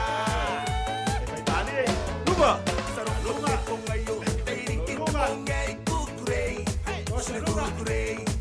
Kalau balo. Koso. Ya. Lalo.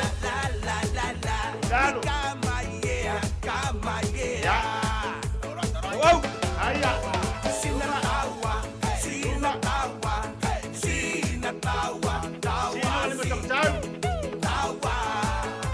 Kembali. Masuk. Ayah. Lupa. Ayah. Lupa. Iya. Oka. Halo, lupa. Ali ai. Lupa.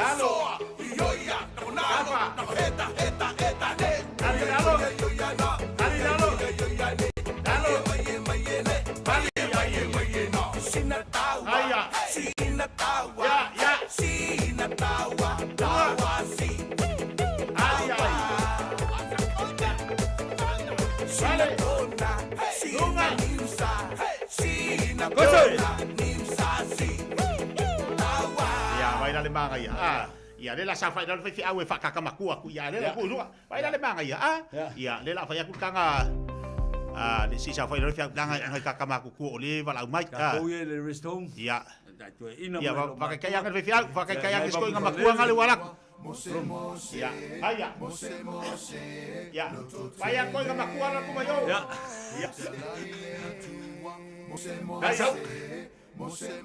Dawi Pakai kai kakamakuola. Elue. Lalu Lunga. Ali ai. Lunga. Sui. Amale. Bobu. Kasih Lua. Alu. Billy. Sui. Soy. Ole meu foi ele ia faina. Alu, amale. La au ile afiwa sao. Luba, akaba. Ole fa alinga na ile. Ali ai, aya. Ali ai kakong. Apa ye ya. Au tetalana mu. Amale kapkau. Ole meu foi ele ia faina. Ya langa. La au ile afiwa sao. Luba.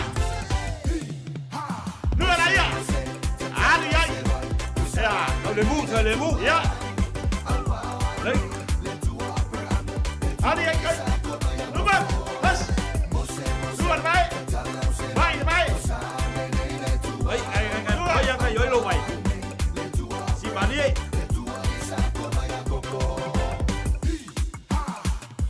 Ai ya, due mai.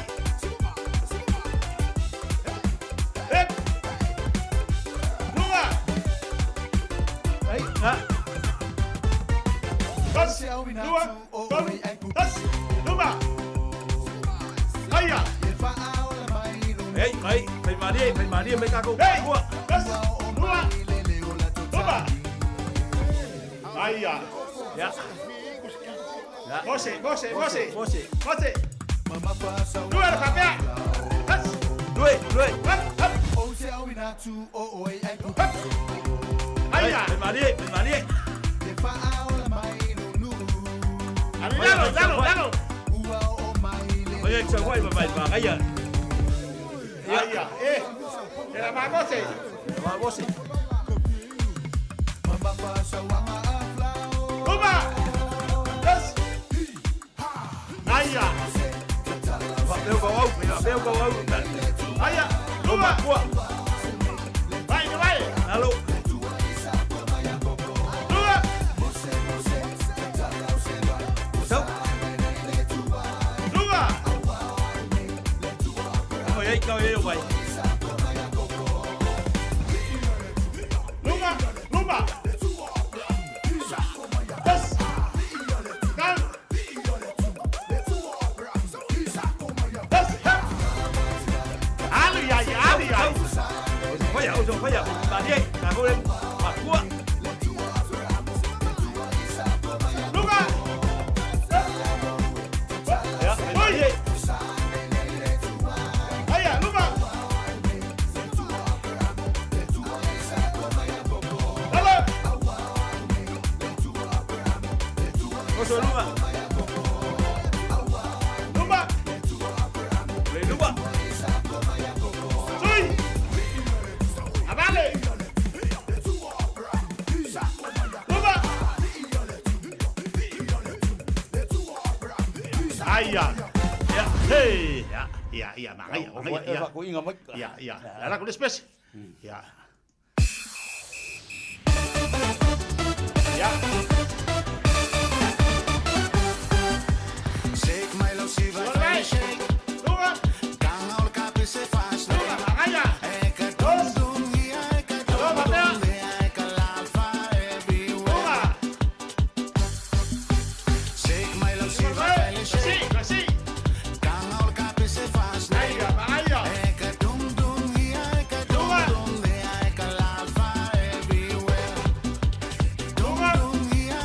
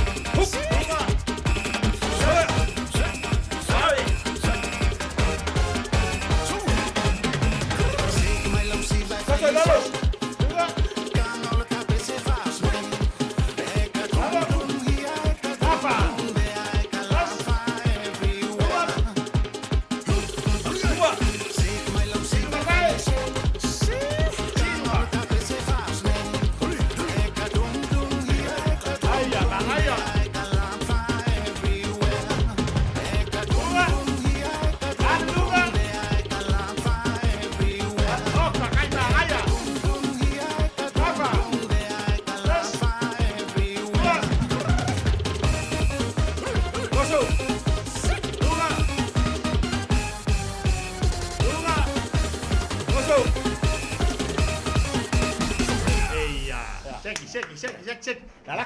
Sau ka kou. Ya la, le la ko sa silo makua la le. Sau. Ya. Ya. On sai me ata tu langa nei tangata matua. Ya ma. Saudi.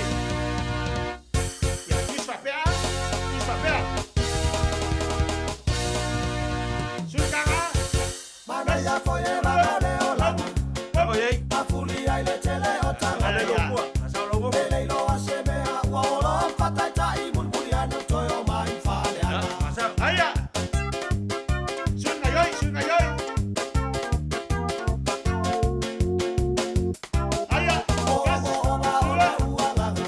Aya. Yo gata si uma o tanga. Vale. Tas. Fape yo le angan sai ngai lango ele fai tengi pe ta ua o vale pelo o vase. Eu ga go yo. Amia mai la. Au. Sau. Lupa. Tas. Tumba fa fa Aya. Jalu ya America po sama. Ele foi America tau si ai dal file bu po sama tele o la tau lo lama. Ya, pakayo lang mga ba? Liu. Ya. Ai me ga go ni.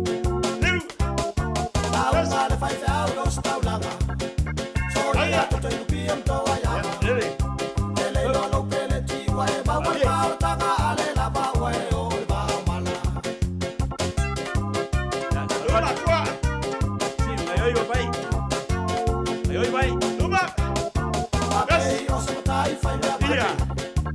Sau masalau news para belave. Ayoy yo. Foi mas para ba wa le tele la lagi e fatu sa inga ya America po ya pati. Ya, sau. Aya. Anu lo papea. Sau. Sawi. Meu Al hotel au fa me ati. Ya, mera ya. So pa dia fa ka wa tu wa wa tu pe. Lupa papas. Si ai la fa na wa lo ai nga lo to lua wa la o si le fie ba ya ile tua. Lupa. Si ai la fa na wa lo ai nga lo to lua wa la o i fa ya wa. Aya. Ai lo wisu i ba dia. Aku pese bunbudi. Ya, ma vai. Silom kuole. La sau fa ya. Bunbudi. Awa, babel pese, mai ka topa tu jangan pet. Aya. Tu me ta to no sa mali lu ma sa o fa am lo ai fa sa o fo. San fa u sa le lu le lu si va. Ma mai po bi ai ya mai treka. Tu me ta to no sa mali lu ma fa sa o fa am lo ai fa sa. San fa u sa le lu si va. Ma mai po bi ai ya mai treka. Lo so son tu fe la fa sa lu e mos musa. Si va sa mo ai fi ti fa ti sa ma le au tu ma. Si va fa il pupa.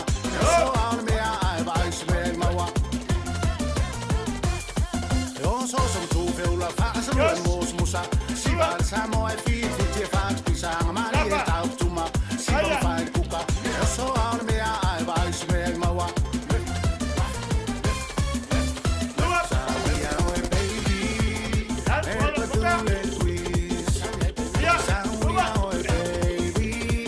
Baby,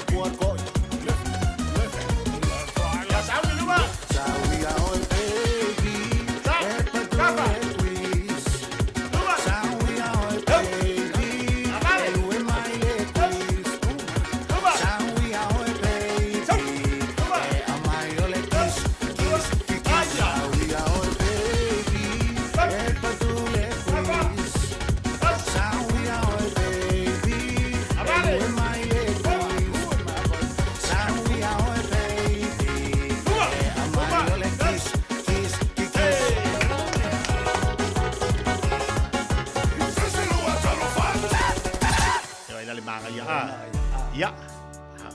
Ya. Saungi mai le falo lo ya. O lima. Ah. Koso mai luma o lima. Ya, mai nai. Koso lalo. Tama tumutumu. O tomi whapea, o kosia. Vai ngoto le lai le sama. Yo ka Grace. Vale. E mai ngau maso vai. Ya, falo lo luma vai. O musele. Falo lo le titi luma. O titino. Ngaioi. Lua. Luma. Selili sama sama. Lo vai ka maso lai kua. Aya. Sa o le lo kua. Falo lo pe tatu vai sama. Maso lai kua. Ya. O le alo. Tu sa o tu idalo ya. Maso lai lo kua. whapea. Ulei vai. Whapea. Ya. Sa. Ya. Ya. Maso lai kua. Ya, koso mai lo vai tamatau. Ya, falo lo whapea. Papi o vai habale. Ya. Vai le habale. Kua. Sa o lo kua tu le vai kua. tamatau. Falo lo whapea luma. Lalo. Aya. Lima. Dua. Aya. Sao. Kala kasi. Dua apa? Kala. Dua. Luma. Luma. Dua. Ya. Sao atene. Tas. Aya. Dua. Ya. Dua. Whapea. Lunga. Lunga. Manaya, manaya, manaya. Lalu. Ya, ini udah cuci macam. Ya, bagi segese. Udah cuci mabale. Ya, ini lupa dulu. Macam. Lalu lupa bilang mabale. Udah luma. Lalu dia cuci mabale. Awai kong. Awai kong. Ya. Ya, Pak Mungil le tua. Aya.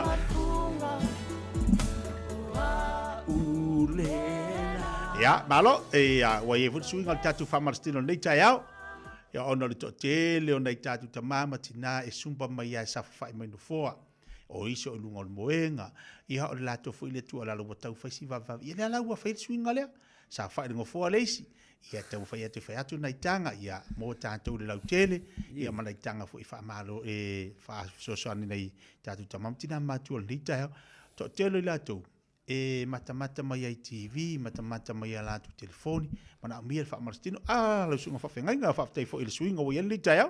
Yo te tio tano nga ma o mo listo mai sto ya ina I back and safe. No la tu fa mena tu ina ma ko nge vole la va wo fa si. Vai fo po nai vi ku runga tu lo lo. Na ngana yo fa ya la fa si swing em fenga fa lo exercise no no fo. Ai vai singo fo le fo le lo ai. E vai te sau fai le lei ai. Langa em fai anu fai elo exercise. Sau fai le lei TV ianga e whakai kai. Awala le baba bea. Ai fai fin bali e. Langa lo tu sa foi balosi. Ia me se foi nei tamam nei tinai mapu whangalele wa langa e mon mawelisi o. Te lele te mana TV. E ro whaunga fai la tau le tatu exercise mo tai au la so. Fua man tai au la sfaleile. E le ngata lai mapu whangalele. Ia wha pe foi longo I pulotu le melo wa e ia re foi. No fuanga o tangata matu e Samoa.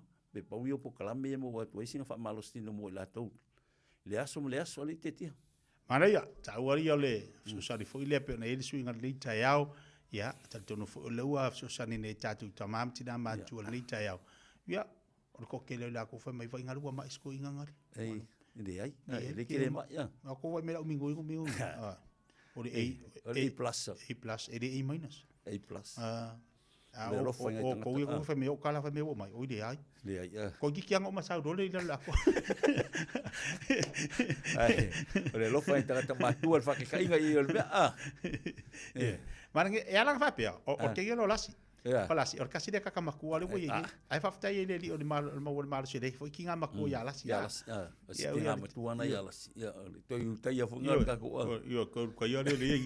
Malo fa te tele lava de tamam tina yo se tatu ona mo tatu super lita ya ola tamu fa yo ai e alu fa pea I el tatu po kalamia e fa lo fa tu ne tatu matu mo te mala le anga o to le tu te ma te mai matu fi fa mastino ia malolo fo tatu watu no ai fa te mo tatu super lita ya ia sina swinga mo tatu ia wala vole malosi ia ona I tu ai lo fa mastino le aso le la o mali tau marulu o I fo swinga la to la ia le tau ai le ia swinga le tau o I swinga fo ia to e wa tau pai Iwe, le ngata ngati tia tia la lo tai au fa malo falo ia musele lo tino lo musele lo tino faola ia wa le ba fun kakao po o to mo akikia engoinga kango lo musele lo tino lungal moenga po fe la te ala fa ia e tai fo ia o malong fai lo talo fa tai le tu e lo na lo fa mo na ga le fo po aso lo so fu mo so mato wo ia fai lo malo fa mano tino e ia ngai senga ngai kai au ke ala e o ki kilo ku la ko piko e o fa pia i fai le mo sa ona le so fai fa pia o fa pia au ma ku kai va lu fu tau sang so ai mo kal ngo fa ku fiu tau sang me 80 of my medicine good exercise is a medicine for my body singa me ka le singa me ke va ide fa lau singa so ya so e lo kwa pia me ye fa lo ai mo se lo tino so pia se lo ngo wa kalong fa lo ava se lo ai so ke pole fa ngo lo la ku ala ngo ke le singa so sik singa overstay singa a koe kuri mai a ue rei mau are sa inga mau. Ia la rei whakte tato atu nei tai au, ma nā nei fwt tato sumpa lau sunga whakte. O le leisole. Vai. O le la o merika o malulu, lua koe uma ngai aso ia koe o le sama. Nā nei la leono le fitu. Ma e oso kula o lokal whai koe voi le i Pantry Road, le sau kua. Le me le Polyfest, le States e Sabua. Ona e oso mai le lumba ti i Rangi Drive. Ai fa malia tu lo sunga ai o ku le kongo le pakanga ka no le fa emo moli fo io lau has light fo io lau ta vale nga ke o ke lo ka ko i le dance fit e fa ko fa emo has light ai ka fa o la moli o ka vale lu mole o moli fo le ka vale le mo he light me fo ie le moli fo ie emo moli sama fo ie sama ia fa emo la ka manga e lo ai tangata o la ke la ko ke alu nga o sumpa nanga e tauna i loa ngai tama whenga luenga inga. E tau na kakouska ia foi tu la fono nai tama vai ia no whanga Wild Polyfest tamiti mol vas fo. Awa ni ngalo misia le fefena nei suma i tala me au tali tu la ono le fefena nei. Fanta tu sumpa. Fanta tu sumpa. Sau whakala. Sau whakala. Ngale whakala e te leo le afura aruai. Te le le tau o moloutino. Al whatala me e tau e le e so sani ati oi awala te por el fatala aia e lo na tau siro so fo malo ina lei tali tu lai ono le fefena nei te lo pe fate malta tu vai le fefena nei e te tia fa peo ngai ke la ku kai manga va vai manga va foi le lo e la ku kai le la va la ke fie sumpa le o ke pole la kula malo suka la ha ka wen menga ka o le tipom o le energy drink fai lo fang ya inga umanga inga fang ku ko fa fo winga lo malo si umma le sumpa la ke alu da ko no winga tala ka ko fainga ke e te lato la malau fangu e vei lau ti a lau seike ingu yo mana ia manga ia ke seki wale la alu foi melka ko 12-day challenge ia o te lu ia tu i le tu pa tama e au wale inga le aki ngaso to te le tina le foi tau wa tau wanga le ka va au kama pi mu musu ka ko ri ka va e ke lo le vango le ia le ke suma ke alu le challenge alue fa alu si Rusia ko wale la sau sama o le la sau le winter yang ale ai fo ya mo moen me la mo ngale fa mastino dia o le challenge dia ki pie la wai ai ala vala moi la vala la ngale skaka e ri ki pie ai ki pie moi ku sa sa o kala ri sko ngal makongu ki pie moi ki pie moi ai fa Keep it aya va kele mai. Va tai pasta mo le tai mo tapo kalame. Ia ma nei fo le wa ta wa mo le fa fonga tatu wa tunu. Ai me se nei tamam tina ma tu mo tatu fa mastino nei tai au tu di ta mai tatu kalame fanga solo tatu sumpa. So so me pele sunga fa fenga mo tatu u malava. Ia lu ta wa fo il tatu wa tunu. Le ngata lo fenga luenga le tua. Pa pe fo lo nei tamam tina ma tu tatu fe lo e fo stay mo mo. Ia te tia e anga ko fa mo la tu tala. Anga tu fo i mai ona ole. Nei tu ina ma ko kalngo. O fa koe o la fa o mata to por kala o fai fa me to ina kuso o tala le lei fo na tala ia mai so fa nga nga matal no o tala pe fa wa baku o ia mai ko ngo maku o ko le sa we le ia fa nga wo ye foi tu ngi ala to ia no ala to ia e nga ko inga ko lu ia fa mai vai ta si fo na fa o tala le o fa malo stilo mo se malo lo ina le sunga fa nga nga mai se fa longo ye por kala ia lui tau e foi lola au na wala nga tele ai o e o mai ngi mai ko ia e fa manuia te tia nei aso ele nga leo le tua tato felo i se aso mo sa mola no pela la fustala o pa pai lo fa funga malu e fa le lo to fingalo e potol tau tai sela nat tato felo ile lo fa malanga le le lei o le atua se teimi o mua whamanuia, te tia tiutem whaiva o tue Tai. rea se langa leo le atua, tatu wherenga ngei sua fo Yesu. Malo whaftai. Ia, tātou pakalame nā newa ka tai rungo tātou whamarastino pe ona ia le tau tūmana uranga le sunga whawhengainga pasta au pau. Ia, ma le tātou pakalame pe ona ia I leo o tātonu le tūla sumatasi.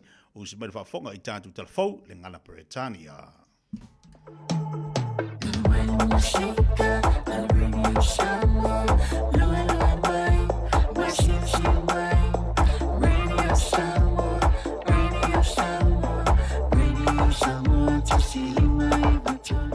Radio Samoa.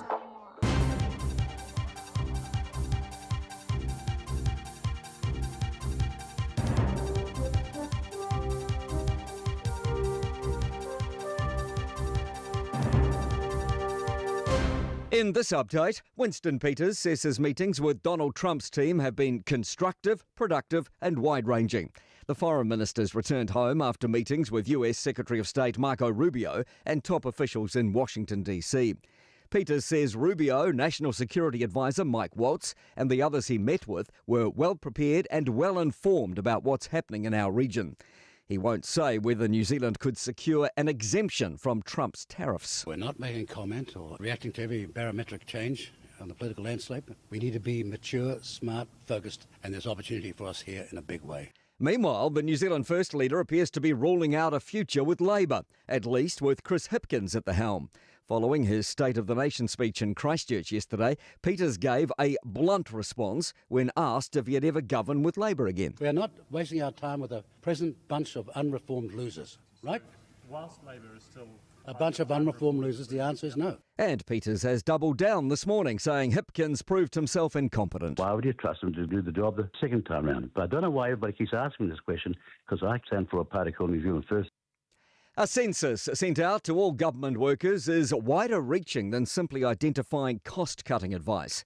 Thousands of public servants across all agencies have been asked in a census to identify taxpayer value in their work and any changes needed, with results expected in July. The survey's done every 5 years. A tax expert says achieving a fair tax system is hard, but not impossible. A UN committee is calling on governments to check their tax policies are being applied proportionally to wealthier individuals. It says regressive and ineffective policies could disproportionately affect low-income households, women and disadvantaged groups. Denton tax partner Bruce Benacki says tax can become disproportional when measuring how much tax is paid overall against incomes. That's news. In sport, Marcus Armstrong's finished the best of the New Zealand trio in 7th at the latest IndyCar event in California. Alex Palou won the race. New International Olympic Committee President Kirsty Coventry has arrived home in Zimbabwe to a hero's welcome. The 41-year-old, who's currently the country's sports minister, became the first woman and first African elected to lead the global games movement last week. Dancers in animal fur kilts and bird-feathered headgear unleashed a traditional folklore dance when she touched down at Harare Airport. And skier Lindsey Vonn has returned to the podium for the first time after emerging from a 5-year hiatus in November. The 40-year-olds come second in the Super G at the World Cup in Sun Valley. That's sport. I'm Malcolm Jordan.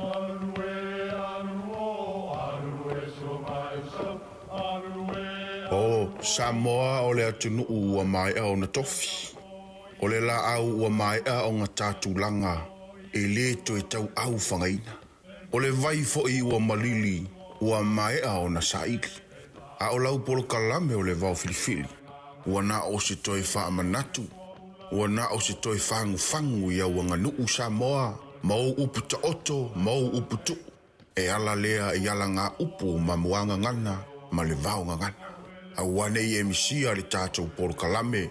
Iafi afi o aso lua ta itasi le itu la e valu I lunga o le Radio Samoa. Ia manu ia tele, lau mai moanga, ma lau whaasaunga Samoa. Hey, don't be that guy. Or that auntie. Ignoring a sore throat? This isn't just some drink some lemon tea in your sweet situation. Untreated sore throats can lead to rheumatic fever. Nobody wants that for their family, eh? Go get your Pepe's sore throats checked at your GP, school nurse, or pharmacy.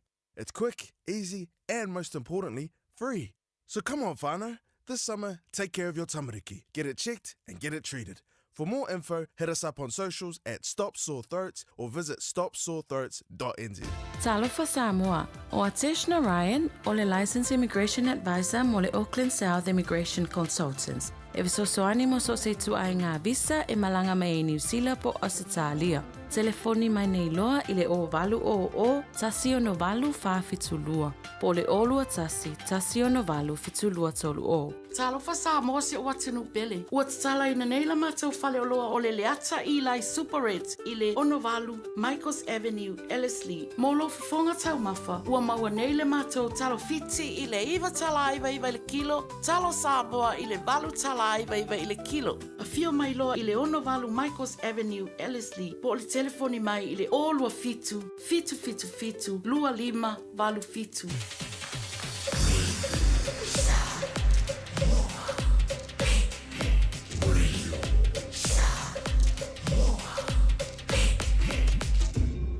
Moi tu amo. Pa mai so siva musica. Lima lunga malalo. Awale masarsalo. So say awale lo siva. Pa fetawi musica. Siva mai tene, siva mai tama. Isusu ya ilolu fa palengi mai utanga.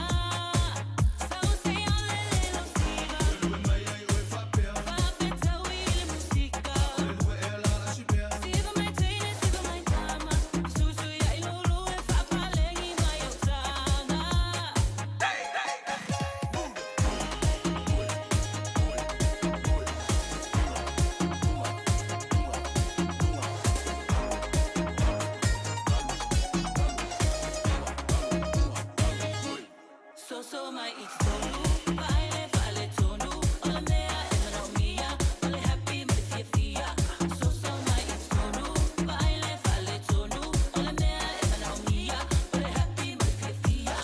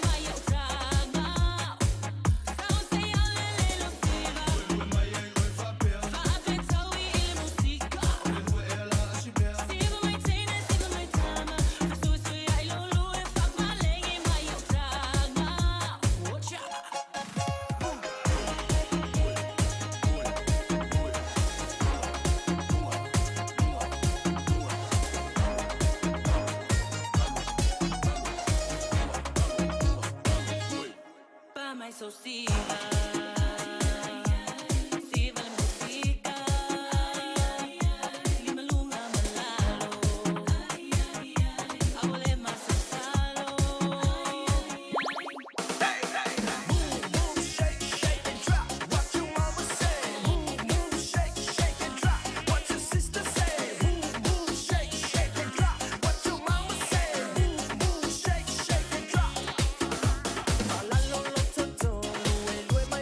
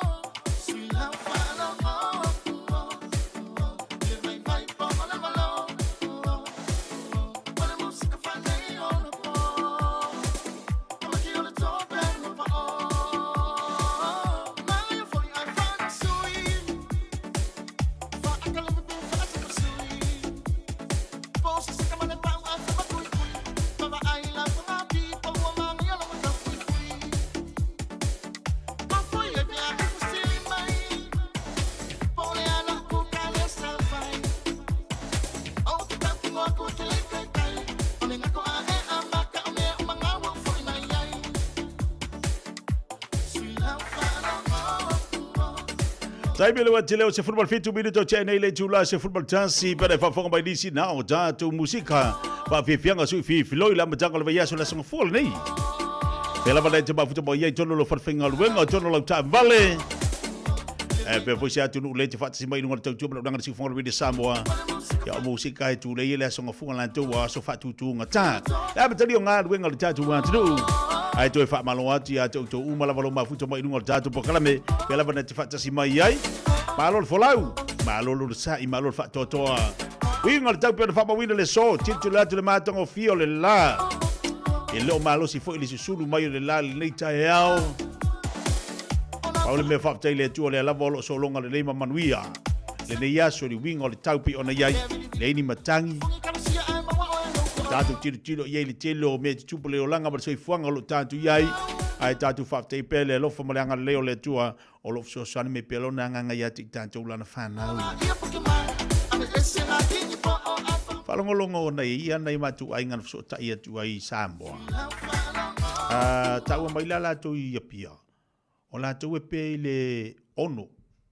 Ono le fia filis fu do de po. Tu langa na le power. Me pit silon ta lo fa ilo. Pe ona I fo tatu telefone ta ne. La fa ilo ia le tūlanga e te tau, ma le taimi, e te tau ana pia tua tatu le pao ia tatu ponu. Wa tele la vaianga, lo tatu tilo ia yo, lo vaianga i le tatu watunu, a mesi o ponu la tau tūlanga le tise. E le mo o sawa ia yo te lola le lei a pia o polu lea. O lea olo o wawai iai, wa tūlanga si tūlanga wha le tonu tatu le tise, fua iai. O le telo tatu whare mai pi o matu o tua, tasile whare mai le lei, o falmai e anga I mo I tātou pia o na mana mise so swani o pisi nisi maunanga laiti ia ai mese foi company te tele po pisi nisi te tele tolo tātou watunu. Ua no fo ilo foi mano fo utal tātou watunu tūlanga taimi ua tiro fo tūlanga te tau ona to tāpe na inisi afi ia mo le whanele ia lava o lato o nanga malatu tautua pei ona iai mo mea ai mese mo pisi nisi mea ai. E mo ila le pu amatana tau masani tātou le whaangaino le tise ma le taimi. Ai al tātou ngai mana o mi al tātou watunu o le pawa. Awa amatafuna tue fo I tātou tua tue vava ai mo li whangu, o mo li ngao, mo li popo, ia o le kafu o le whawhie. Wai mo ia e o ngi ambia le ngi mea whapenga kupulashu. O le suinga le wei tātou, pe wakako koe fo I kua fo li koe amaka maile amaka. Toe vava ia kula mori popo ko vava ia kula mori fangu ko a mai le mori fangu po le lei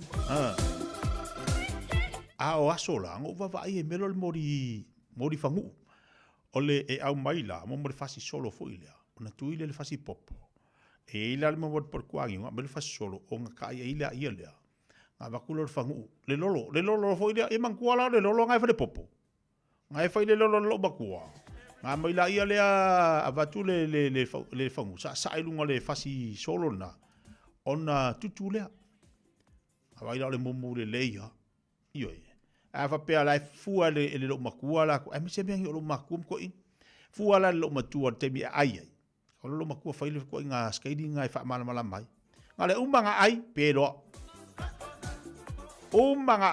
wa vai le mafo to ina malo matu ila soa Are vai ke mingi se longa kero ke ha onga fa kwa e dora I fese mea.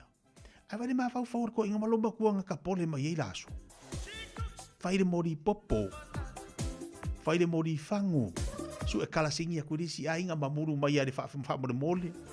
Folo ko le fa fe kai kere la. Sau a me umar fa mo mole. Luas fulu do bile de chadele tula sumatas. Talu se ya va ven fo il fa fitau le tono tanto watno. Wa pia le whanongolongo le whatatanoanga le whato ia maina ma le pakamel ale to whai afunga mua. Pia walu maasina le tau whaatata mari tūlanga le whaale tono tātu pawa. Walu maasina o whaisi tele. La sau fua iai. Pe a whape o nairu lau pusa aisa. Whaanga ioi mea umai tono lu a inga e ala le tise. Fōringa mai wa whaisi tuwai. Pe a whape walu maasina. Le nau tau whanongolongo le whatatanoanga le wasun te atu nei.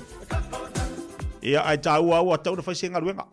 Faise ngaruenga. Wa ta tau na fatino se ngaruenga. Ala titi masina fa le tolo pau le porta se masina. Ale wa tatu wa titilo tile taimi. ia on sa ia tatu tau faia ia maua se vaenga leina ia faia ona toe mo le tise lea le nga I foi nei ai ngai tua o le ina ta mam tina ma tu ton e mana au mia le tise e mana au mia le tise luas fu jole tele tu la subtasi fa o tatu fa fianga le te batayao pai le bu fai va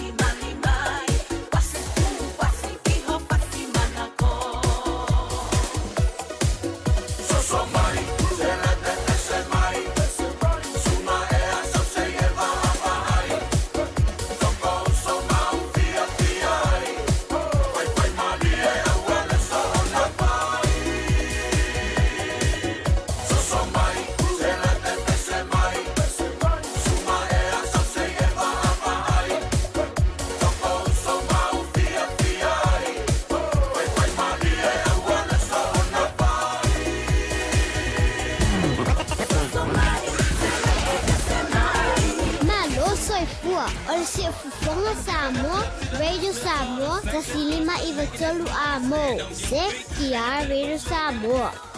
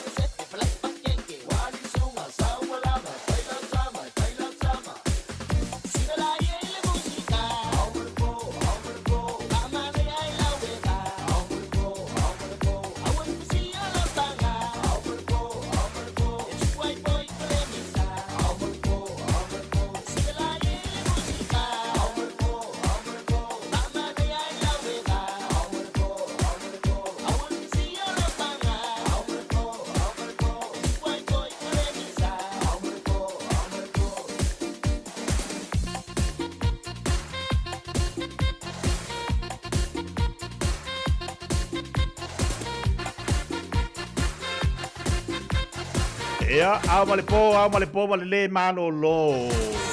Au ma le po, le se di o le ainga karu mai ngā lu wiki. Au ma le po, po fela. Po fela ngopo i dar po. Ah, ya kwai fo. Apa tau dele tula suma tasi tani waju tatu poklame le au nang matau tua tatu ka for you lo fat smile tamo ta ya en. Ho jan tau le matanga le ya so talo fan. Ya, talo fa lava tia malo le ala usum nei tai au fo. En o mai le fai ngor ya so.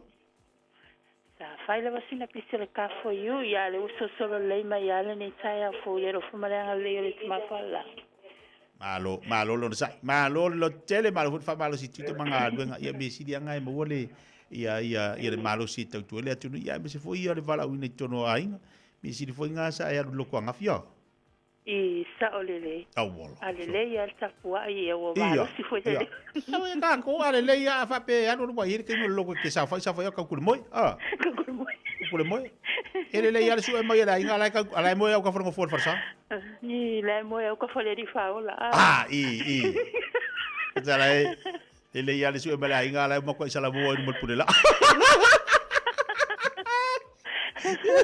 Assalamu alaikum kakalo kakalo file mu afaya la kele la sala ya wol malo kai do la wa fuela ulu mole akua ele kalimere akua moelo moya no mo fo ka ya ko ya a faro ko ala porca kala po funa e malo eni ia malo fa ta yo ka ya maka singa akar kaya ele ya se seria sa olele sa le fa fini dia ya se ka ko yang sala uma ka ngaka pa wal me ka ko lo fa ma wala la malo lava yo wata ola nga papa fingi ni tsawi o mei ya que vaya colega faz wa ma papa fingi vaya so ai o mei fa fe kai lango mei wa ba suinga anti opo o le fa fe kai lango mai fa kai lango mei ya la foto ya te o le fa tu o le tau a mata mo nei vai aso yo te no foi na fa isi piso tatu fa ngor vai aso ya fa sai lava tia mo le no fa sai mo le ma fole nei la mata fa la lo ato ai foi inisio mato au nanga ia le nga ma la lava fa salo fa tu le pa ia mal malo se tata tunu pele sa mo ma foi lava no te fa longo me foi mato pe fa fonga me foi mato au nanga fa tava nei de tolo se la ko sa for mal leo io any level nei to au na ma sani le radio sa mo lo fa ma fa lo atu nisi ma tato ai inga po ni si fo taso tava le o lo faina fa lu mi te manei tele mana no ai SUV you mai tava le ia pa lava mi ma te mana o mi ma to fa tava le ia no la sene lava malo ngalu inga tu mau e faina ma to soni mo oi ia tala mai taso fa tava le mai lava le songo fu se pa ia le so to nai mai le ono tsaia o mai le iva le tsaia se pa ia le ono le fiafi ia a fa le iva le sa se pa ia le ono le fiafi a fai lava fa fanga tana su mai o ava no ma to numero di fuole over se la lo fitu fai bona valu e fai na fa so tai me to no ma to office lungo ma to Facebook page lo fa lu mia to ele telo ma to ta vale o alu mia e ne fai na se suele a mai eso ta vale ia fai fona ma to so sania to ai lungo lo Facebook page per tu ma lo sofa lo numero e fai ma to vili nai oi ia ni se ta vale lo alu mia la vale time nei ole hai on tai Santa Fe ia male master CX5 CX9 ia lo tene mana no ai tono ta so fa ta vale a su mai ele ia se ta vale ta ia lo no va vai ia lo fai ma ko o kaina ni so ta vale pe fi mana o ia fai lava tato au nanga mai i lato fo i o mamau atu tu au kilani i tato au nanga masani lava le se fuala ta vale i hem fai na mato whanga ina le au nana au noma se te tongi mo oe a fia su mai i e fo inisu a ia inga fai na mato fai a ina fai na familia ina mato tam fai atu fo i mato au nanga fatau wa anei a wane i ngalo so se lai sene so tenga luenga full time part time me faina mato whangaina so se ai talafu lava ia e ni se ai talafu me faina mato sasani a lei lava lo su mai me sili mai ene me faina mato mata tala awe ili mo oe le ai so la sene e lo passport me faina mato whangaina ai le lo tongi malaunga luenga a fai te pensiona ia e part time ia me faina foi na futu natu lo pala ia wase tawali foi ia oe male ainga ia a fai lava tau sa ini pesi tawali sa so me alo futu alo fain faalu mia cashback malu refel ia sisiri mai pe atu ina lo pala ina me fai mau oe le vaenga ia mai a animal ka for you manu ia tele lava fufonga o te toire nei vai aso so fast fua Pase fua Annie. sa O me. Saya pada wajib lah jadi wasu family terjalan le jula se football lua. Orang bertahu jual jadu fatawala le car for you. Ela sunga ya Rick the man. Olo tasi iwa tasi dua iwa tasi dua fitu. Olo tasi iwa tasi dua fitu telefon na. Le telefon via musai mai. O telefon via la fua. O le over se la dua fitu 5 on valo.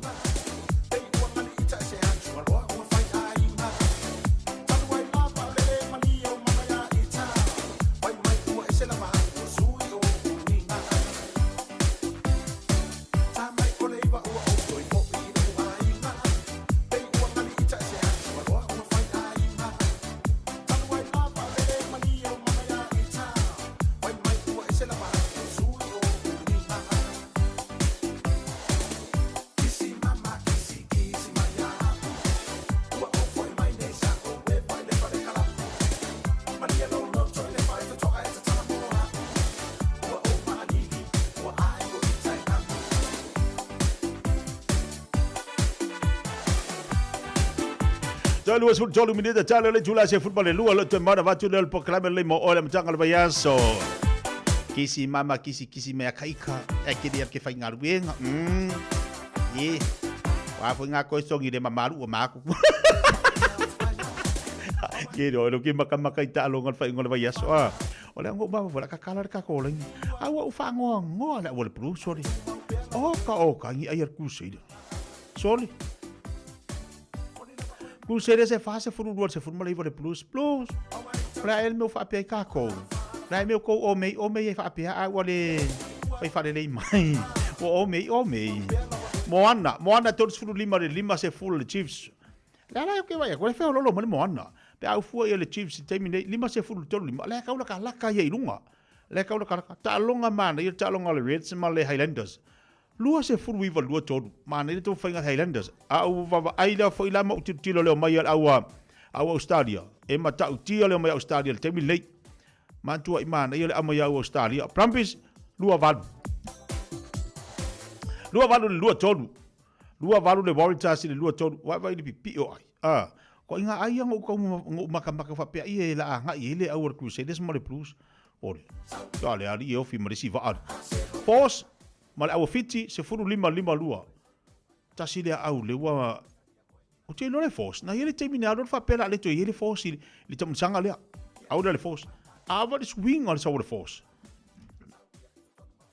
te le swing al saw le force ele tam sanga le o tilo tia ore te le tu langa welta to plus on sai mai tam fai mai ole fatto alu le Barcelona no tam sanga ai ele tai a tonu ai mo se ava no fo ile mo tanto le plus o le alu vai solo fitu la le la tilo tuai o te vai to le la ta alu le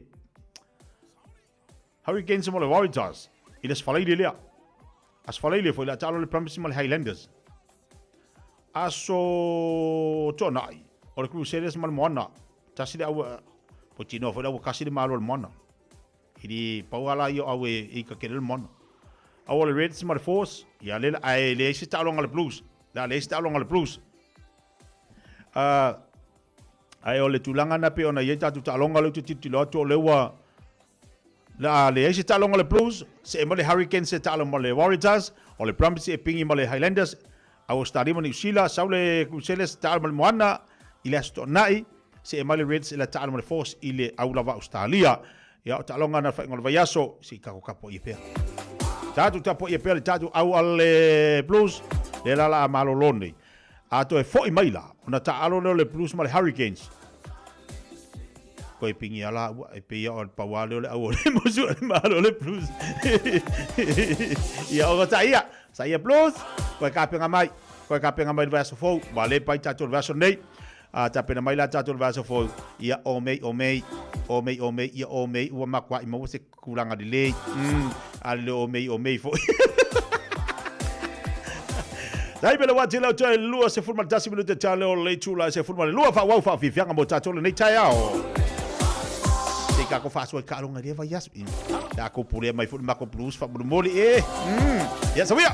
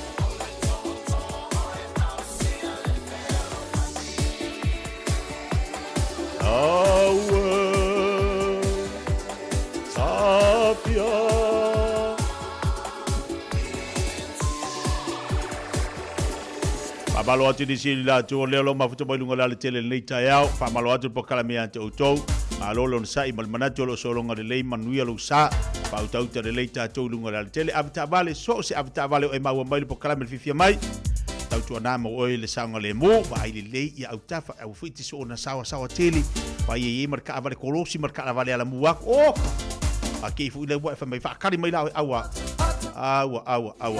ale full stop ala ko lau masaunga la ia ia ko ka mari ke vai ia luar ngaka ia wa ko ia le fai de mu ko oi o al me wa masau mai yo o ka fa ko pe masau pe oi sau pe ori awala ngi sile se awala mako ai lo le masau mai vai la ilo kuringa o ale or ka vale le mu diskava awa ku pe la ka vale ngi ke warianga ali uma kongkongi fa mormoni Astona idei le la fai le karat sale ma le papakiu ale mensio le prefer Israel. E la tatu ia wa to ana ia tickets ma tatu fa mai moile la stona ila so lu se futboliva. One ta watu le tatu tu si o yo tu si o le numero tolo ke Keller Crescent. Ke Keller Crescent na I mangele.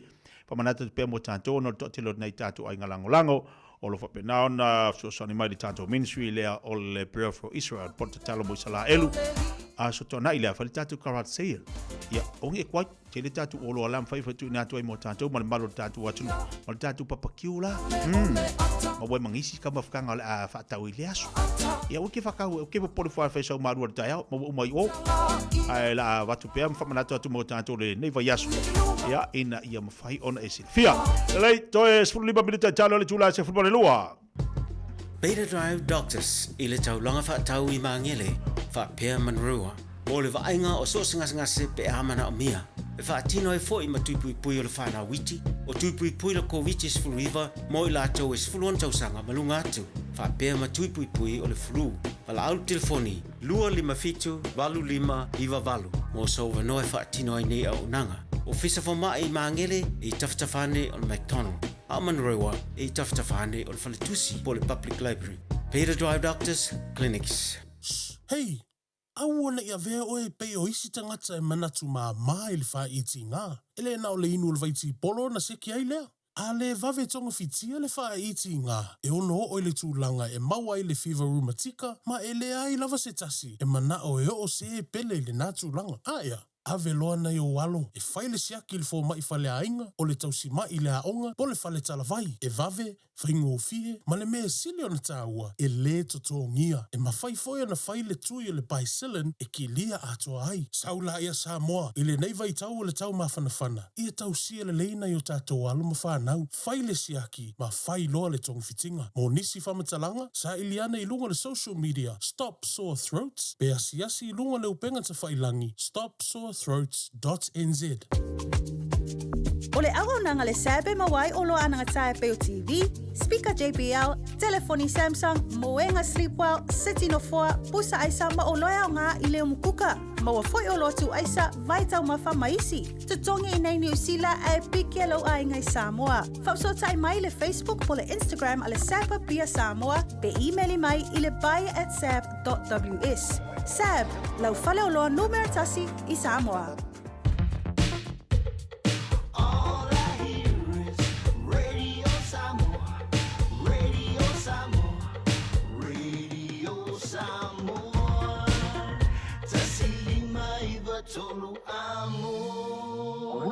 Samoa, kasilima I wakuru amo. Ua mawhai o na aura tula polo kalame le leimo o ia so taitasi o na o le langolango malo si le whale maliu a se alo le aturuu o ese tātupu Funeral Directors I Manukau City. O kalame leimo o e tālo whalava. Lau whaitau si tala moni lava I se tina Amerika. Na alulan tama I tau i Vietnam le tausanga. Tasiva lima iwa I le tausanga tasiva fitu suma lima. A o whaau au pēr le taua ia tausanga. Na tatangi le telefoni le ainga o le tamale I Amerika. Sa tali elo na tina. Na fifi tele tina ina ua tali atu le telefoni. O si ana tamo Johnny. Bei ona masani ai winga wha le tina. Na tangi le tina ma so o whaafitai ma upa lofa ma lofa I ate oe atali. Sili atu le tina. Oa mai oe san. Tali mai Johnny, mam. O lewa usauni o toi fo I atu le tatu ainga I Amerika. Wa tili ai le tangi ma fa so o whaafitai le tina I le fifia. O le ato e wa ai si ana tama. A wana le mau tinoa, pe toi fo I mai pe maliu.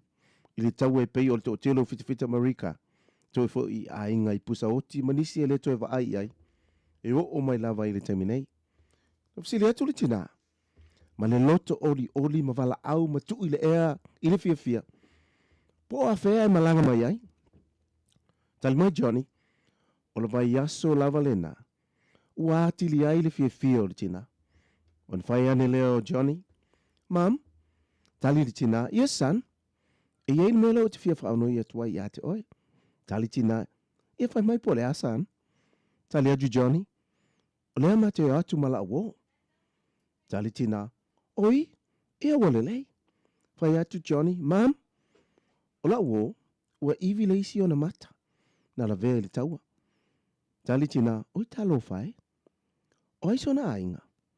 Tali Johnny, mam. O te mana o mate na nofo mala awo I le tātou ainga. Tali tina, e awale lei. Toi whai ane Johnny, mam. O la awo, o le aini lima, ma ua mumutu o na vai. Ma o te mana o lava, o te tau sia la awo I le tātou whale. Na ngū tina, ma wha senga nguia na upu. Ma wha bea. Johnny? Ua I loa le mawhai o na tausia se awhatangata wha pēnā I lo whale.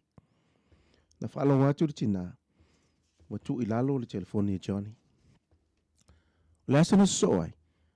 Na mo mai ai le tala I tala fau o le televise I se fita tala vau iwi le mata. Le aine vai malima. Mau atu ua pule le ola. Na vili whaavavale tina le ofisa le ami. I hanoi e sua Johnny. Sa tali maile sa tini. Le vili atu le tina. Whai atu le tina o te fia maua la ua tali i Johnny. Awa o lana wō lea ua pule le ola. Tali maile sa tini. Tina, o le fitafita e iwi le mata, le aini vai, ma lima lea ua pule le ola. O lau Johnny le na. Talo fai. O le senga lea o le alofo le tua, ma le alofo le tangata. O le alofo le tua, e le aiso na tua oi. Po le alava ni fa le tonu ma le ango le tangata. E le mawhai on fa fiti le alofo le tua, mo e tātou. A vea le alofo Yesu ma uma pasanga. A vea le alofo Yesu ma au ma pasanga. O lo o lava matatoelo wa vanoa le sa tauro. Fa maulalo nei lo alo loto matalia lan fa alutanga. E nate le te e na lava oe. Ma mana tua, e le lei mo oe. O le ese tatu pu funeral directors o se fale maliu Samoa o le tali foi lea o taimi whengata o na o le malanga al maliu ma le oti. E mawhai foi o na latu awina atu ma awina mai tino maliu o e pene mai so o se atu nuo lalo langi. Mala au no le ese tatu pu funeral directors i le lua no lua toru fitu o o. Lua no lua toru fitu o o. Pea fiu ane ele se fulu ma le balu Norman Spencer Drive in Manukau City.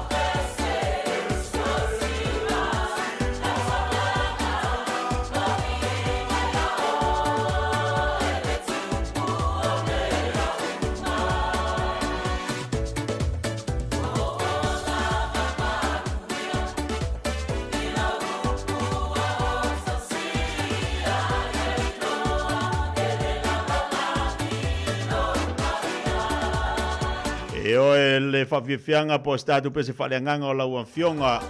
E o lingo le pese pe one whafonga mai ai. Ia mo tātou le leifo i tai au whamai atual po kalame le mo oe. Tā penanga mo le leifa yasu i tūtu mga luenga le tātou wā turu. Mali manatu o lo sosoni atu le upo le atua te tuluaina lo fina ngalo mo lo unei loto. Le leimo oe, le leimo tātou uma le afionga le li. Tā penanga mo le leifa yasu i anga lele atua i tūtu mawhaiwalo filima. E mai se foto e whafta iatu tapa inga nei tātou tamauti na mātue mo tumalawa. Lo le tātou atunu. Au whenga luenga tofi le tua so te whata whaitaulanga. Ia lea fuwa awhale aso la tau whawhitai ma vi ia le li. E mea wa ia whia mo tātou lana whanau. Ta pena mali tō whai a whanga mo se manu Francis Ioane a wale wha wino le tātou po kalame. O ma fo leo mala songa fu mo le usu fia ia usu ata. Tātou te whira le aso atai po kalame asane tātou. Awana i ngalo tātou supo le whare nei tāli tu lai ono le fiafi. I le tātou whare ia masani ina i manukau. Tātou whira le atai ao po kalame asani lava tātou. O le tātou ta inga makena i ono i Hawaii. Tani umaile po kalame lava o lo pese pea mo tātou i aso oma. Po kalame le te parainga. Tai au le tali tu la sfulu. Ea o le neva yaso e le statu po kalame mal tau sala le tatu po kalame fifia mai ono nisi o tuangia le malanga tu sa mo le tatu tau sala. A tonu la to tari mai le neva lava yaso ona te fa popo fo ilea ma te moris fa ponga le tatu po kalame. Fa mangalo se lo vai te tia se tau tu o le tau mari i lo fa fonga le yaso.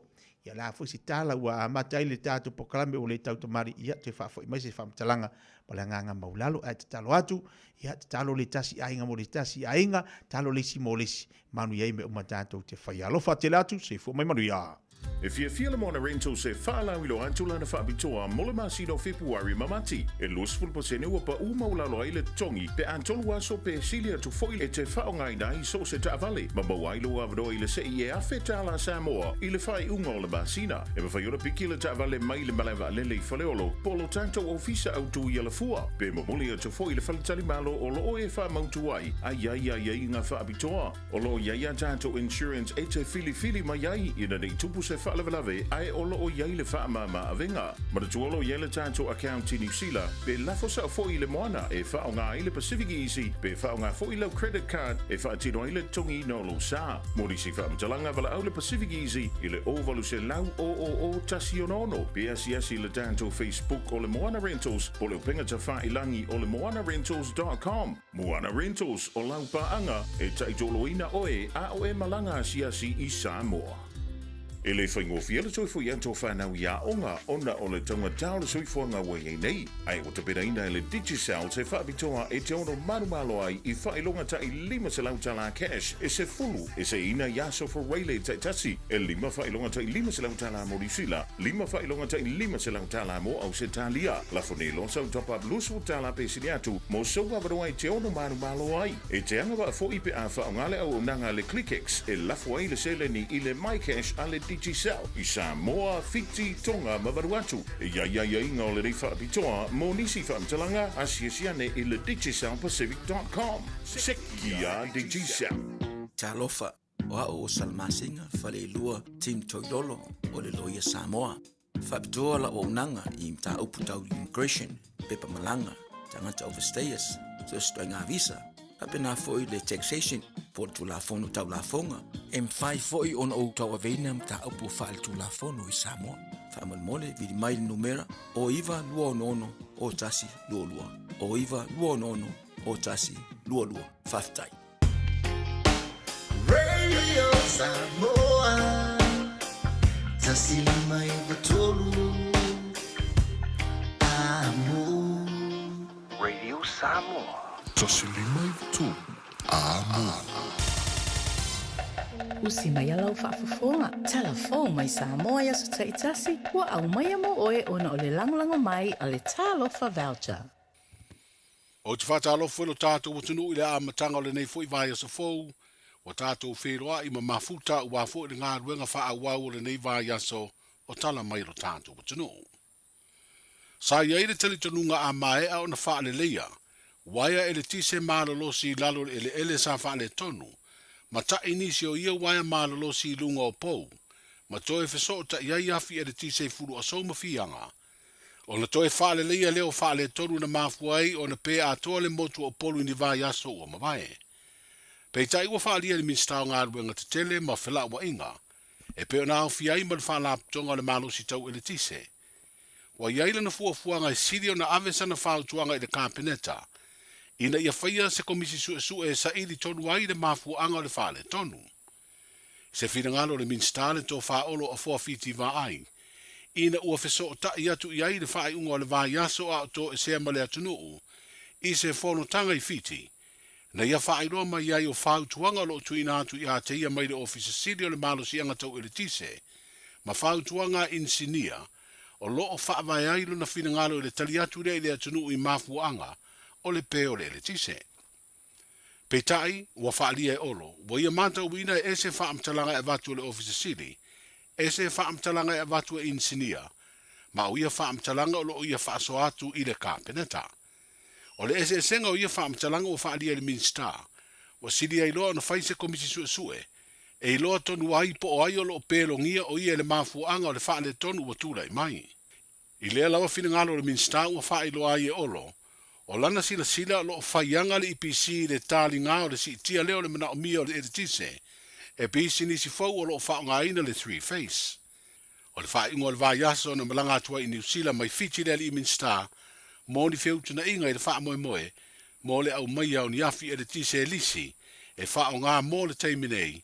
Au tāli ai afi fau e lua o lo au mai i le atunu saina. I le tolu vai aso talu na whaale tonu le tise le motu o polu. Ma whaasoso ai ala le titine o le wila i se isi vaenga o le motu ai whaola isi vaenga. O le sosana na fi sa moana fito a tau fi ai le whaasoa ina o le tise. Ina ua whaelo e le whaala tonga le malo si tau e le tise ua lavana na whaasoa mo le motu a toa u polu e au noa ma le motu sia.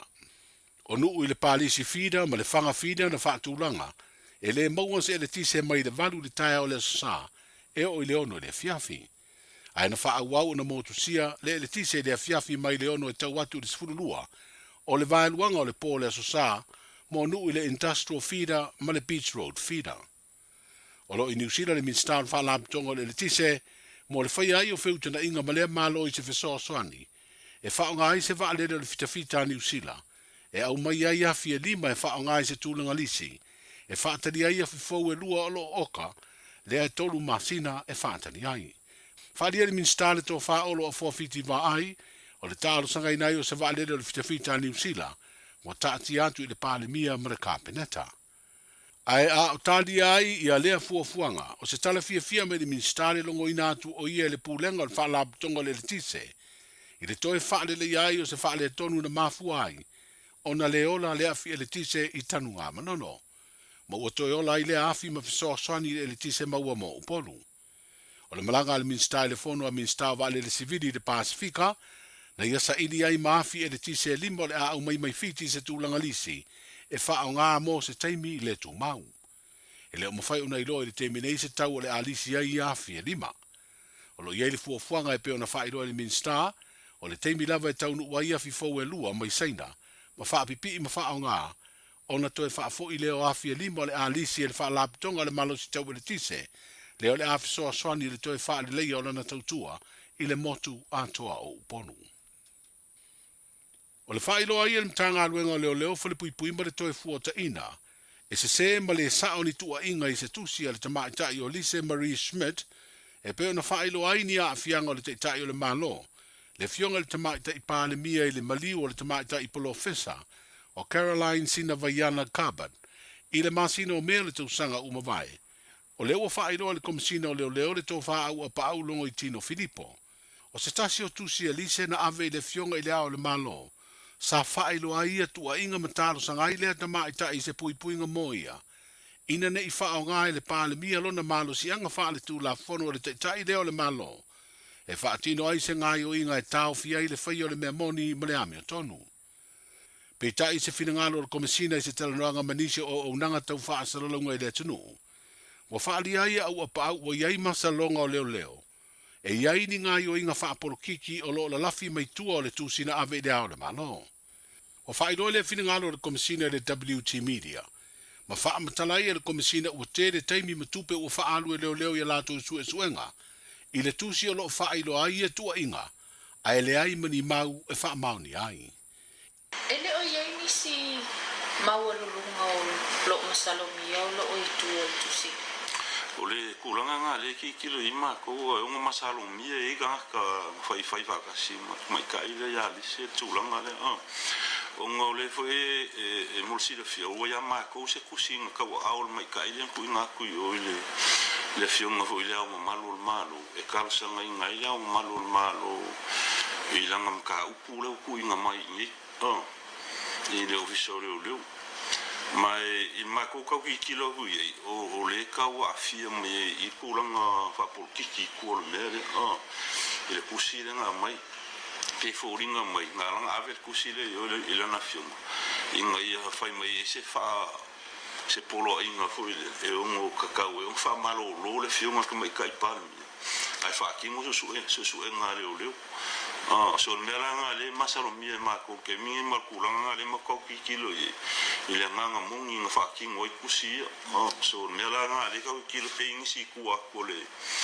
ole mai kaile o lise nga au fa kasi faki ngongo mengi so mau ki ka la mau ki masalo mie o me fa por kikire un mafu en faki ngoi e kulanga ye kusi o le au nanga fa asala lau i lunga o penga ta fa ilangi le tau ia e New Zealand lea sa fa tala no ai se la tu por kalame le tu si elise e fa tau lava i tu inga le pale mia o fa lia le komisina leo o lo te pena le faia i o ni morianga soli tu la fono o le kulanga nga le ki kilo in ka ngalwa kemi ya o mai afu o mako fongo ma le fiuma te mai tailo yesiti i se awala e mawhai e o mawhaki mwala kula fongo e la kumi ia hoila sa mai au mako fongo angika o ma le leo musila le whainga luenga ia mako o le la mako ka mawhai e whaauia koe inga se mako kangi criminal complaint anga i leo musila